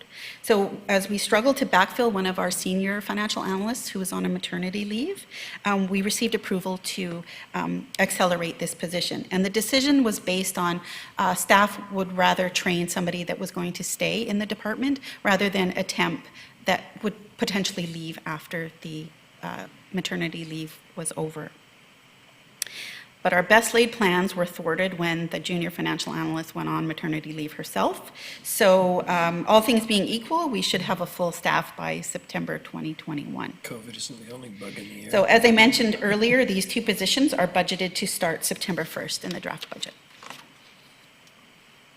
Next, please. Okay, buyer. A new buyer position was proposed and a business case was created, but it was not included in the draft budget. Our current procurement policy was implemented in 2017 and has increased the workload in purchasing for the buyers.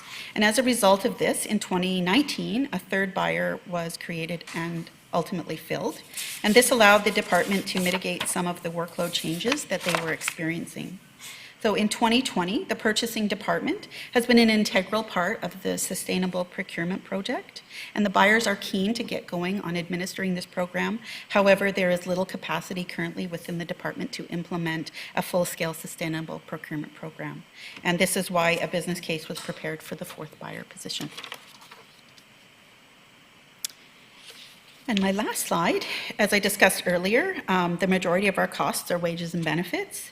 And the jump in 2022 in wages and benefits is realizing a full year of costs for the 2 positions that are onboarded. And I'll take any questions if anybody has any.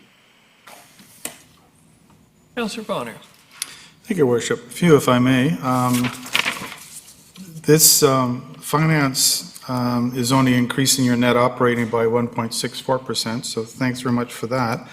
But I notice there's a reduction in revenue of better part of 36,000 K, and that actually never recovers. So I was wondering if you could tell me why that is. I certainly can. So through the chair to Councillor Bonner, that is due to our commercial vehicle license commission program. It ended in 2019, so our last payment on that was in 2020. So that was operated through, I believe, UBCM, and they are no longer doing that program, so we no longer get a commission. So that's mainly the drop in revenue there. Okay. And I'm not sure who to answer this question for, but I'm reviewing the buyer business case. Mm-hmm. And I'm looking at the timestamp on these documents. They're all August 24th, 25th, 26th. Does that mean we could have had access to them for the last 3 months? I don't know who to ask that question to. I'm not sure Right. it's you. So the business cases were worked on throughout the summer, and I believe the due date was middle September? Or end of August? Yeah, for the senior leadership team, and then they went to senior leadership team to be vetted at that point. I think our last discussion on that may have been 3 weeks ago. So it wasn't until recently that everything was kind of finalized. I see. Okay. And that particular case is looking for about 103,000 for that financial analyst, or no, that's for the position of the buyer. Mm-hmm. Now that you've mentioned that you're short one person, could those 2 be combined, or that's not an option? No. So there is quite a substantial workload within the department. So they were keeping their head above water with 3 buyers, and now that they're down 1, we are trying to fill that temporary position. We're having a little bit of a difficult time with that currently, and they are putting in overtime now to just keep up with the day-to-day stuff with the 2 buyers, plus Ms. Rushton as the manager. And the other little thing is, why does a buyer need to rent a trailer? Sorry, what was that? There's a trailer rental of $8,000. So the space is very limited in the purchasing department. So and now with our additional COVID restrictions on how close everybody can be, we don't have enough room within that department to add another buyer. So the thought was, until a public works facility is redone, we could have a trailer out there that would act as an office as well as potentially a meeting room for purchasing. Okay, thanks. It's just like the school board, portables. Councillor Turley. Thank you, Your Worship. Through you to Ms. Mercer. A question on tax sale. Where a property has a mortgage holder on that property, I'm assuming that's the people you try to contact. What happens, does the mortgage holder have an opportunity to get some money back from their investment, or is it all, does the city take what was owed on taxes and then the balance goes to the mortgage holder, or how does that work? Right. So through you to Councillor Turley, we very rarely ever have properties transfer, so I'm not, and it's been a while since I've been doing the tax sale. Generally, the mortgage companies come to the table and pay that 3rd year of taxes, and then they deal with their mortgage, the mortgage holder.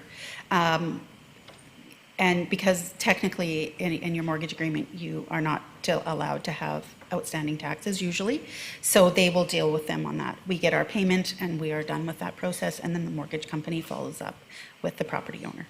Short answer, Councillor Turley, is property taxes are a prior post-outstanding charge. You're completely out of luck. You're literally foreclosed off, so to speak, by the tax sale. So my question leading up to that is how does the mortgage holder know that the taxes are in arrears before the tax sale? Or are they before the bank knows? Yeah. Yes, and they would know because they would get their tax notice, and it would show outstanding taxes as well. Oh, so they do get notification, okay. And when if they are delinquent in current year, an outstanding notice goes in mid-July to the property owner showing exactly what's outstanding on their properties. And the mortgage holder, because they're not all banks, there can be mortgage companies and yeah. So we don't generally contact them until we start getting closer to tax sale. And okay. If we don't have any luck with the property owner, we do start looking at mortgage companies. Perfect, thank you. Anything further? Councillor Bonner. Thank you. Again, if I could go back to the buyer again. Mm-hmm. With the fact that we're coming up with our sustainable procurement policy, would this position save us money? Like, would it help pay for itself in the long run? I didn't see that in the business case. I'm not sure that if you could track a monetary gain on that, but it would give us the ability to do all the monitoring and tracking and to do all the things we say we want to do in that policy. So it would be hard to say if it would save us money, but it could certainly help us make sure that we are doing green and or ethical and social and environmental good for the community. And so would it be fair to say then that the success of our sustainable procurement policy could very well rest on a position like this? It could, yes, because they currently don't have the capacity to do the things that we need this policy to do. Can we flag that? Sure, thanks. Mr. Rudolph. Yes, Your Worship, it's on the business case list for discussion on the 4th. Right? So it's one of the issues, it's a decision item, put it that way, for you. In fact, anything on that list is a decision item, but this one is certainly on the list. And you can see you're connecting the dots now between the program and the resources. So, yeah.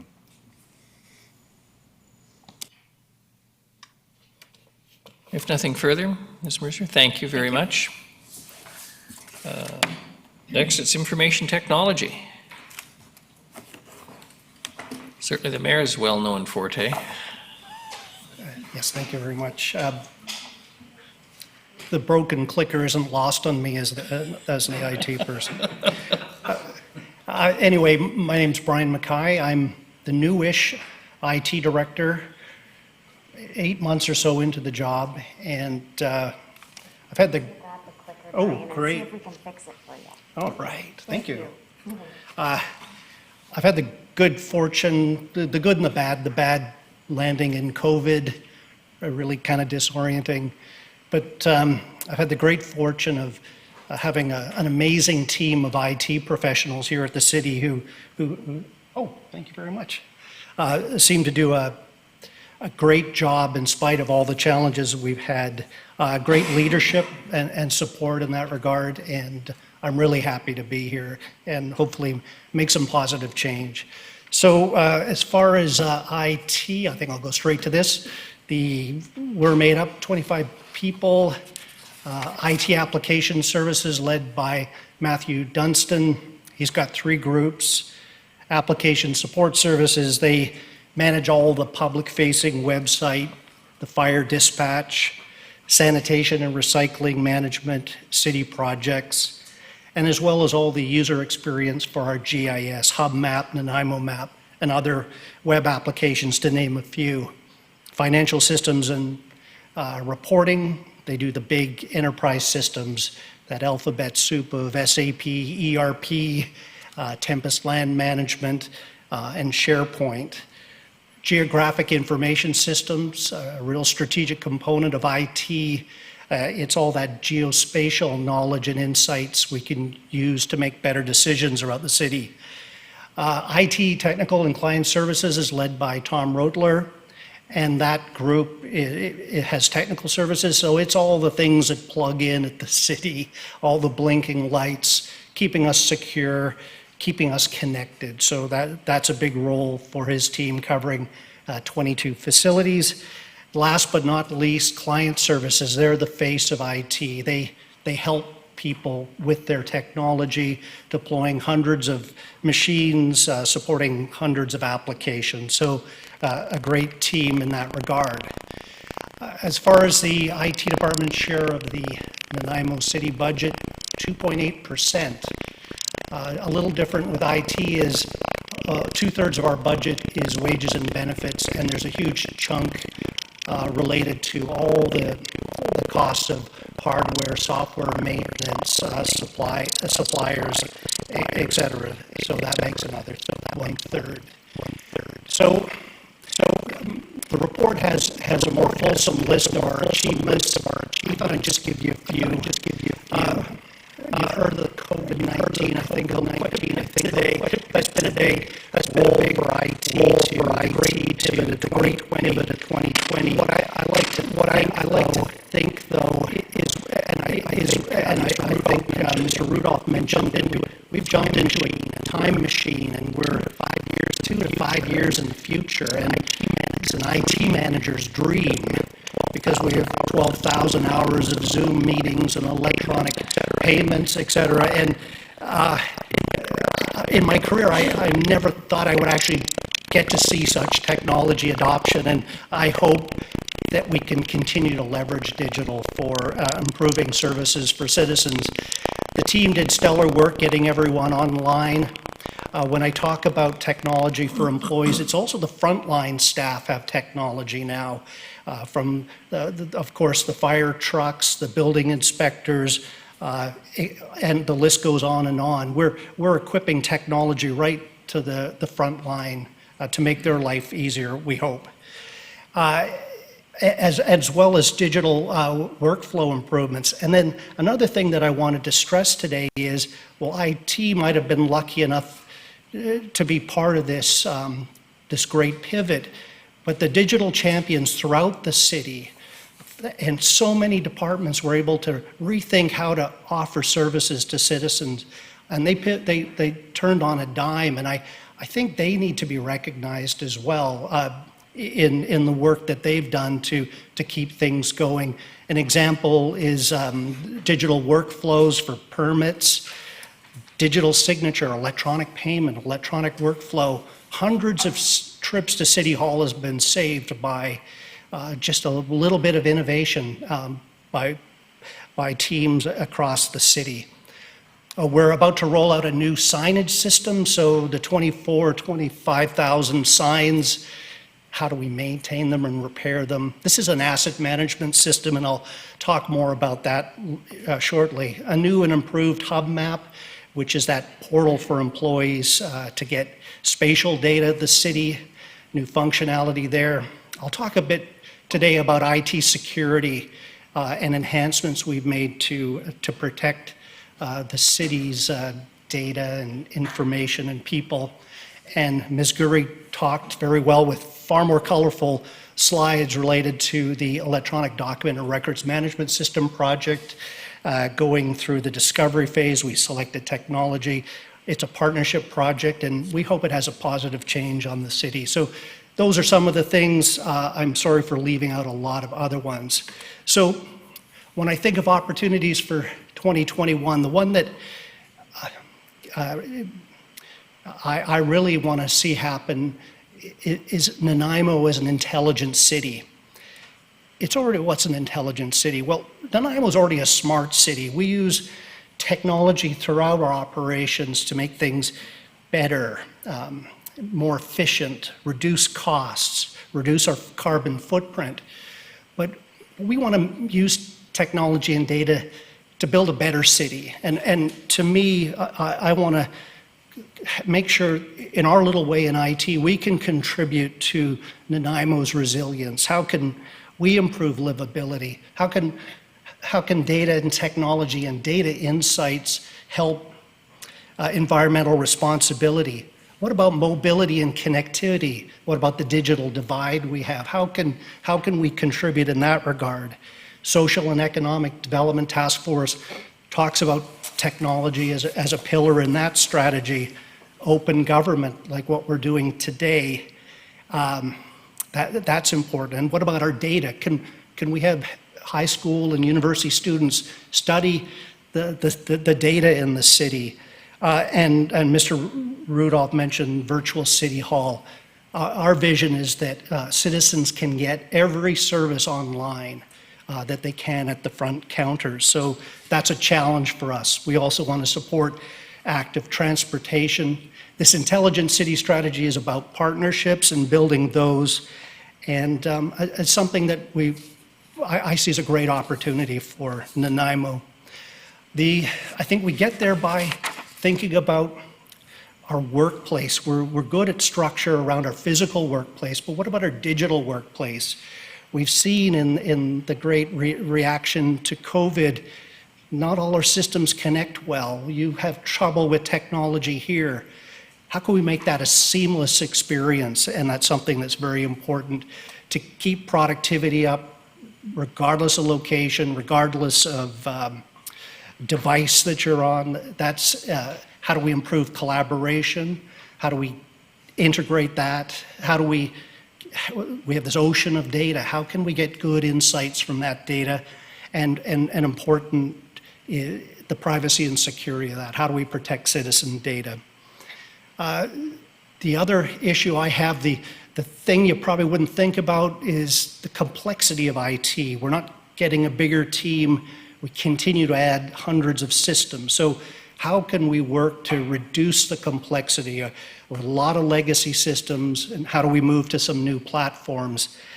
And lastly, the thing that keeps me up at night is addressing cybersecurity risks. Other municipalities in the province have just been hit by social engineering attacks and cyber attacks. How are we going to be ever vigilant? And there's an opportunity there. So here's my list of some of the key initiatives for 2021. One of them is to bring this space into the 21st century with an audiovisual upgrade, which will happen in the spring. We're working on that right now because we'll be in these hybrid meeting modes for quite a while. Looking at the vision and planning for Intelligent City and what stakeholders we need to engage there. The EDRMS rollout, Ms. Gurry talked about that, and we'll continue to support that. To support that digital workplace strategy, I want to build a business case for Microsoft 365 and move some of our systems to the cloud. We've got the budget planning software that Ms. Mercer mentioned to implement in the spring. IT security enhancements, what we use is the provincial government's defensible security strategy, and it's a recipe of all the steps we need to take to make sure our systems are secure, and we continue to work through that. The ERP, Ms. Mercer mentioned that. I see that as a business transformation exercise, and that the next ERP will be born on the internet. It'll be lighter weight, easier to use, and hopefully a smaller cost footprint. And last but definitely not least is to ensure a seamless transition of the fire dispatch 911 technology. So moving right along, business case is not in the draft budget. You've seen this before. It was mentioned earlier today, the corporate asset management system, and these slides are from last year. I thought I wouldn't deviate too much there. What's the corporate asset management system? It's an expandable computer system to enhance the city's asset management capabilities. But I see it as a foundational technology that's missing here at the City of Nanaimo, and would love to close that gap. This diagram shows the corporate asset management system as a GIS-centric asset system that takes our spatial assets, streets, sewers, and our non-spatial asset equipment, pumps, vehicles, puts them in one single record system of truth so that we can do maintenance, we can do planning, capital planning, we can have our field technicians with a device collect and report on asset conditions. We can roll out to citizens the ability, if they find a broken swing set, that they can take a photo of that, and we grab the latitude and longitude, and that work flows through our corporate asset management system. So as a system of engagement with citizens, so I see that as being a big benefit, managing the work and as well as a system of insights, preventative maintenance. How do we extend the life of our assets? If a sensor tells us we need to investigate, condition reporting. And as we go out into the future with artificial intelligence, machine learning, computer vision, how do we predict, get a better sense of our overall asset picture and make improvements in that regard? I've listed the order of the implementation of the major components of that project. It's a multi-year project, and I think that's about it. And finally, presenting a budget here, I think it's $73,000 less from last year. So that's all I've got. Thank you very much, Mr. Mackay. I appreciate your enthusiasm, and a formal welcome, I suppose, is appropriate at this time, and look forward to you continuing to bring that enthusiasm to this area. As many of the councillors know, I am a somewhat backward person, but they're all much more forward-thinking and utilize technology appropriately, so maybe it might even bring me into the 19th century. Councillor Thorpe. Thank you, Your Worship. Through you, thank you, Mr. Mackay. It was an interesting presentation, and obviously you have a passion for the field that you're an expert in. So welcome, and we value your service. First, I'm a little bit disappointed, I suppose, that the last thing you talked about, the asset management system, is not in our proposed budget, because and I know there's a lot of other priorities we have to consider, but I think that is foundational, and I think it's going to be increasingly important. So I hope it doesn't disappear off the face of the earth in the next year. But I did have a question for you, and it related to security. And maybe Mr. Rudolph can help with this because it predates you. But it seems to me, was it about 3 years ago, we had an actual physical audit of our security. And it seems to me that we did not come out very well on that. And I'm just wondering if my memory is correct, and what was the result of that audit and fixes that might have been in place. So I don't expect that you might be able to speak to that, but perhaps somebody could.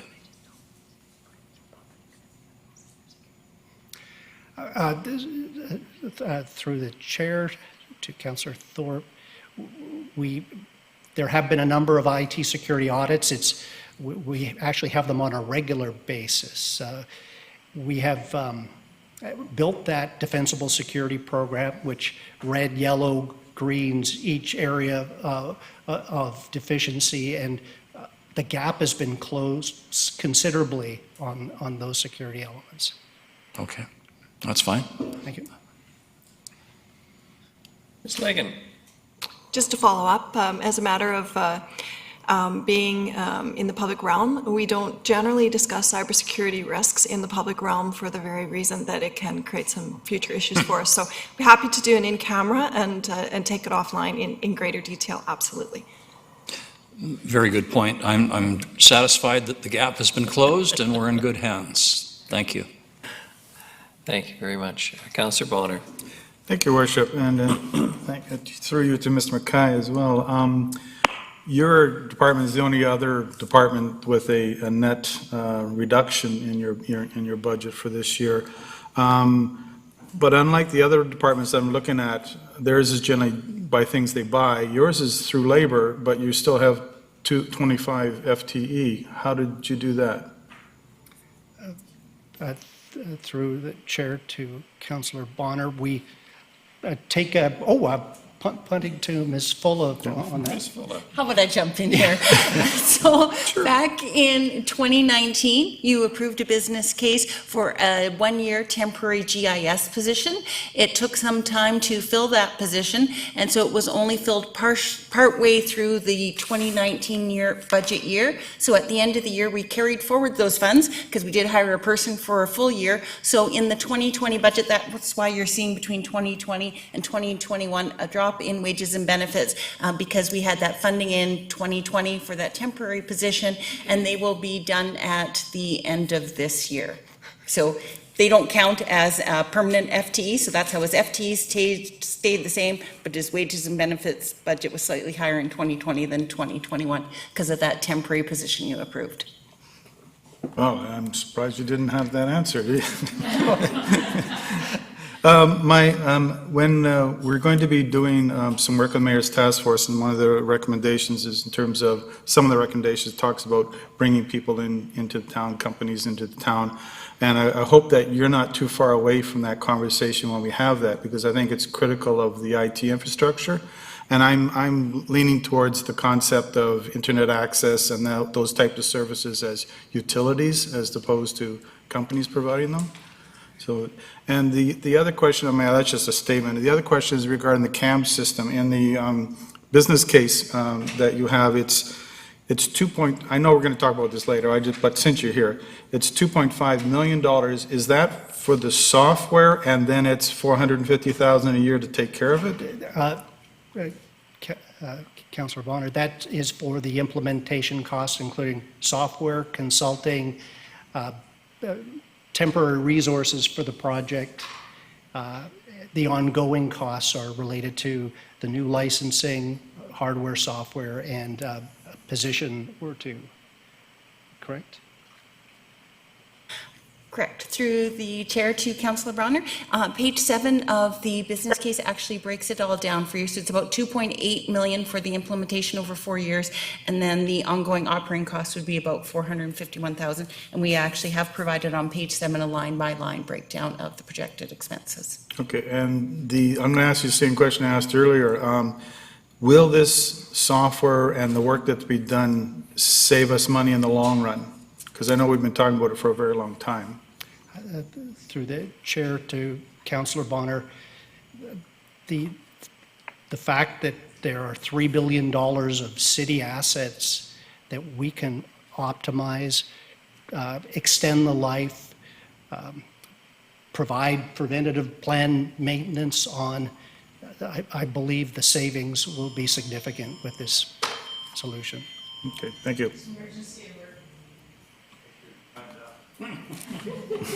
Okay, I'm done, I guess. Presentation. Way to go.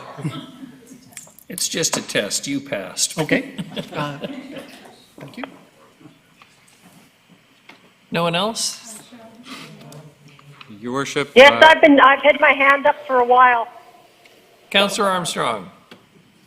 I wanted to know about if we are doing regular risk assessment staff on like a quarterly basis as to the new threats. Sorry, I didn't couldn't hear the quite last. make that out myself. Can you say that again in your police I voice? wanted to know if staff are getting regular updates on a quarterly basis on the new threats and going through training. New threats? So through the chair, we have in our information security program, we have awareness training. We've had a few bumps with the pandemic this year that have put us a little bit behind in quarterly pandemic training, but we have a complete risk assessment. We have gone through this year a number of parts of that information security program and closed gaps wherever we saw them. And working with legislative services, we're rolling out a new set of online tools to ensure awareness training. The IT department does get technical briefs on a weekly basis of information security threats, and we act on those immediately. So certainly work to do in as far as staff awareness training, but we'll continue with that program. And then my second question is, do we belong to Tech Nation, the new group that was formed for municipalities by Minister Bill Blair? Through the chair, I'm not aware of that, but I will look into it. Thank you. Thank you. Councillor Bonner. Thank you, Worship. Only quickly is, I notice also that you don't have any revenue in your department. But I thought the work that you do and the quality of the work that we have, and knowing the capability and capacity of some of the smaller municipalities, has it ever been a consideration to basically supply services that we supply here to some of the smaller municipalities that can't afford our infrastructure? Through the chair to Councillor Bonner, I'm not up to speed yet, being new to municipal government. I know we have a program called MISA, which brings IT together. I spent 20 years building networks and systems for the higher education component of British Columbia. So I hope through my contribution and leadership, we can bring about more shared services to support smaller municipalities. So that would certainly be in the plan. Oh, perfect. Thanks. Mr. Mackay, thank you very much. Thank you. Mr. Rudolph, sorry. Thank you, Your Worship. One of the themes that's emerged out of both the Mayor's Task Force and the Economic Development Task Force is the intelligent digital city, smart city concept. So I think you'll expect to see more on that in the new year, and it would probably be a very good topic for a GPC at some point in time when we're ready to facilitate that conversation. And it's certainly something that attracted Mr. Mackay to the city was his interest in that and our interest in his ability to work in that, having had some experience working with one of the municipalities in the mainland on that. So I think we have a lot of potential on that without getting into 5G and sort of an ensue of emails like we did for cats. There's a lot of good things that go with this whole subject matter in terms of black fiber and facilitating jobs and communication and our deliverables to the public. So it's not just at City Hall, it's the community as a whole. So certainly I think it's a topic that we're going to find ourselves enabled to spend more time on over the course of the next year with you. Thank you very much. Again, Mr. Mackay, thank you. We're at 2 o'clock, 15-minute break, everyone. Thank you very much.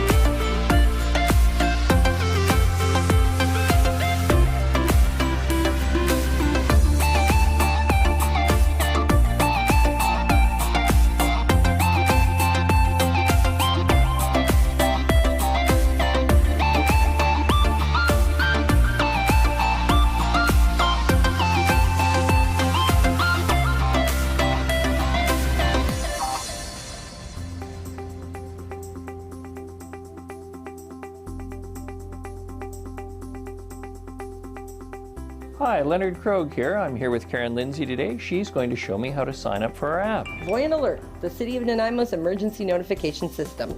So we'll start by going into the App Store, Mayor Krogh. Done. Next, you're going to hit search. And you're going to search for the app, which is Voyant Alert. So it's VOYENT. Now you see, it's already selected it. Click there, hit get, and then we're going to install. And why are we downloading this app? We're downloading that so that you can get this onto your phone system, and what it will do is it will send you a push notification out. So if the City of Nanaimo issues an emergency alert, it will actually push the notification out onto your phone. The really nice part of this app is that it's anonymous, so it goes by postal code. So we're not requesting you to put your name or personal information in, it just works off of the app through your phone system. There are also, if you have family members or friends that maybe don't have a smartphone or would like another way, you can also sign up online or call our Public Works Department, and they have phone and texting options available as well. So there's lots of options for people depending on what their needs are. Fabulous. So you can rest with some comfort knowing you can find out what's necessary and know that people who are important to you are notified. Absolutely. So now you have Voyant Alert on your phone. And now just select open. So the next thing you're going to do is you're going to tap in the postal code that it's prompting you. All right. So you just click on there and start entering. And then find on a map. So here you'll see the welcome page for the City of Nanaimo, and you want to subscribe to notifications, yes? Yes. Click that you agree to the terms, so click both to the yes for consent, and then hit next. And it's going to ask to either allow or not allow notifications, and you want to always allow. Always allow. Always allow. And the reason that is, if you don't allow, it won't push the notification out to you. So always allow. Always allow. And now you see here, you've got a message to accept that you've signed out. That's the two-factor authentication, and you're going to tap yes. And now you're in the system. Also, when you have a moment, we recommend that you pick your locations and sign up based on those locations, and then you'll get alerts from the City of Nanaimo. Karen, thank you. Everyone, sign up.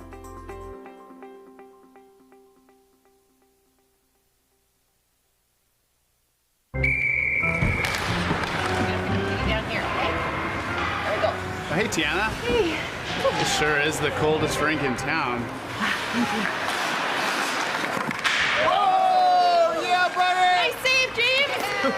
Wow, your goalie is keeping you guys in the game. Cheers. Oh, man, that's hot. Sorry, that's the way I like it. Oh. Go, go, go, go,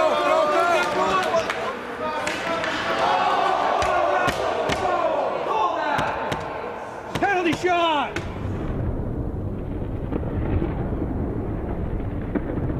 Scalds from hot drinks are a leading cause of hospitalization for children under 5. 2 minutes, stand in the front, unsportsmanlike conduct. Hot tea and coffee will cause serious burns to a child in less than a second. Got a kid? Use the lid.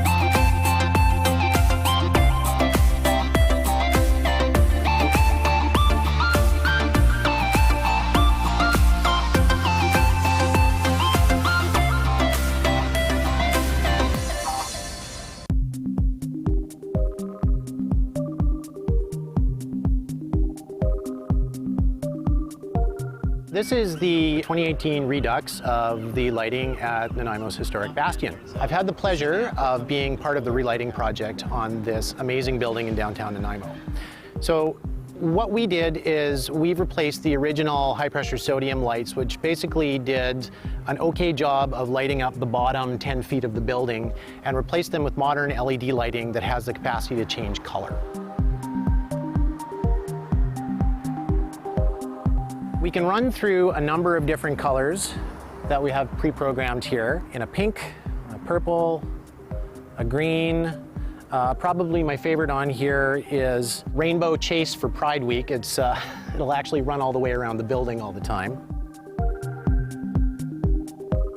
With this new technology, organizations can now request that the bastion be lit to promote their cause by going to the City Nanaimo website and following the instructions. Go to Your Government, Bastion Lighting Requests, complete the lighting request form,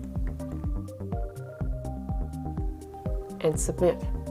You will hear from us within a couple days if your request has been approved, and the bastion will be lit in the colors that you have requested. If you have any questions, please contact the Mayor's office at 250-755-4400. So the next time you're in downtown Nanaimo at night, come on and check out the new dynamic lighting at the Bastion.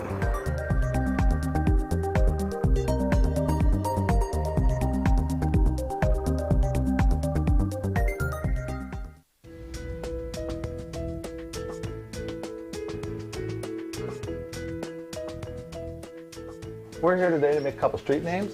There was some vandalism in town, and we're just going to make a replacement. In the roads today, we're doing our Dundas Street and Bruce Avenue.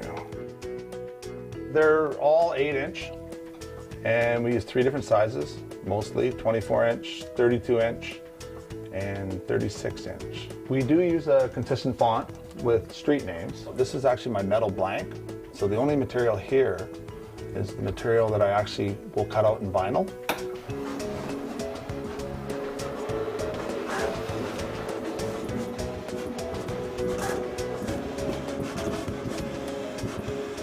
From here, we have to take out the vinyl that's not needed, which is the outer. So all we want to do is save the inside border. From here, we actually have to put a transfer tape on it. And what this does is it allows us to take the blue vinyl and pull it away from the clear backing that it's on, so we can apply it to our aluminum blank.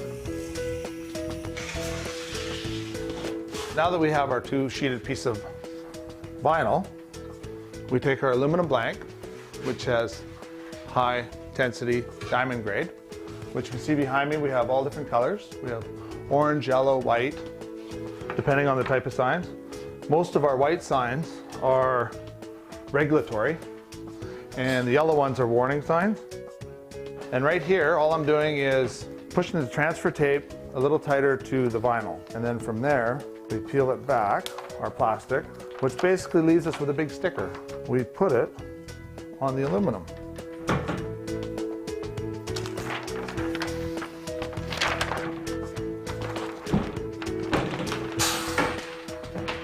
And when we're done here, we take our transfer tape off, and as you can see, we're left with Dundas.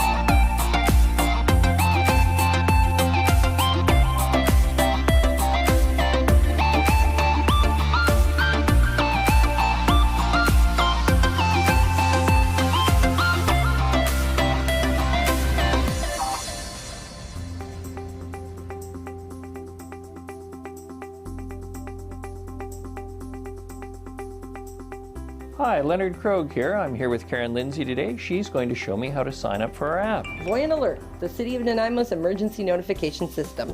So we'll start by going into the App Store, Mayor Krogh. Done. Next, you're going to hit search. And you're going to search for the app, which is Voyant Alert. So it's V-O-Y-E-N-T. Now you see, it's already selected it. Click there, hit get, and then we're going to install. And why are we downloading this app? We're downloading that so that you can get this onto your phone system, and what it will do is it will send you a push notification out. So if the City of Nanaimo issues an emergency alert, it will actually push the notification out onto your phone. The really nice part of this app is that it's anonymous, so it goes by postal code. Welcome back, everyone. If we can move on now to emergency management. And Ms. Legan, I appreciate you're going to have to give this on behalf of Ms. Lindsay, who's had a death in her family, and very sorry to hear it. Thank you, Your Worship. I am going to present an emergency management business plan to the best of my ability. Please feel free to ask questions, and hopefully we'll be able to, between the three of us here, and Mr. Rudolph, answer any questions that you have. Needless to say, it's been quite the year with emergency management, with everything that's happened around the pandemic. The role itself, it's a one-person shop. It is the smallest budget within the city, but it is mighty. And I'll just get you to advance my slide, please. Oh, was that me or you? Because that was good timing either way. It supports the response and recovery from emergencies and any type of event. Really importantly, the job develops emergency plans and then makes sure that the plans are shared with those that need to be aware, train staff when we have an activation so that they are there and know what to do, provides public education when the time is when time permits, and manages over 40 volunteers in the Emergency Social Services program.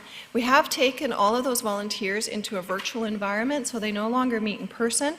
This has actually worked very well for our volunteers, and the City of Nanaimo has been a presenter among this function across municipalities as leading the way on taking a lot of our emergency response virtual.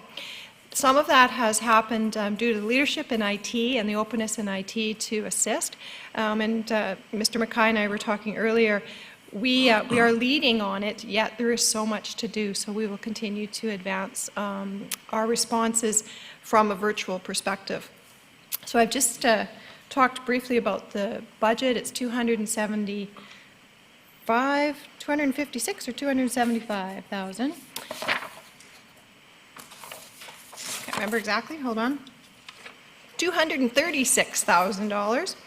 Some of the achievements in 2020, we did activate the Emergency Coordination Center, which is often called the Emergency Operations Center. It is at Fire Hall number 1. Chief Fry has been amazing, as well as all of the firefighters in that hall in supporting this activity and helping us. In fact, in some cases, even during the height of response, helping bring lunch in to keep all of us going. So we've got a nice relationship there. It's a good spot to be in downtown.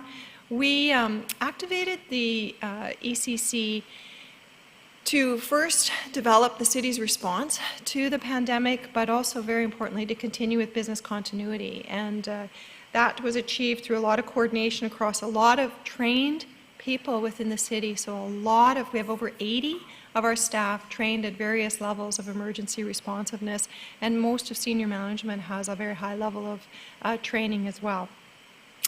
We developed a virtual response capability. We're not yet where we would like to be, but with some workforce digital automation, we should be there sooner than later. We have successfully recovered $85,000 in funds from EMBC, because we do keep very stringent records with respect to purchase of PPE, purchase of other equipment to support our response, as well as a lot of leasing on technology and rental of vehicles and other things. We worked with corporate communications extensively, and Karen led the way on centralizing corporate communications around the pandemic response, as well as just recently, Ms. Lindsay promoted an interim action review. So what we did was we looked at the city's overall response to the pandemic so that we could learn partway through how we could do even better if it persists. And all of the senior leadership team has reviewed all of the recommendations from that review and are working on implementing many of them. And finally, the finance and logistics response has been followed up on, and we are continually improving and updating our I guess you'd call them plans for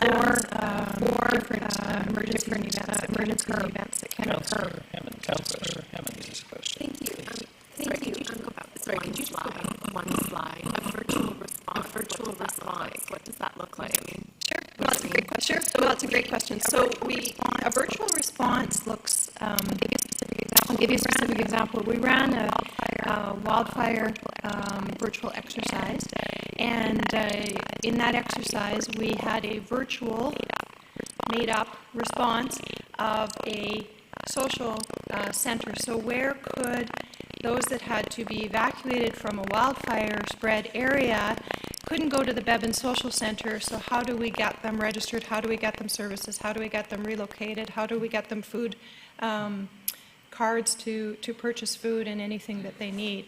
And so that's what we've been able to set up, is that our emergency services volunteers would be contacted virtually, then they would set up a virtual response, which at this point looks like a drive-through. So that's where we're going, and we're hoping to automate it even more.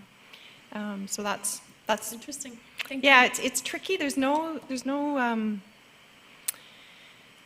perfect solution, but what we're trying to do is work within this persistent pandemic and make sure that we're ready if we have 2 events on at the same time, or heaven forbid, three events on at the same time. How are we going to be in a position to respond to all these different types of events? So moving on to the second slide on 2020 achievements, working with our community partners, really strong relationship with VHA, really strong relationship with the RDN and other municipalities, as well as our First Nation partners, and inviting them into our ECC when we first began our response to the pandemic. Education continues on. There's lots of opportunities. Emergency Preparedness Week and Shake Out BC are 2 that this function also addresses. One of the important partnerships that we're just finalizing right now with Mr. Harding and myself is actually a pop-up acute care backup facility for Vancouver Island Health Authority. Would be a 40-bed pop-up in the Bevan Social Center, and we're just trying to finalize the logistics and the contract around that.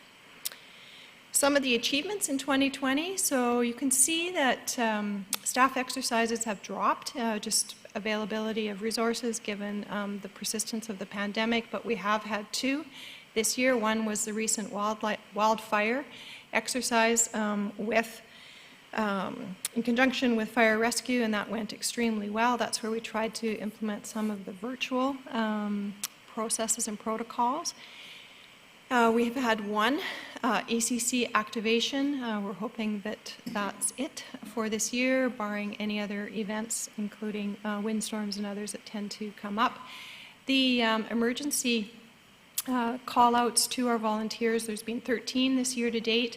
I did receive 1. I was on vacation. I received 1 as backup to Karen and was able to manage in a virtual way from poolside to make sure that the family that was evacuated from the fire was taken care of, and that's the way it's done these days at the end of the day. So a lot of this is middle of the night, and when someone is displaced, we will go out and make sure that they are taken care of for a certain period of time. There's also flooding, creates some of the displacement of individuals from their homes as well, and that's where we've been able to respond. For looking forward to 2021, the hazard risk vulnerability assessment needs to be updated, particularly as global pandemics in all of the the documents that I've seen from many organizations really has had a cursory gloss over, which will no longer be the case. There will be a lot of rewriting and a lot of additions to response plans, given that COVID has been so persistent and pandemics have now become a thing that need to be responded to. So all of our documentation will be updated very, very rapidly. We're going to continue with training staff, and it's really important. There's a saying that you should train how you fight. You have to keep it top of mind. You have to make sure you have exercises so staff know exactly what to do when we are facing an event and we have to activate the EOC. They know what role to take and they know how to move things forward so we can have the best possible response for our citizens. And then the Mid-Island Community Portal for Voyant Alert. Voyant Alert is a mechanism, it's a software application on a digital device.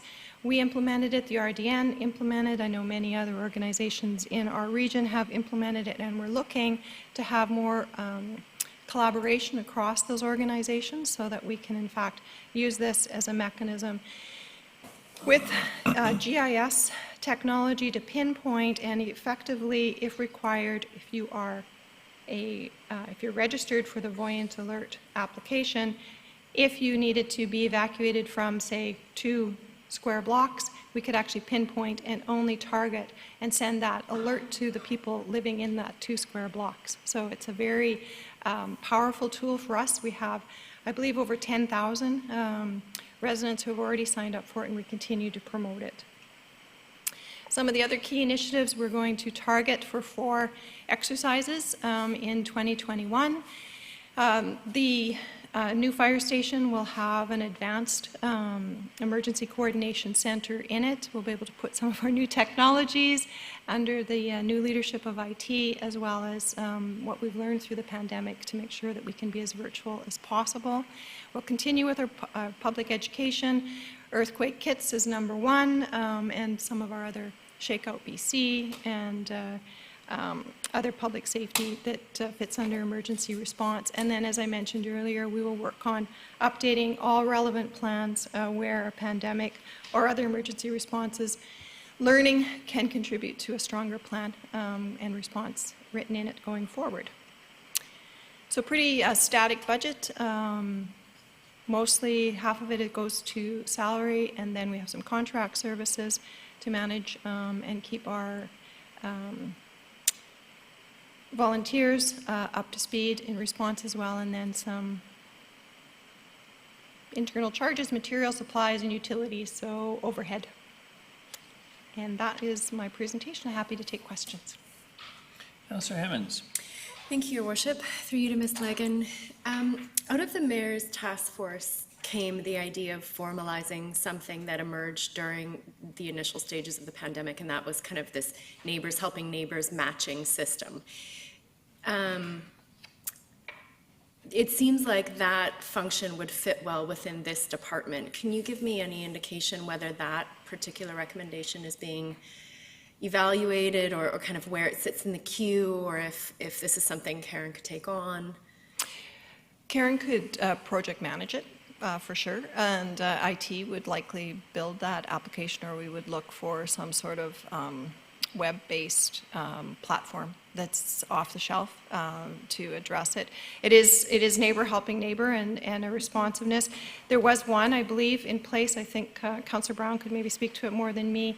But with the scaling up, there just wasn't the capacity of the volunteers in the background there. So having this as a city function would have to be evaluated with the staff report, but it is in the Mayor's Task Force on Recovery and Resilience recommendations. Therefore, it would be subject to having an opportunity to take a stronger look at as one of the recommendations under resilience for our community. And it could land either in IT, it could land in emergency management. Very likely one of those two, which both report through to GM Corporate Services, so make sure that we can do something on it. Yes. Yeah. Thank you. It strikes me as that was a very common experience, very early days in the pandemic of neighbors reaching out to neighbors through that particular program that I think was framed up in the Mayor's Task Force report. It's a really interesting concept and something I think the city would do well to adopt in order to create that safety net that you talked about and being ready at a moment's notice to deal with an emergency. Right, and just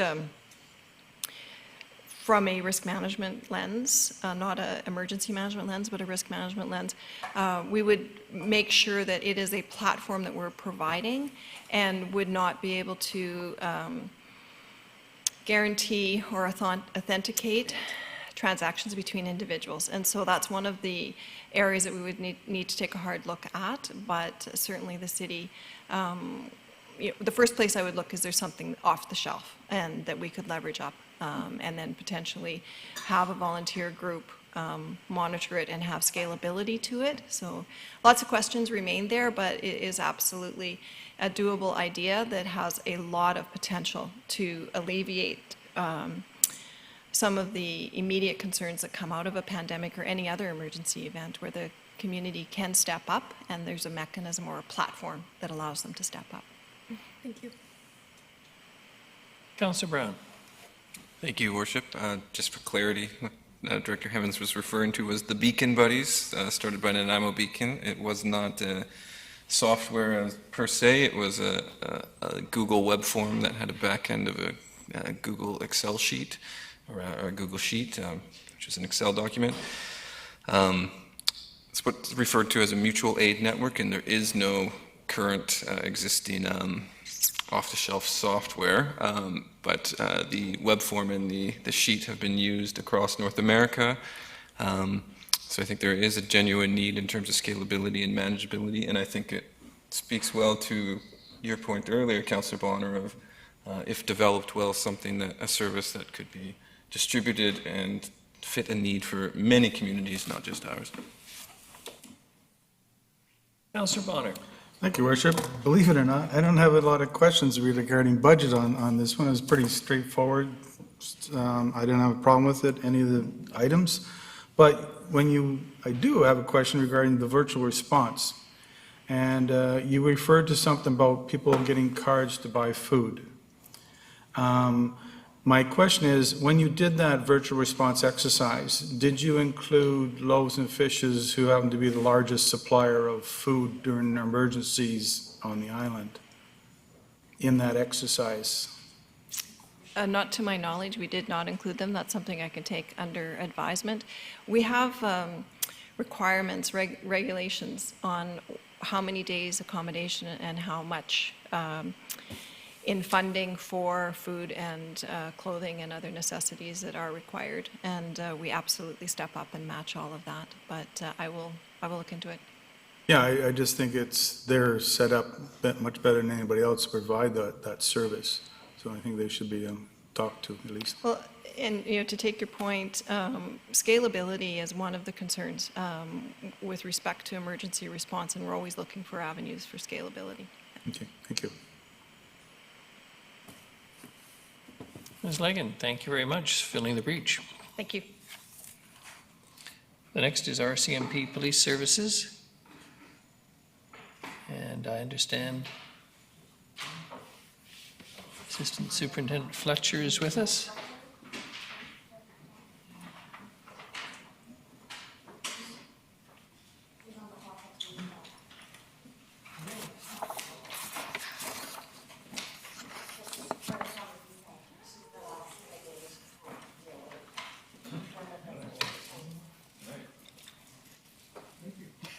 You're welcome. They are. Well played, Councillor Bonner. No, they're to pass around. On behalf of council, let me say thank you. And when I complimented you earlier, when I saw you today and said you were quite the diplomat, I had no idea. So truth be known, I know that Karen Fry has extreme showmanship skills. So I was trying to think, given that this was my first time coming in front of the Finance and Audit group, that I needed to make sure I was trying to get it right, knowing that Karen holds the bar very high. That can be bought. So through the chair, thank you for having me today. My name is Inspector Fletcher, and I'm the acting officer at the Nanaimo Detachment. Now, let's get this one. That one? Oh, that one. Okay.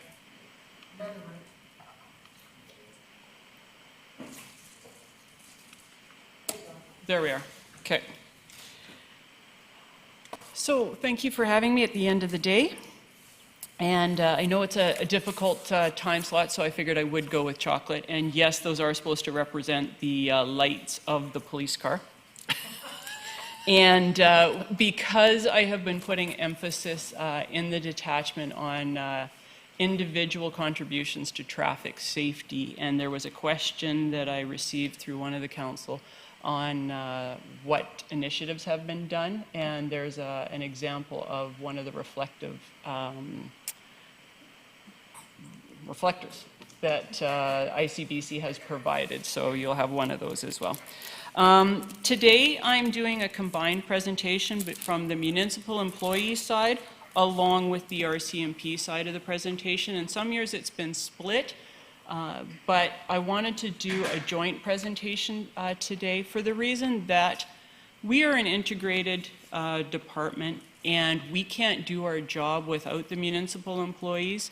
They are such huge contributors to the RCMP service, and likewise we inform their job as well. So the first slide here, I'd like to introduce our newest member to the detachment. That's Luther and his handler, Constable Huff. And then put up a snapshot there of Constable Tanaska Armstrong and Staff Sergeant Casson. And I like that picture as I was trying to find pictures of members because I thought it captured the enthusiasm that they bring to the job. So that was just before COVID. They had been searching all day through really, really thick terrain, and they are soaking wet and killing themselves laughing. And it makes me proud, the spirit that the individuals bring. And not to be outdone, I need to recognize our municipal employees. So this is the support staff at Nanaimo. And I have Ron Olson, who is one of our just newly retired custodians, sorry, not custodians, guards down in cells. He retired with 35 years service, which is almost a sentence when you think of where he spent his life. And he has just been one of those rock solid individuals in our building. So want to recognize Ron, and we have Chet, who's been doing custodial services and just amazing under COVID. And then we have Tracy Caverly and Kim McKenzie. And Kim Povey. So the thing to note here is I took all of these pictures on November 11th. And just to reflect that when the community was enjoying a statutory holiday and reflecting on our veterans' efforts, all of these people were working. And that goes to what happens on a daily basis at our detachment. Next one. So from the RCMP perspective, our budget is 17% of the city budget, which I recognize is a very significant proportion. Our policing costs, 90% of them are covered through the municipal contract and 10% are through federal. The province funds 8 positions entirely, and then the federal government funds 2 Indigenous policing positions. On the police services side, they are a much smaller wedge. They are 4% of the overall budget, and they are primarily wages and benefits is where their expenses rely. The majority of their tasks are administrative. We're seeing an increased need to hire expertise and hire municipal employees that are bringing high levels of education, knowledge, skills, and abilities. The areas where we're pulling our municipal employees are paralegals, digital evidence technicians, analysts, both crime analysts as well as software specialists, individuals with finance experience and HR experience are where our needs are. We currently have 67 permanent municipal employee positions, and we operate, as stated, 24/7, 365. It's just a breakdown of the projected costs from the police services side. And as stated, the majority of that is wages and benefits. Going to COVID. Jake asked us to highlight some of the efforts that made this year different, and as we all know, that's COVID. I'm sure you've heard a variety of the teammates here speak on it. And in speaking to that, I, in my acting role, became much more engaged with the senior leadership team in late June. And it was very impressive, the effort, work, and dedication that your senior leadership team had put into this. And I was the new kid on the bench, and just seeing how they had handled all of the various challenges and steps that had put in front of them, and they were so humble about it. So they may not toot their own horn on that, but I was very impressed with their emergency management skills coming forward. What we've done at the detachment level, we had to take effect on March 13th. We split into a two-team approach to keep separation between our teams as well as a reserve. And we, in analyzing that, recognized the impact that it had on our specialized investigative units.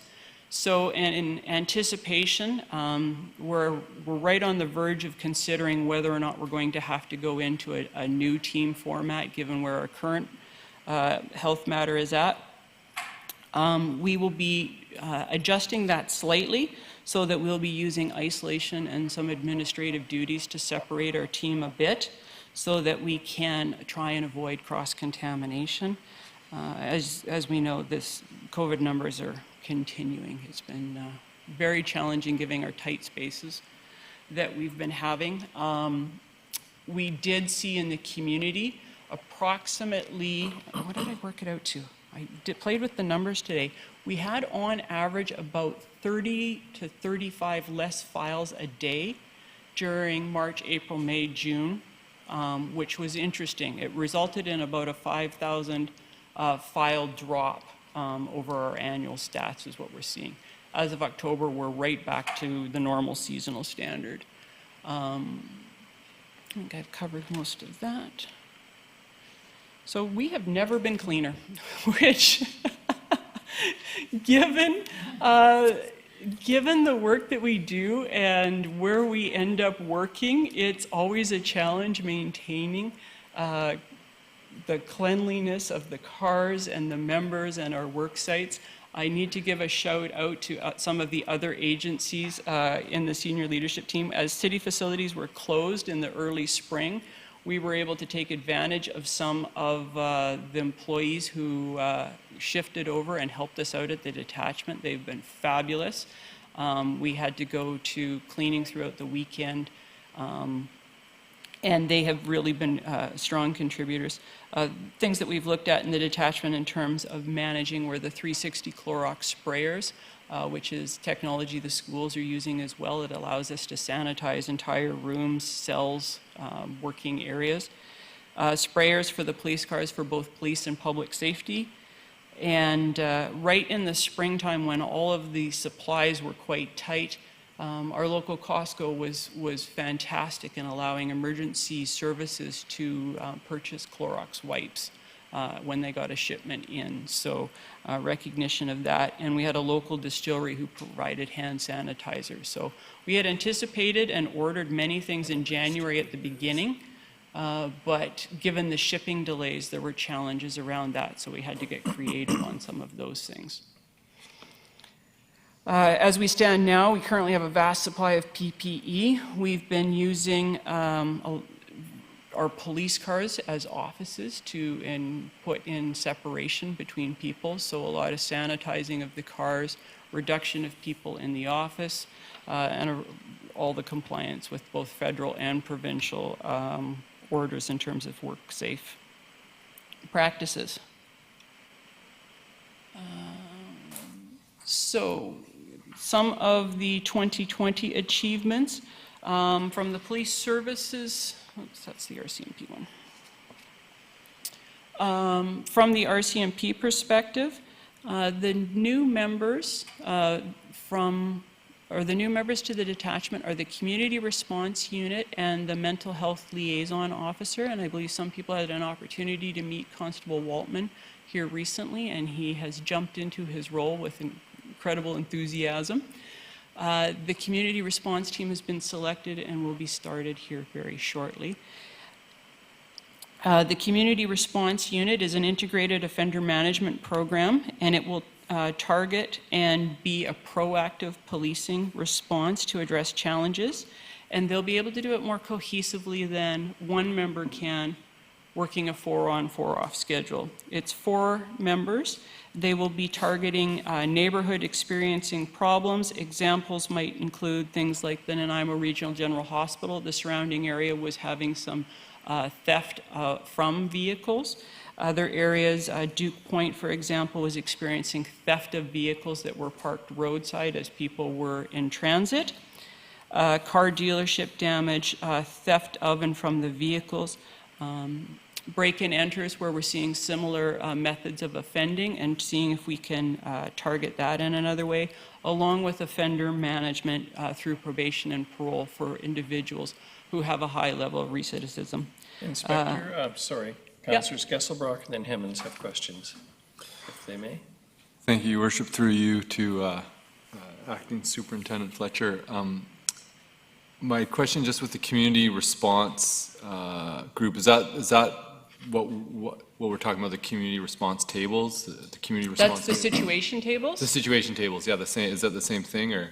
No, the situation table will fall under the purview of the Mental Health Liaison Officer, and those, you're right though at the offender management, but at the offender management, that's generally individuals who are just repeatedly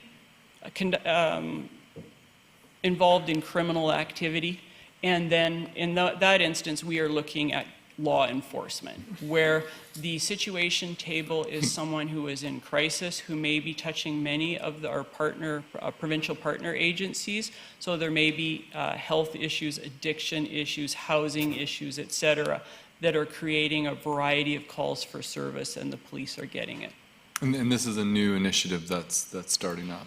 Last year, we were very graciously afforded 3 new members by the Nanaimo Council.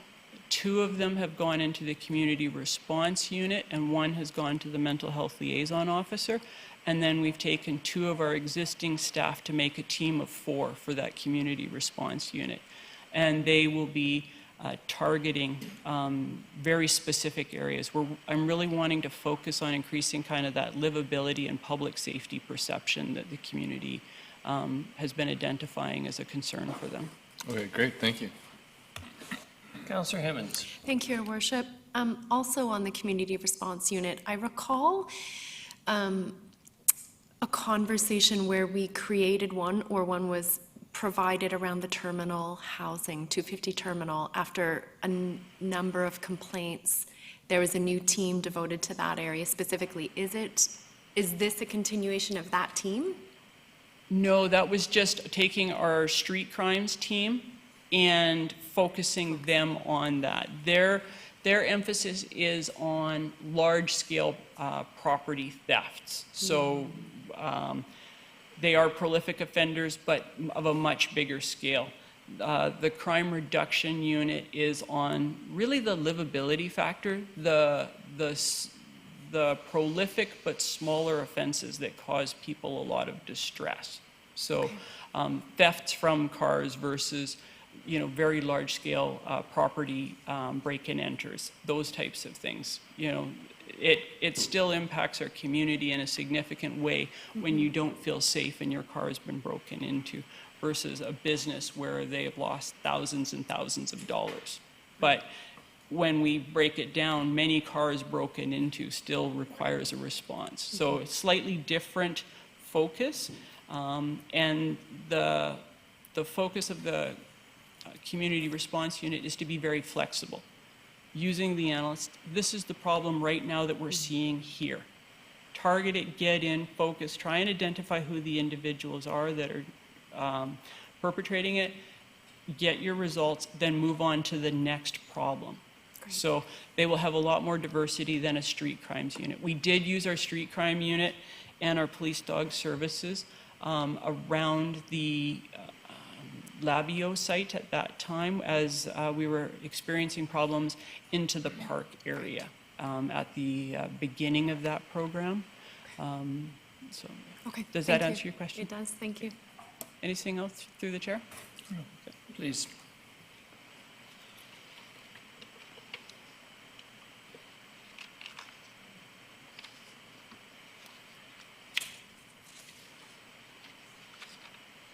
Okay. As I stated at the beginning, one of the initiatives that I'm placing emphasis on in our team is enhanced traffic safety. And I'm looking at the individual contributor, particularly in light of COVID. In past, when we've done traffic initiatives, we've looked at it in terms of number of roadblocks involving multiple police officers at a site. And with COVID and some of the challenges around that, as well as the size of our community, looking at having the individual contributors pulling over individuals who are conducting traffic offenses and trying to determine if there is additional criminality or if it's simply a motor vehicle act offense, and seeing if we can develop intel in those instances where we're seeing enhanced criminality. I'm hoping that you will start seeing in the community as you're going about the red and blue lights on various times throughout the community as opposed to one roadblock, that you will see our members engaged in a variety of areas in a variety of communities instead of just the transit ways. Our traffic team is one of the only remaining traffic units on Island District that has a dedicated traffic unit and a dedicated collision investigative team, and we're being recognized for the expertise that we bring to that. So it's something that we take seriously and we invest in. So in no way is that diminished. This is an expectation on all members in the detachment that they are engaged as a part of their duties in traffic safety. I spoke briefly about the mental health liaison officer and the community wellness initiatives, and that is up and going, and Constable Waltman is jumping right in. As I mentioned at the October third quarter, we're continuing to see changes in terms of impairment with increased cannabis impairment versus alcohol impairment. Some of that may also be in relation to just the COVID response, where people are consuming outdoors versus in their residences and things like that may change their consumption patterns as well. In the other area that we have been putting emphasis and we've had some success is the continued drug enforcement. And we spoke about this a little bit in October with the individuals at the local dealing level, as well as those individuals that are involved in the production, distribution, and large-scale dealing, and the impact that it has on our vulnerable population during this opioid crisis that we're experiencing. In the last 6 months, we've had significant fentanyl and carfentanil seizures. I asked them to do a tally of our efforts for the last 6 months, and we have seized and charged, or charges are going forward, on 1.5 kilos of fentanyl. That is huge. That is a significant amount of drugs that are off of the street. The concern is that we know that the production kicks back up after we start and we've done our enforcement action, but that is lives saved without a doubt. As I mentioned, the toxicity of the street drugs are such that we had a triple homicide or a triple overdose where individuals consumed opioids and passed instantaneously before they could treat one another. It was absolutely tragic, how rapid that was. So we're continuing to work on that in the dual role of drug enforcement. Inspector, can I ask a question? Obviously, people are dying in our community from opioid use. And I think last month, the numbers indicated they doubled from the month before across the province. Yeah. But frankly, the news coverage is around numbers. What are the rules governing release of information in communities? I mean, quite candidly, I think if, someone knew that 3 people had died in Nanaimo 3 days ago or whatever, it would enhance the political pressure that's necessary to get some solutions from those levels of government that are supposed to be responsible for this. I just throw that out and ask your comments, please. Yeah, through the chair, because of some of the initiatives to help remove obstacles of people getting care when they need it, the police aren't notified of all instances. And those numbers, as I understand it, are collected by the public health officer. I know I've had conversations in the past with the public health officer, and the communication goes 2 ways, depending on what we're seeing on the street and what they see in terms of some of the drug analysis as new varieties and trends within drug chemistry occur.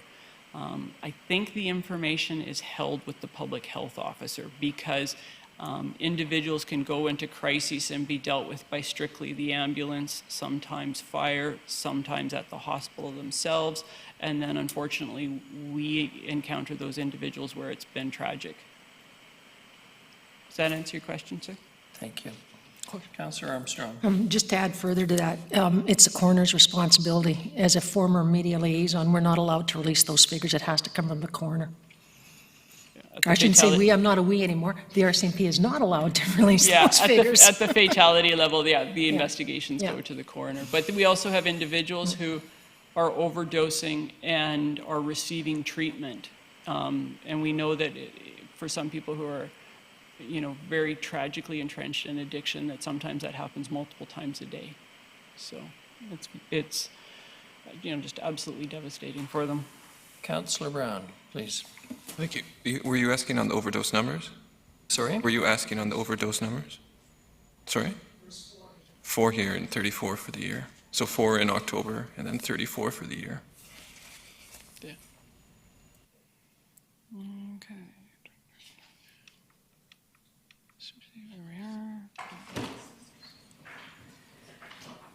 So in terms of opportunities for 2021. Gesselbrock has a question. Oh, my apologies, Getting Mr. Chair. inspired here. So just clarity, the 34 deaths this year in Nanaimo from overdose. Yes. 34 in the province, okay. No. Must be within our area, I'm thinking. Over the year, it's 34 and 4 this month. Oh, okay. Thanks. Sorry, please proceed. Okay. We're paying attention, we're interested. That's good. That's good. So obviously, going forward into the next year, we're going to have our ongoing operational pressures. The COVID will continue to be a theme throughout of that, and trying to adjust our practices to keep our police officers and municipal employees safe, maintaining our operational capacity. So far, we're very fortunate. We have not yet been touched by the pandemic within the detachment, and we're working hard to try and keep that a statistic going forward. We're looking to staff regular member positions for the 3 coming up, and one of those will be going into the GIS unit, which is our General Investigative Services unit. One of the pressures that we're seeing in the community is we've reached a 5-year high on child exploitation. I was talking with the supervisor there today. They had 4 new files come in this week, and they are executing 4 warrants this week on residences. There's a backlog on the data extraction. The toll that it is taking on the membership, which is minor in comparison to the toll in the community, but it is huge. We're continuing to put further pressure on additional resources. Those resources are provincial and not municipal resources that we're directing our pressure that way. Councillor Armstrong has a question. Yeah, that sexual expertise is bad. I remember when I was working in the 90s, I averaged 30 cases a week, and that was on actual sexual assaults. But my question goes to, with your operational capacity, have you invoked your business continuity plan? Or do you need to? We have it in place, but we haven't enacted it yet. We're just closely watching the COVID numbers because we know the impact that it also has on our investigative services. As we pull some of the individuals out of the more specialized investigative services, that obviously has impact on the investigations as they move forward. So we're gauging that and we'll see where we go with numbers. Yeah, I was just thinking because the dive center's sitting there empty and that's an amazing, amazing space. Sorry? The dive center's sitting empty because it's not being used and that's got like about 12 offices, a great big, well, I did the business continuity, that's why I know that. That was one of the spots. And I was just thinking that would be a great place for some of your people to go because there is so much space and it's got top of the line equipment as well. But my last question was when you're talking about the new members, back in 1997, and I know I'm going back, but we had 13 members on traffic. And there's what now, 5? 6. 6? Are you going to look at increasing that?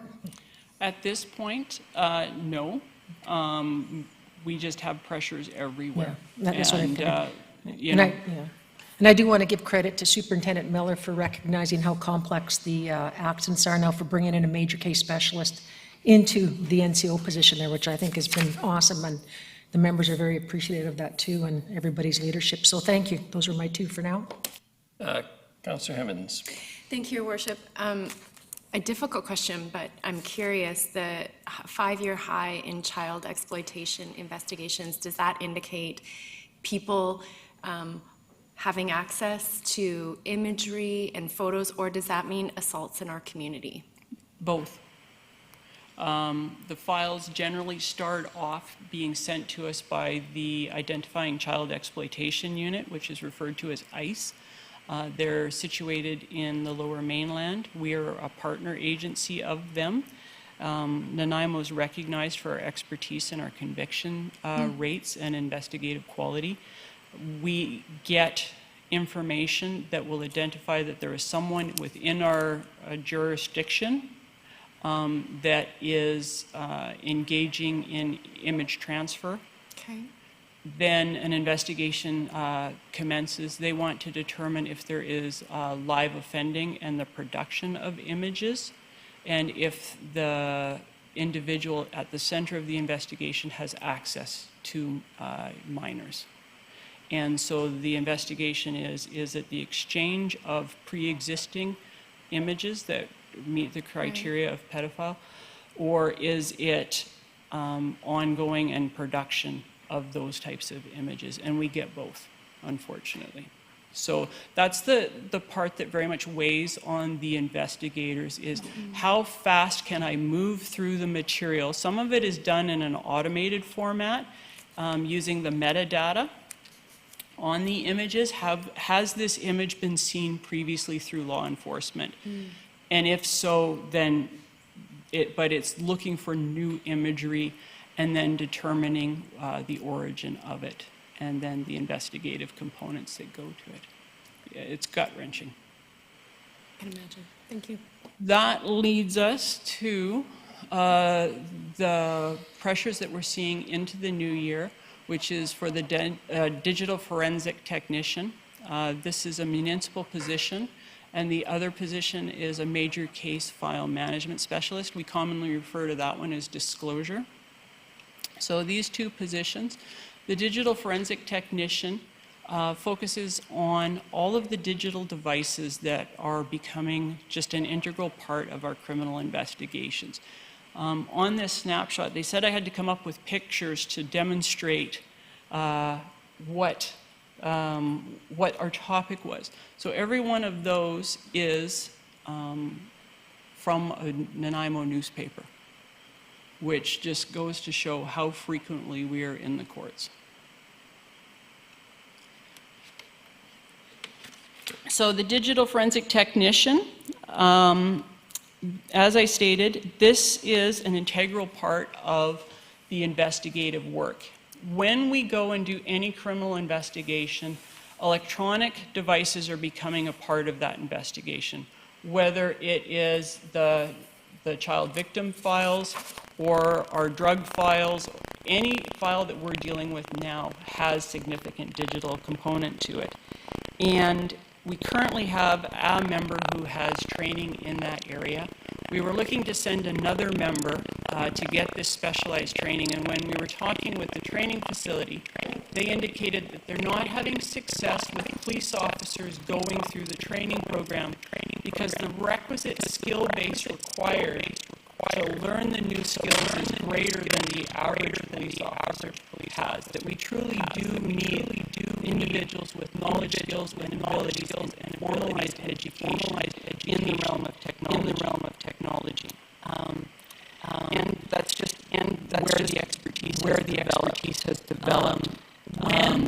When we go, we are averaging 25 electronic devices per investigation that require analysis. And if you look around this room, how many devices do we have here? How many electronic devices do you have in your home? And looking at them, you can't determine how big the storage capacity is. A phone and a phone don't look any different, but what's in it is significantly different. And that's some of the challenge, and then the prioritization around it. Disclosure, or the major case file management, I introduced this a little bit in October. This is how the investigation is built. And back in the old days, it was file folders and banker boxes and, you know, ledgers and handwritten and typed and so on. And I'm sorry to say I was actually part of that era. And now it is at the level of software. And it is mandated by the province that all police agencies will provide their investigations in this format, following specific business rules. And in essence, it allows the investigation to go into Crown Counsel, and then they can analyze it as they need to, as prosecutors and defense counsel, to follow the evidence. So an example would be, we'd conduct a search warrant, and there's questions around this piece of evidence here and whether or not we can use that. If the judge makes a decision that this piece of evidence needs to be excluded, we need to know where else did that evidence lead throughout the whole investigation. And so that's one of the reasons why the graphic shows these networks, because if it's one piece that comes out, what falls apart? How do we then have to structure our investigation going forward? We can't send investigations to Crown Counsel unless it is in this format. So when we were working on one of our major cases here this year, we had everyone in serious crime working on it, along with the 2 disclosure people that we had, because we couldn't get it in to Crown Counsel unless we had it in that format. And my reason for putting a spider up there is, who builds the better spider web, the engineer or the spider, right? And when we have cops doing disclosure, they're the engineers. They may know what it's supposed to look like, they may study the design and work hard, but they are not the masters of it. So the challenge is, without the digital extraction, we can't get the evidence, and without the disclosure, we can't get it to court. So we're hamstrung at that point. Lastly, I do have a question on that, sorry. Does that include your historical cases? So do you have to upload all those in that format? Yes. And I'm assuming there's quite a few still, correct? We still have a few, and there's some that we are working on currently. They would be classified as cold cases that we're actively working on, and we are also actively bringing it up to the current standards, because we know if we do have success, the time commitment to get it up to that level will be tremendous. Thank you. Lastly, we spoke a little bit about the mental health liaison officer position, as well as the outreach, or CAR 67 as it's been referred to. And I know that City Council came forward and asked for a business case on that. So I thought I would provide just a brief overview of that. So the mental health liaison officer is an individual who is going to be working with our community partners to try and help facilitate solutions for the individuals that we have on the street. He is working primarily day and afternoon shifts, and he will be doing his best to build the relationships and to help facilitate the first responders that are going to the files. We are on average 400 files a month that we are dealing with in terms of mental health criteria. So he will be working with those, and that doesn't include the check well-being files. That being said, it is an individual. You've asked about the CAR 67, and that is where we have someone working 24/7 on the shift alongside a community partner, often in the health realm in terms of nursing or social work, who goes and helps with the wellness checks and the mental health calls. And with that program, it then involves 4 members going forward. There is the business case on that you will be seeing, I believe, on November 30th. And a couple things to consider with that. We can go forward with it. I know that one of the options is around doing a feasibility study with that to see if it makes sense. The other consideration is, particularly within the RCMP, our process takes a while to get positions approved through our internal administrative processes, acquire the individuals, move them here, etc., as we get new members. It takes us on average 6 months in a good year, and under COVID, it's going to take longer. So if we have position numbers approved in principle early, it will still take an additional 9+ months before those people even come to fruition. So that's something for consideration as we go forward. And what I would like to do, if that's something that the city wants to consider, is the one individual who's in the mental health liaison officer position would become one of those 4, and then take the experience in that he is acquiring in terms of relationships and partners and spread it with the team. So, Sorry. Yeah. Councillor Martman has a question. Thank you, through you, Your Worship. So with this and the experience of CAR 67 and other municipalities, etc., that 100,000 for a feasibility study, do you feel that that 100,000, do we really need a feasibility study when so much has already happened? We have best practices to follow, that we could use 100,000 for a position instead? Yes? that would be my opinion. Thank through you. the Chair. And I'm assuming this, really more discussion about this will happen on November 30th when we review business cases. Through the Chair, yes. This is just an introduction of some of the things to kind of contemplate and weigh on as we go forward. We know it's been successful in other communities. That being said, I'm very much appreciative of the economics that we are currently in, and so I wouldn't want to be wasteful with funds either. So if people feel it's more prudent to really examine it, I can understand that. Thank you. So, Councillor Armstrong and then Councillor Turley. I do have a concern around this because this has been being done here for years. The bike squad and others met with the mental health teams every morning. Yep. The crime, what do you call it, was at our cells every day. Yep. So we actually were considered best practice. We did have a position assigned to that ML, or the police mental health outreach, which was Constable Gauguin, and the org chart reflected that at the time. I don't know if it's still there with the position number, but I guess for me, the biggest issue that I saw was VHA pulled out of all of these teams. Yes. So what's our guarantee? Like for me, I'm certainly not willing to go any way down this line until we get guarantees from VHA that they will participate, because I've met with numerous ones of them that said present day management is not in favor of these. So how do we bring that aboard as a council if we're going to do that? But I guess I can leave that for the big one, but that will be one of my questions that will be coming forward.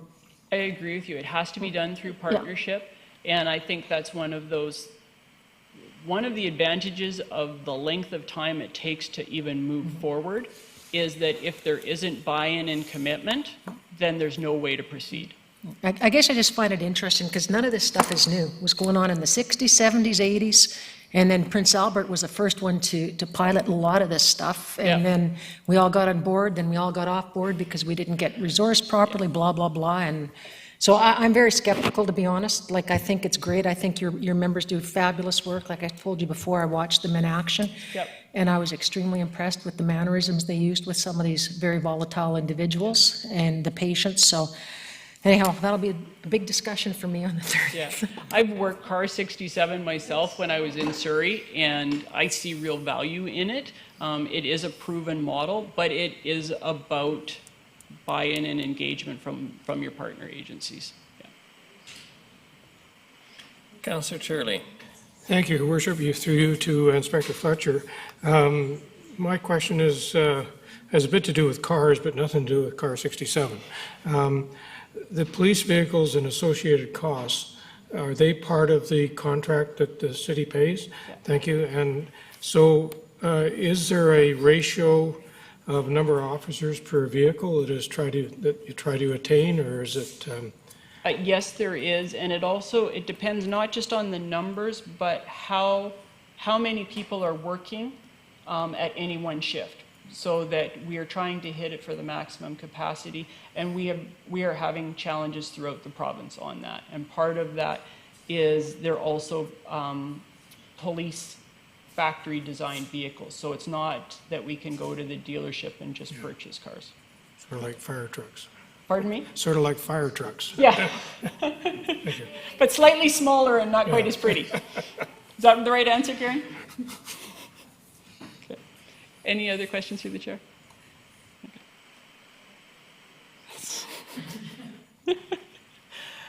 So, key initiatives moving forward into 2021.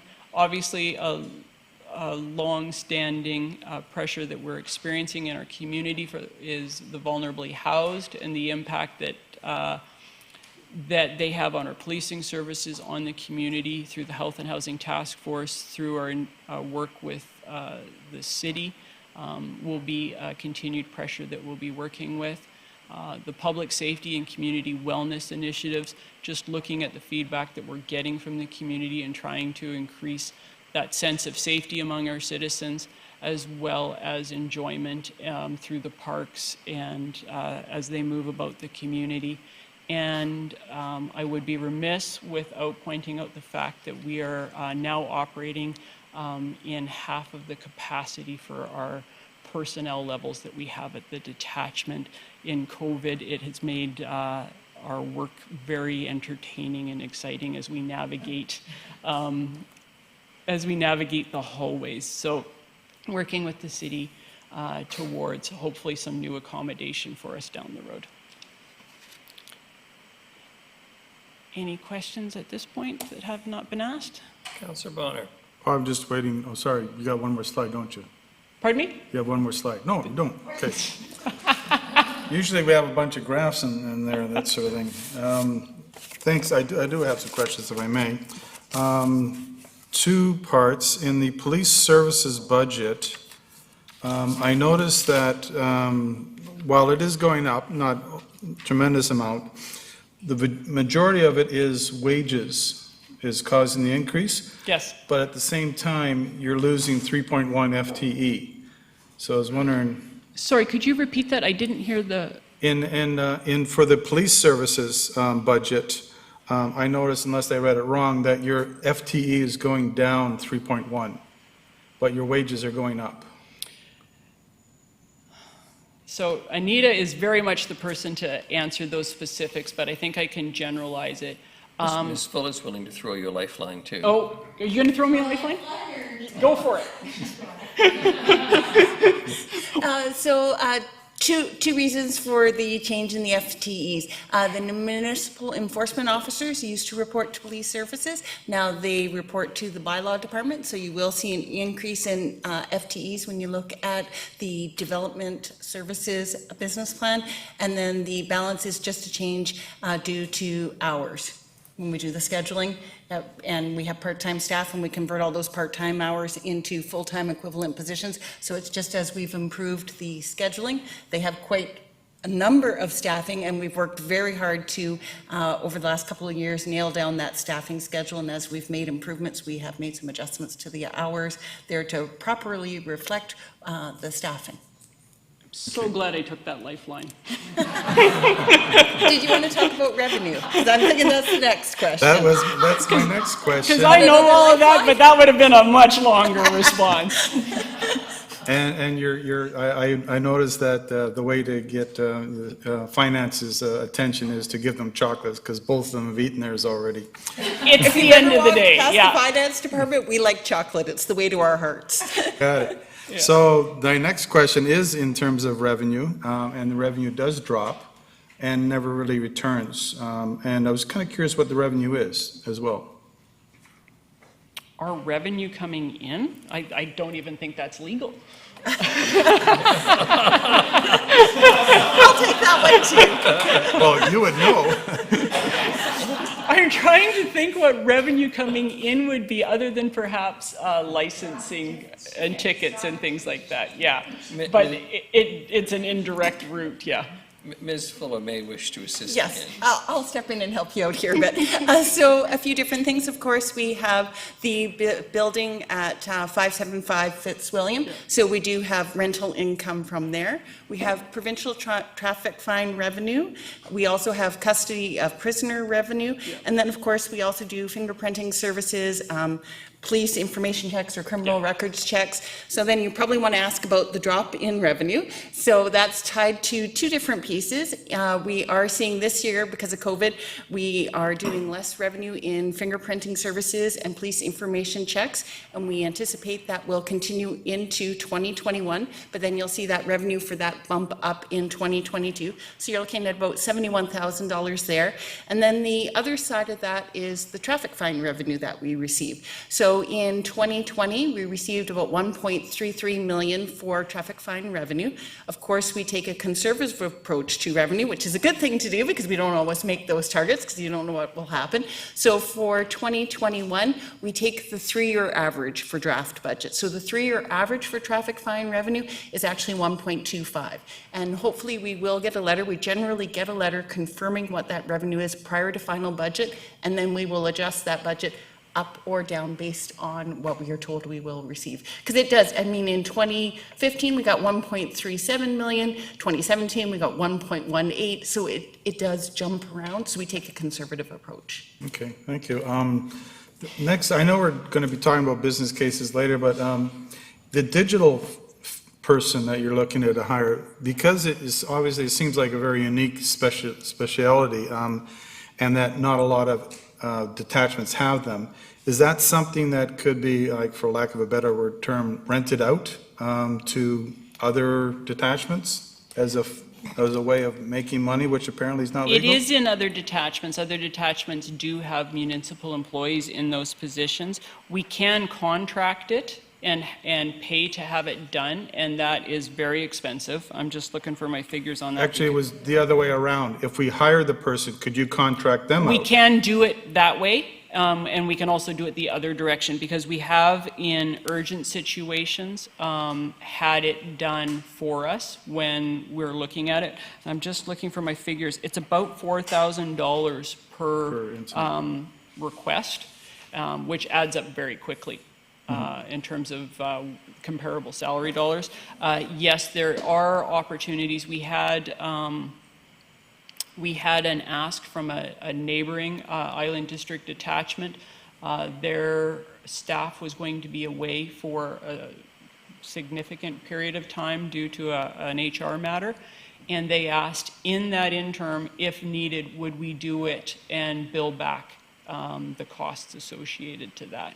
And we agreed to that in line with the fact that it would go on a priority. You know, obviously operational and public safety is the determining factor on that, but you know, we worked well with our neighboring detachments. Okay, thank you.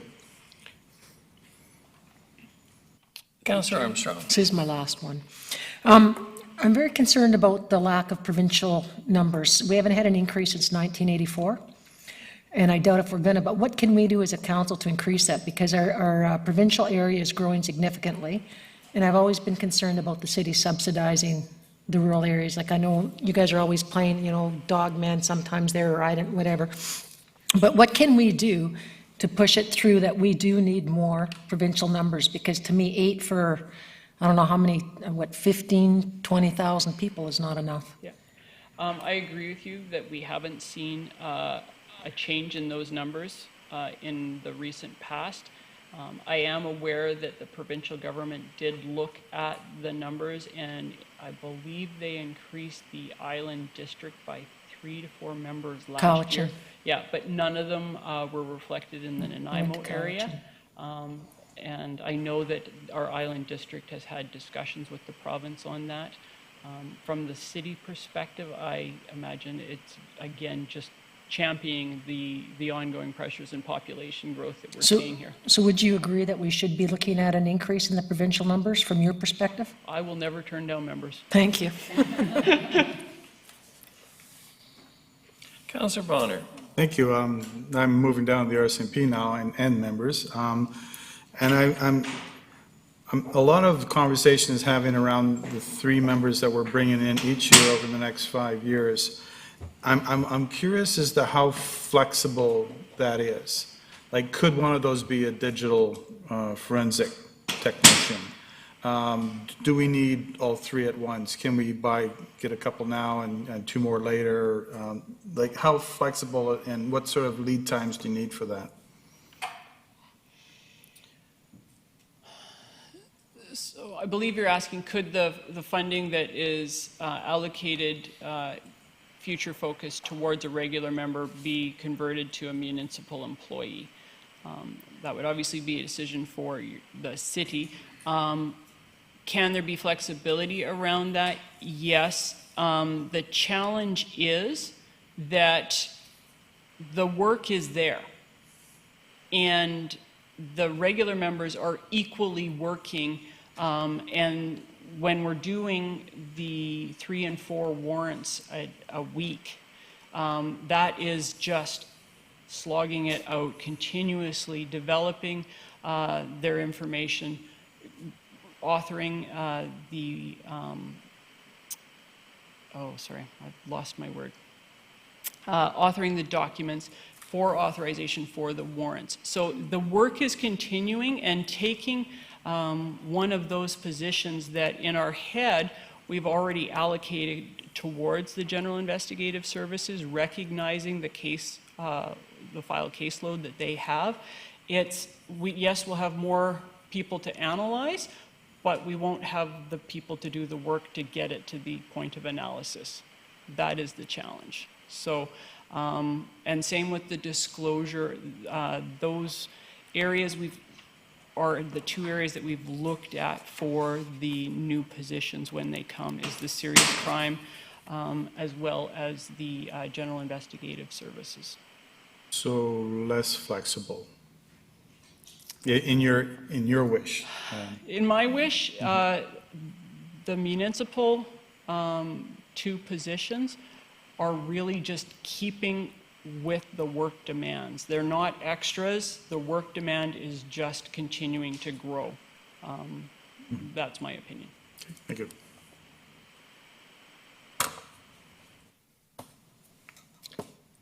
Thank you, and very much, Inspector. Sorry, Councillor Turley, you just popped on quickly. I did, I know. Well, actually, Councillor Bonner triggered a question in my mind with regard to the digital forensic technician.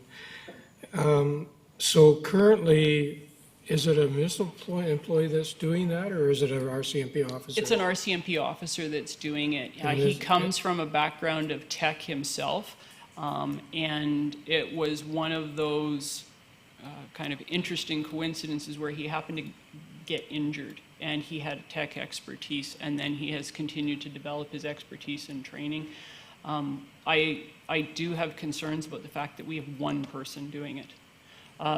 There are times where he has exposure to the content, and we know the impact that that has on individuals.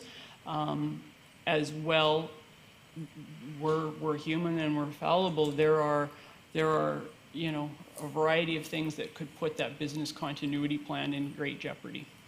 So I guess the question then, follow-up would be, there is ample work to keep 2 people occupied. We have over 100 devices right now in backlog, yeah. And we make conscious decisions about what we even consider putting on the list. So there are other devices, but they aren't analyzed because we don't at first blush believe they have the investigative criteria to put the investment into. Okay, thank you.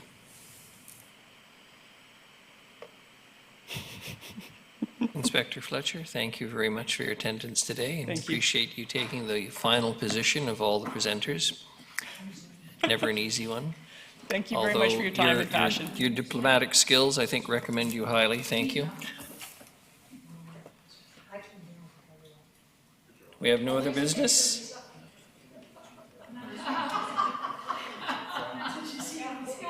I know, Lisa, you have to change that.